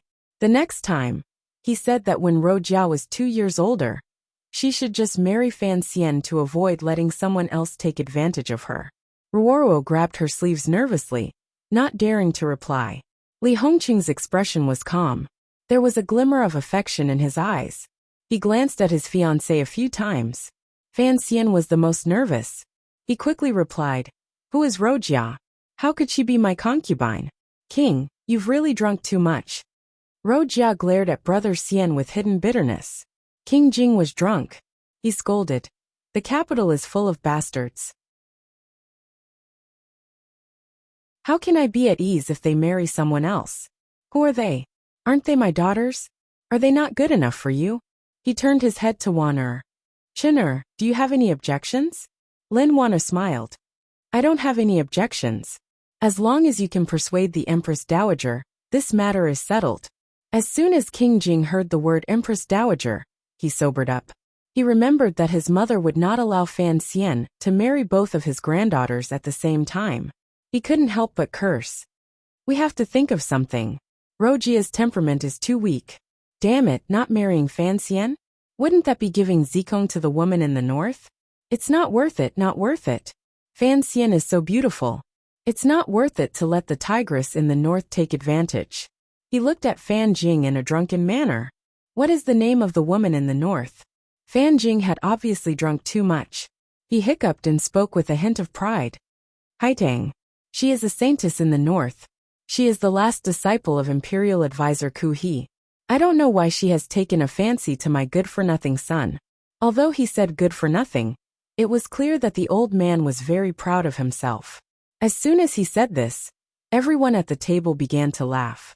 Even Lady Lu, who had been silent all this time, couldn't help but cover her mouth. Fan Xizha and Li Hongqing laughed the most. Fan Xian was the saddest person at the table. He had not expected his father to be so unrestrained after getting drunk. He had also not expected his father to remember Haitang's name. Fan Xian felt a slight pain in his forearm, but his expression did not change. He gently grabbed Wan Er's hand and raised his cup with his left hand. He smiled warmly. Drink, drink. There was another burst of laughter at the table. Even Ruoro, who had been inexplicably uneasy, began to laugh. That Haitang, King Jing suddenly spoke. I'm afraid she is no longer Ku He's last disciple. Fan Xian had been nervous when he heard the name Haitang, but after hearing the last sentence, he knew that the things he had arranged had finally begun. The news had already begun to spread to the capital. Fan Jing nodded and revealed a puzzled expression. That is strange. That Haitang. He looked at his son and continued. It is said that she is a genius. She is the youngest superior 9th-level master in history. The people of Northern Qi say that she is a Tian Mai being. With a disciple like that, what could Ku He not be satisfied with? He actually wants to open up his own sect and take on another disciple. Crown Prince Li Hongqing also knew about this. He frowned. Could it be a conspiracy by Northern Qi? King Jing scolded him. Conspiracy, my ass. Taking a disciple is a conspiracy, but is Ku He having a meal also a conspiracy?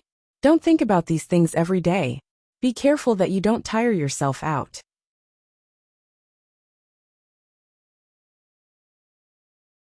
You're a grown man, and yet you don't have any prospects. Li Hongqing went off to make a fortune in silence. Fan Xizhi stood to the side and touched his cup with him with deep sorrow. Fan Jing couldn't bear to watch King Jing lecture his son. Although it cannot be a conspiracy, it is indeed strange. After Ku He went into seclusion for a few months, he suddenly said that he understood the will of heaven and wanted to take on 2 new female disciples. He also said something about a blessing from heaven. This is really strange. King Jing slowly drained his cup of wine. With a serious expression he said, "The 4 great grandmasters are the top figures in the world. Of the 3 we know, Yi Luyan is a free and easy person who doesn't take on disciples. Although Siga Jian took on few disciples, the sword hut opened, and this created many 9th-level masters in Dongyi. Imperial advisor Ku He took on 4 disciples, and each one of them was a stunning talent." Fan Xian thought of Lang Tiao's soul-devouring curved knife, and couldn't help but gently nod his head. King Jing continued to frown and said, "But these 3 great grandmasters have not opened their doors for many years. At this time, Ku He suddenly wants to take on a disciple. This is truly a major event in the world, although people like us do not care. For the martial cultivators of the world, this is a great opportunity. If they can become Ku He's disciple, not only will their martial arts improve, but they will also be able to form a good relationship with Tianyi Dao." He sighed and said, "If they can get closer to Ku He's faction through taking on a disciple, I think the rulers of the world will be very willing." Fan Xian showed a curious expression and asked, "Ku He is, after all, the imperial advisor of Northern Qi. If he wants to take on disciples, he must be looking for people in Northern Qi. What does this have to do with the kingdom of Qing?" Fan Jing looked at his son and said, "This time, Imperial Advisor Ku He has opened his doors. Everyone has a chance. Although he is the Imperial Advisor of Northern Qi, the position of a great grandmaster is very high. If any citizen of the kingdom of Qing has the opportunity to be his disciple, I think His Majesty would be happy to see it." Fan Xian nodded to show that he understood, but he was thinking about something else. He didn't know how Haitang had convinced the great grandmaster, but it seemed that this girl was more powerful than he had imagined. After the banquet, Lady Lu went to the back of the house to talk with the women.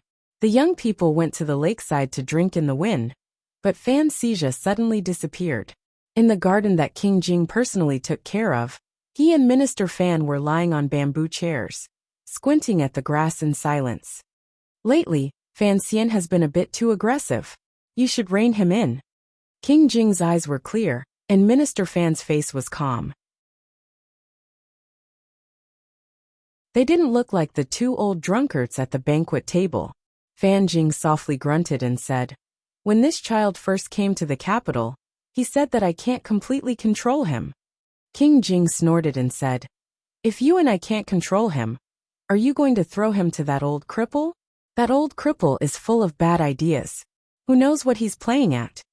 Fan Jing smiled and said, "The old cripple was an old man from your manor.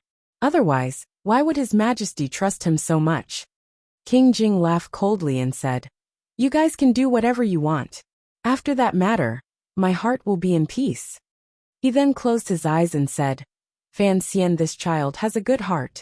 I only worry that His Majesty has squeezed him too much, and that it will be difficult to deal with him in the future." Fan Jing sighed and said, "You also know that I have no say in this matter." King Jing shook his head and sighed. "Let these kids play. My brother probably likes to watch this kind of drama."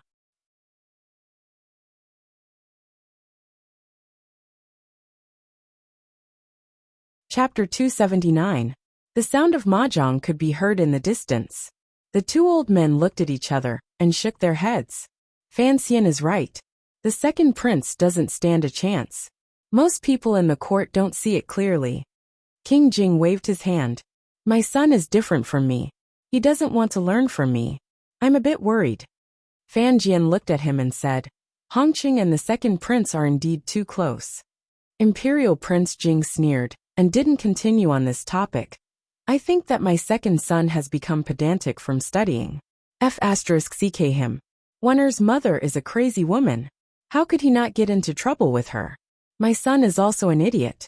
Ck him. Fan Jian smiled. You can't F*** the second prince's mother. Lady Shu is the emperor's woman. As for the crown prince's mother, you can F*** her. I won't stop you. King Jing laughed out loud and scolded. Hongqing's mother has been dead for so many years, but I guess she's waiting for me in the underworld. You old man, you're finally willing to talk dirty. You used to be in a brothel every day, so I thought you've changed. He patted the arm of the chair and looked around at the familiar scenery. He said, Do you remember this house? That year in Chengwang Fu, when we were young, our Tonger grew up in this house. Mama raised Gidge and then me, but she didn't care about you, her own son. At that time, you were so dirty. Fan Jian thought of his childhood. At that time, King Cheng was the emperor's biological father. In reality, he was far inferior to the current King Jing. He was just a little prince without power or ambition. Although his family was a branch of the Fan clan, his mother came to the manor to take care of the children. It was still beneath her status, and she had to endure the cold words of many of the clan members. No one could have imagined that things would turn out like this. Fan Jian smiled and said, I think mother should be very proud in Danzhou right now, to have raised so many of them. When the three of us fought, you and I always beat my brother, but we couldn't beat him, King Jing said coldly. King Jing said coldly, although it happened when he was still a child, you should know how ruthless he was. Fan Jian did not respond. King Jing dared to speak ill of his brother, but he did not dare to speak ill of the emperor. He smiled and said, Qin Pingping was always on the emperor's side. The emperor is older than you, and Qin Pingping is stronger than me. Naturally, we could not defeat them. Imperial Prince Jing shook his head and said, Yes, that's why I don't want to fight at all. I just want to be safe and sound. I also want my children and grandchildren to be safe. Fan Xian actually knew about the matter of investigating the second prince. However, the emperor lacked money, yet he sent the children to charge and break through enemy lines. His heart is too cruel.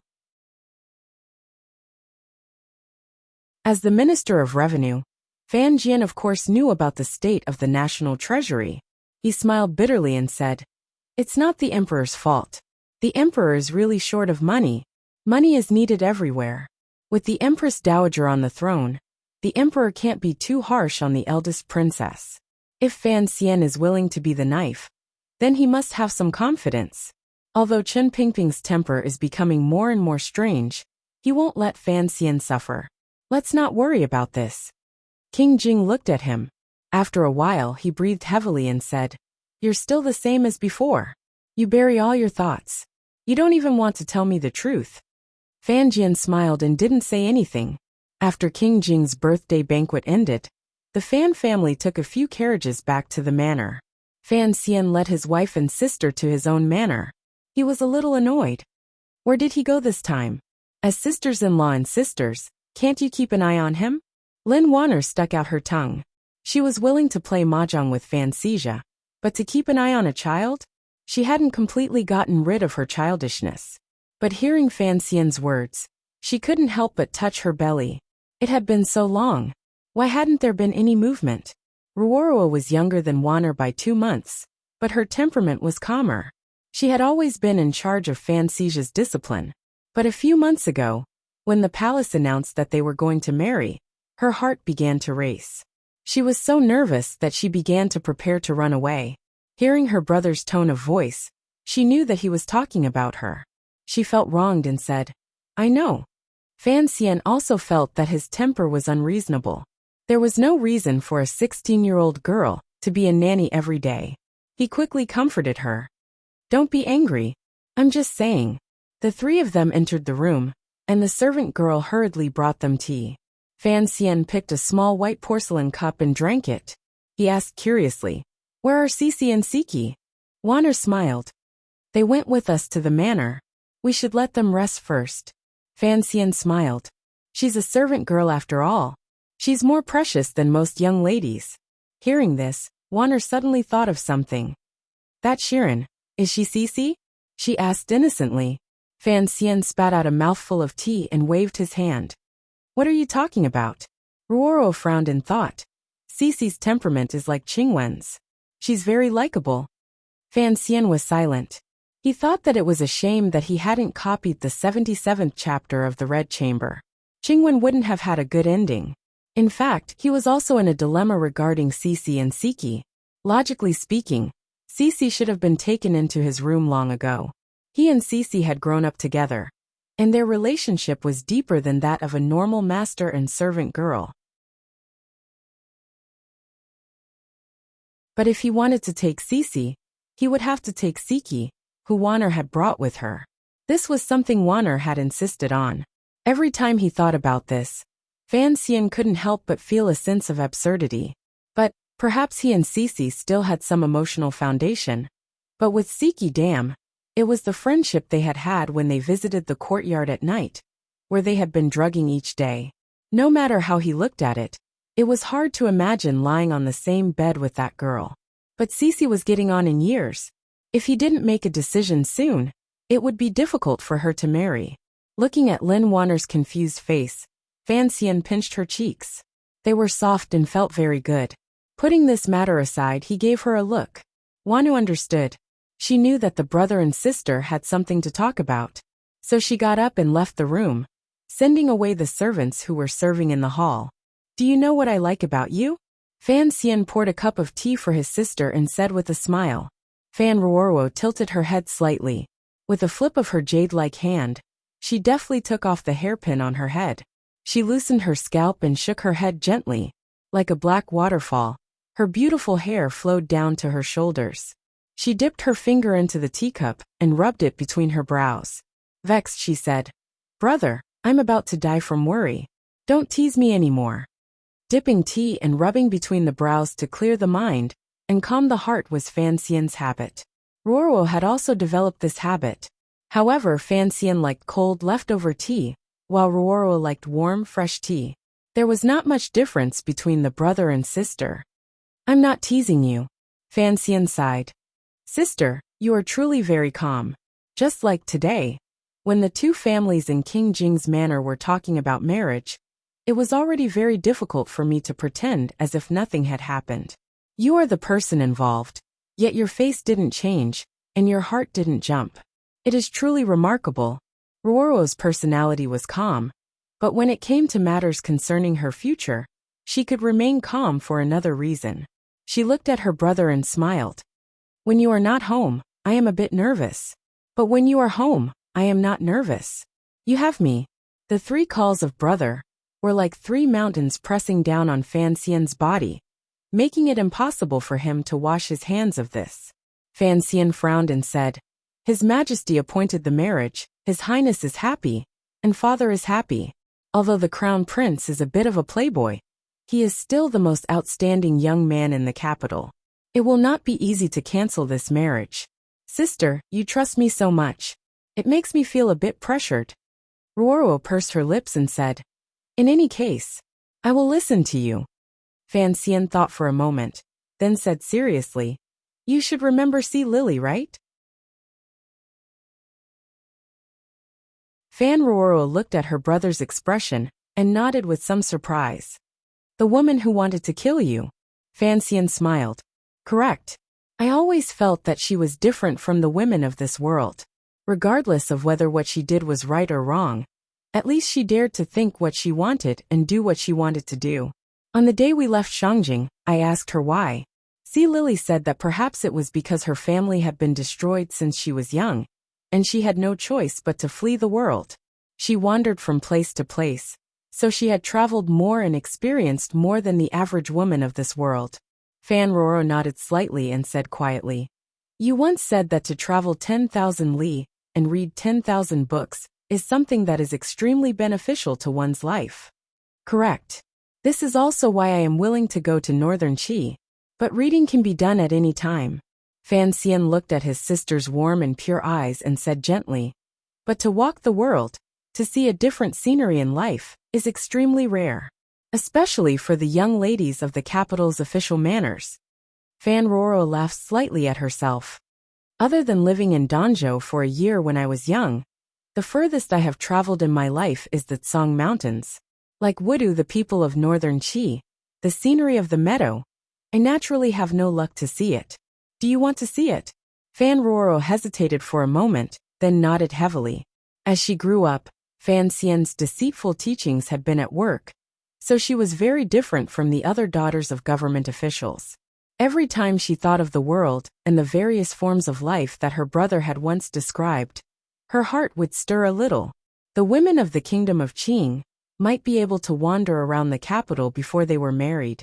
But after they were married, they were locked up in their manors. Even if they wanted to go out, they were not free. Such a life of confinement.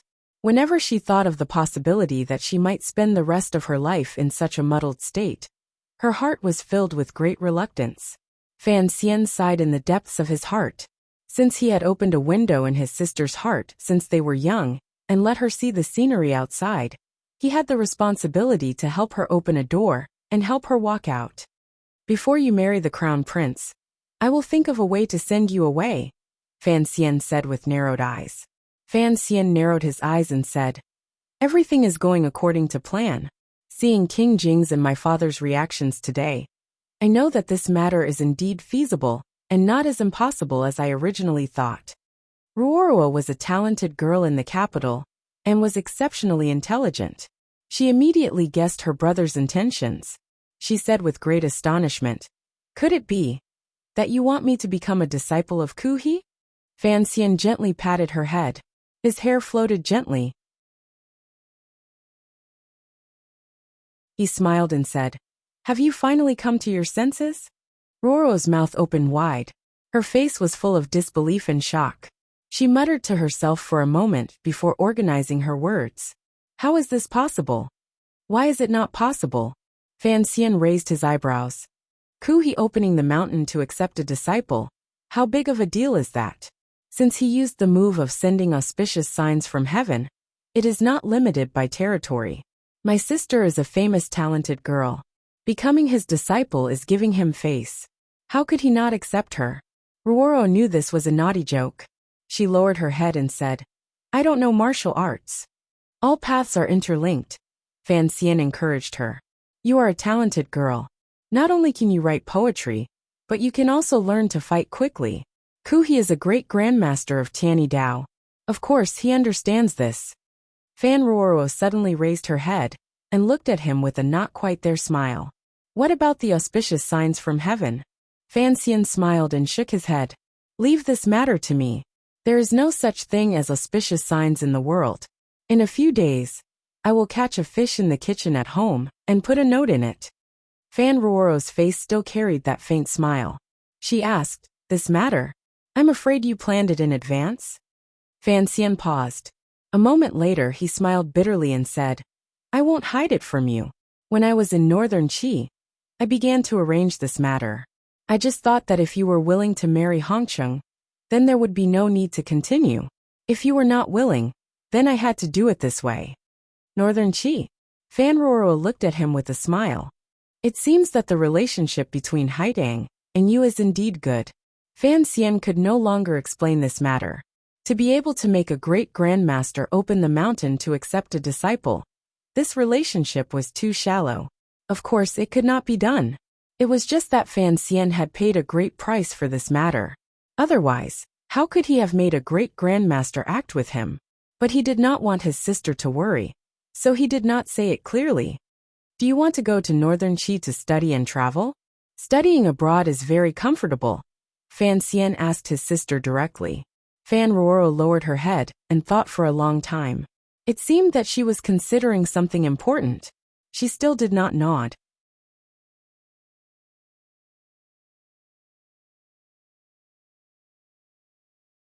Chapter 280. After a while, Ruoro raised her head.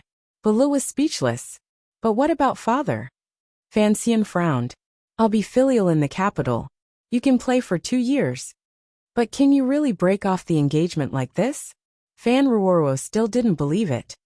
Ku He's reputation is much greater than that of the Emperor of Northern Qi. Fan Xian smiled. Even the Emperor of the Kingdom of Qing will give him some face. Besides, if you become Ku He's disciple, you'll only delay the engagement for 2 years. It'll be easier to explain to King Jing's manner. Fan Ruoro shook her head. It can't be that simple. Fan Xian bit his thin lip, feeling a headache coming on.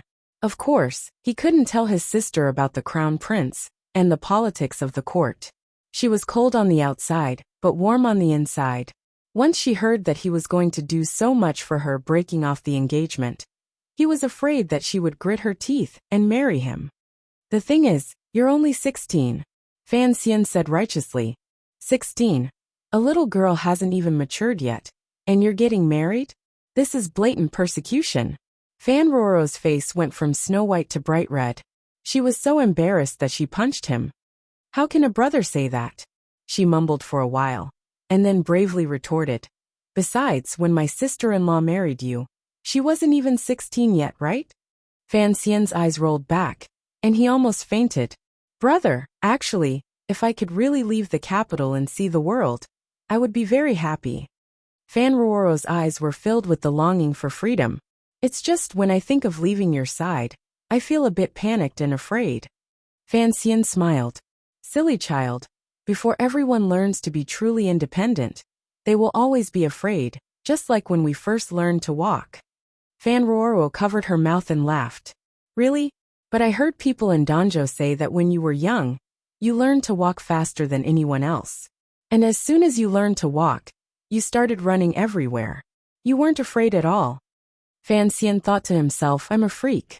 Normal people can't learn. All right, I'm just asking for your opinion. Since you're willing, leave this matter to me. Fan Xian stroked his sister's head and said with concern, I will take care of it. You are the one and only Fan Xian's sister. Of course, you will become the one and only woman in this world. Fan Ruoro was touched and nodded, but she did not agree to anything. Suddenly, she thought of Great Grandmaster Ku He taking her as a disciple and thought of Haitang. She thought of how her brother and that girl seemed to have something. She couldn't help but snicker. She rose to leave and said, Sister-in-law has something to give you. I'll call her in. Fan Xian paused and watched as his sister's figure disappeared through the door. Fan Ruoro walked in the spacious and quiet back garden. She couldn't help but raise her head to look at the sky. The thick clouds in the sky were gently pushed to the east by the wind, revealing a light gray sky and a gray sun that seemed to have grown burrs. It made people feel a little uncomfortable. She stretched out her hand and stroked the top of the holly trees in the back garden. She thought of the possibility of going to a foreign country next year. She would be able to get rid of the sticky air of the capital. She would be able to get rid of the boring poetry meetings of the noble ladies. She would be able to get rid of that unimaginable marriage. There was a burst of joy in her heart, and then there was a sudden feeling of emptiness. The girl's fingers unconsciously tightened, but they were scraped by the thorns of the leaves. It hurt slightly. She remembered that her teacher had told her to treasure her hands, and so she pulled them back like lightning. She thought to herself, whether or not to go to the north, I'll wait for my teacher to come back and ask him. What were you and Ruoro talking about? Wana watched as her sister-in-law walked away.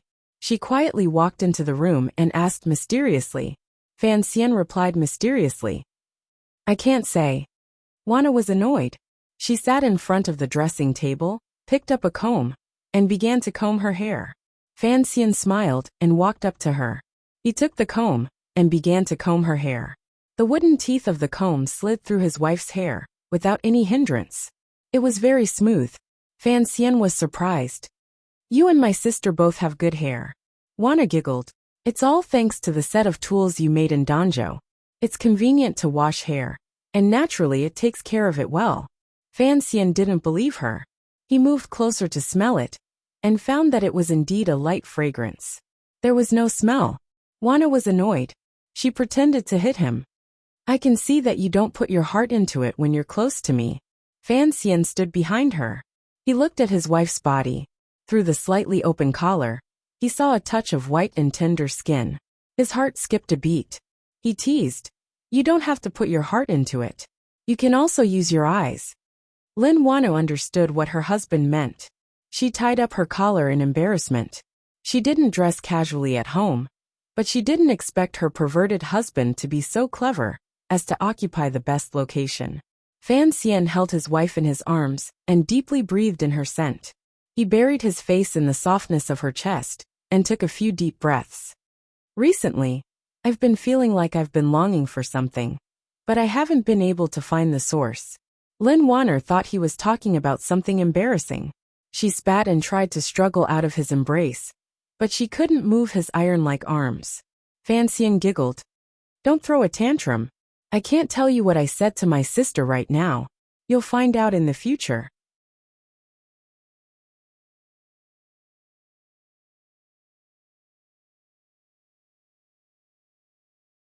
He quickly covered his mouth with one hand and covered his stomach with the other, rocking back and forth in the chair like a roly-poly doll.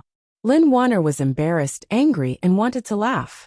She rushed forward and tried to snatch the embroidered handkerchief from Fan Xian's hand. Fan Xian was not willing to give it to her. He grabbed it and put it back into his bosom. With great difficulty, he stopped laughing and said seriously, "Good Wanner, this is the first thing you've embroidered for me. Since you've given it to me, you can't take it back." Lin Wanner was of noble birth and had grown up in the palace. She had always been served by nannies and serving girls. She had never done needlework. So when he thought of how his wife had embroidered a handkerchief for him, even though the needlework was a bit coarse, the deep affection it contained made Fan Xian feel very moved. His heart ached as he held his wife's hands and looked at the red dots on her fingertips. His heart ached as he blew on her white fingertips and said, "Next time don't sew. I'll do it for you. When I had nothing to do in Danzhou, I learned it for a few days." Lin Wanner looked at his concerned expression, and her heart was incomparably warm. But hearing this made her extremely depressed. She muttered, "You married a husband, but he's prettier than you are.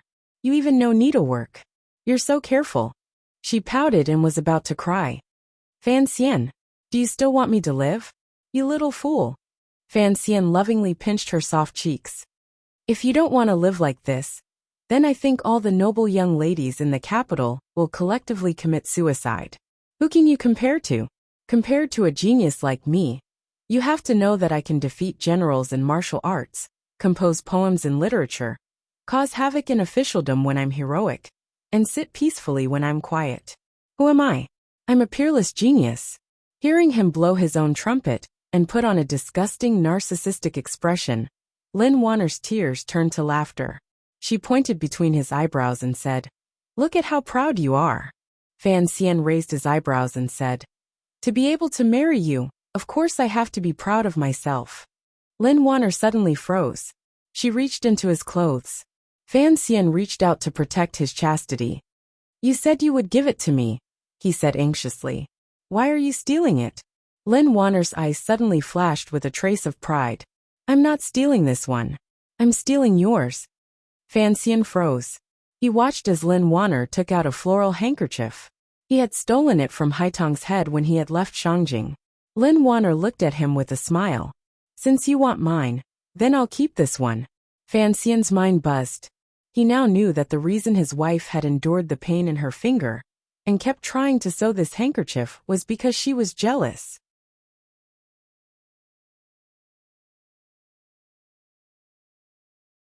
Although he and Haitang had no romantic relationship, with the evidence in hand, he was dumbfounded.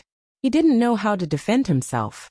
He could only mumble, "Wanner, you misunderstand. I told you before that Haitang had nothing special about her. How could I, your husband, like her?" Lin Wanner snorted. "Your taste has always been different. At first you praised me for being beautiful every day. I thought it was strange, but I just thought you had a sweet mouth and knew how to coax people. Who would have thought that from Roro? You really did think I was beautiful." Fan Xian pretended to be angry.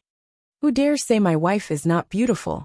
Lin Wanner copied his usual style and shrugged. "No one has ever thought I was beautiful." Lin Wanner copied his usual behavior and shrugged. No one has ever thought that I'm beautiful. Lin Wanner covered her mouth and laughed.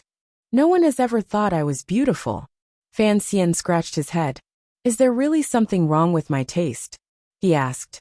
She waved the begonia headscarf in her hand and proudly said, This is mine. You don't have any objections, do you?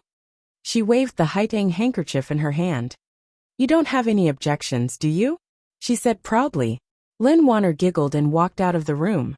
Just as she reached the door, she suddenly turned her head. You better not take Haitang into the room, or you better give up on the idea. You're a man. Holding a handkerchief every day as a remembrance, you have no courage at all. Even I, as your wife, feel embarrassed for you. Fan Xian waved his hand and blew her a kiss. This shows that I am much purer than you. Lin Wanner spat at him. Fan Xian suddenly thought of something important. Wanner, he said nervously. I remember you just had your birthday. Then when we get married, you will be 16, right? Lin Wanner's eyes widened with curiosity. She nodded. Fan Xian patted his chest. That's good. That's good. The next day outside Fan Manor in the carriage. Sir, where are we going? Shi Chanli asked his teacher with a headache. His teacher had a smile on his face that day, and he looked very sinister. No one knew what he was planning. The capital was not very peaceful. Did his teacher not want to stop? Fan Xian looked at the embroidered handkerchief in his hand. He looked at the transforming water bird on it and laughed. His heart ached. The handkerchief on Haitang's head had belonged to a 9th-level master. He had taken a great risk to steal it, and now it had been confiscated by his wife. He raised his head and saw the questioning eyes of Shi Chanli and Deng Ziyu. Only then did he come to his senses. He gritted his teeth and said, Let's go. Let's go to Baoyu Brothel. My family's business is not going well, so I want to go for a walk. I want to compare embroidery skills with the girls there. You're tuning in to the Li Mei's Wuxia Whispers YouTube channel. We're so grateful for your support, and don't forget to subscribe to join us on this incredible journey through captivating stories. Your generosity through donations truly makes a world of difference, as it's the primary source of revenue that allows me to expand and enhance this channel for you. Thank you from the bottom of my heart for being a part of this adventure.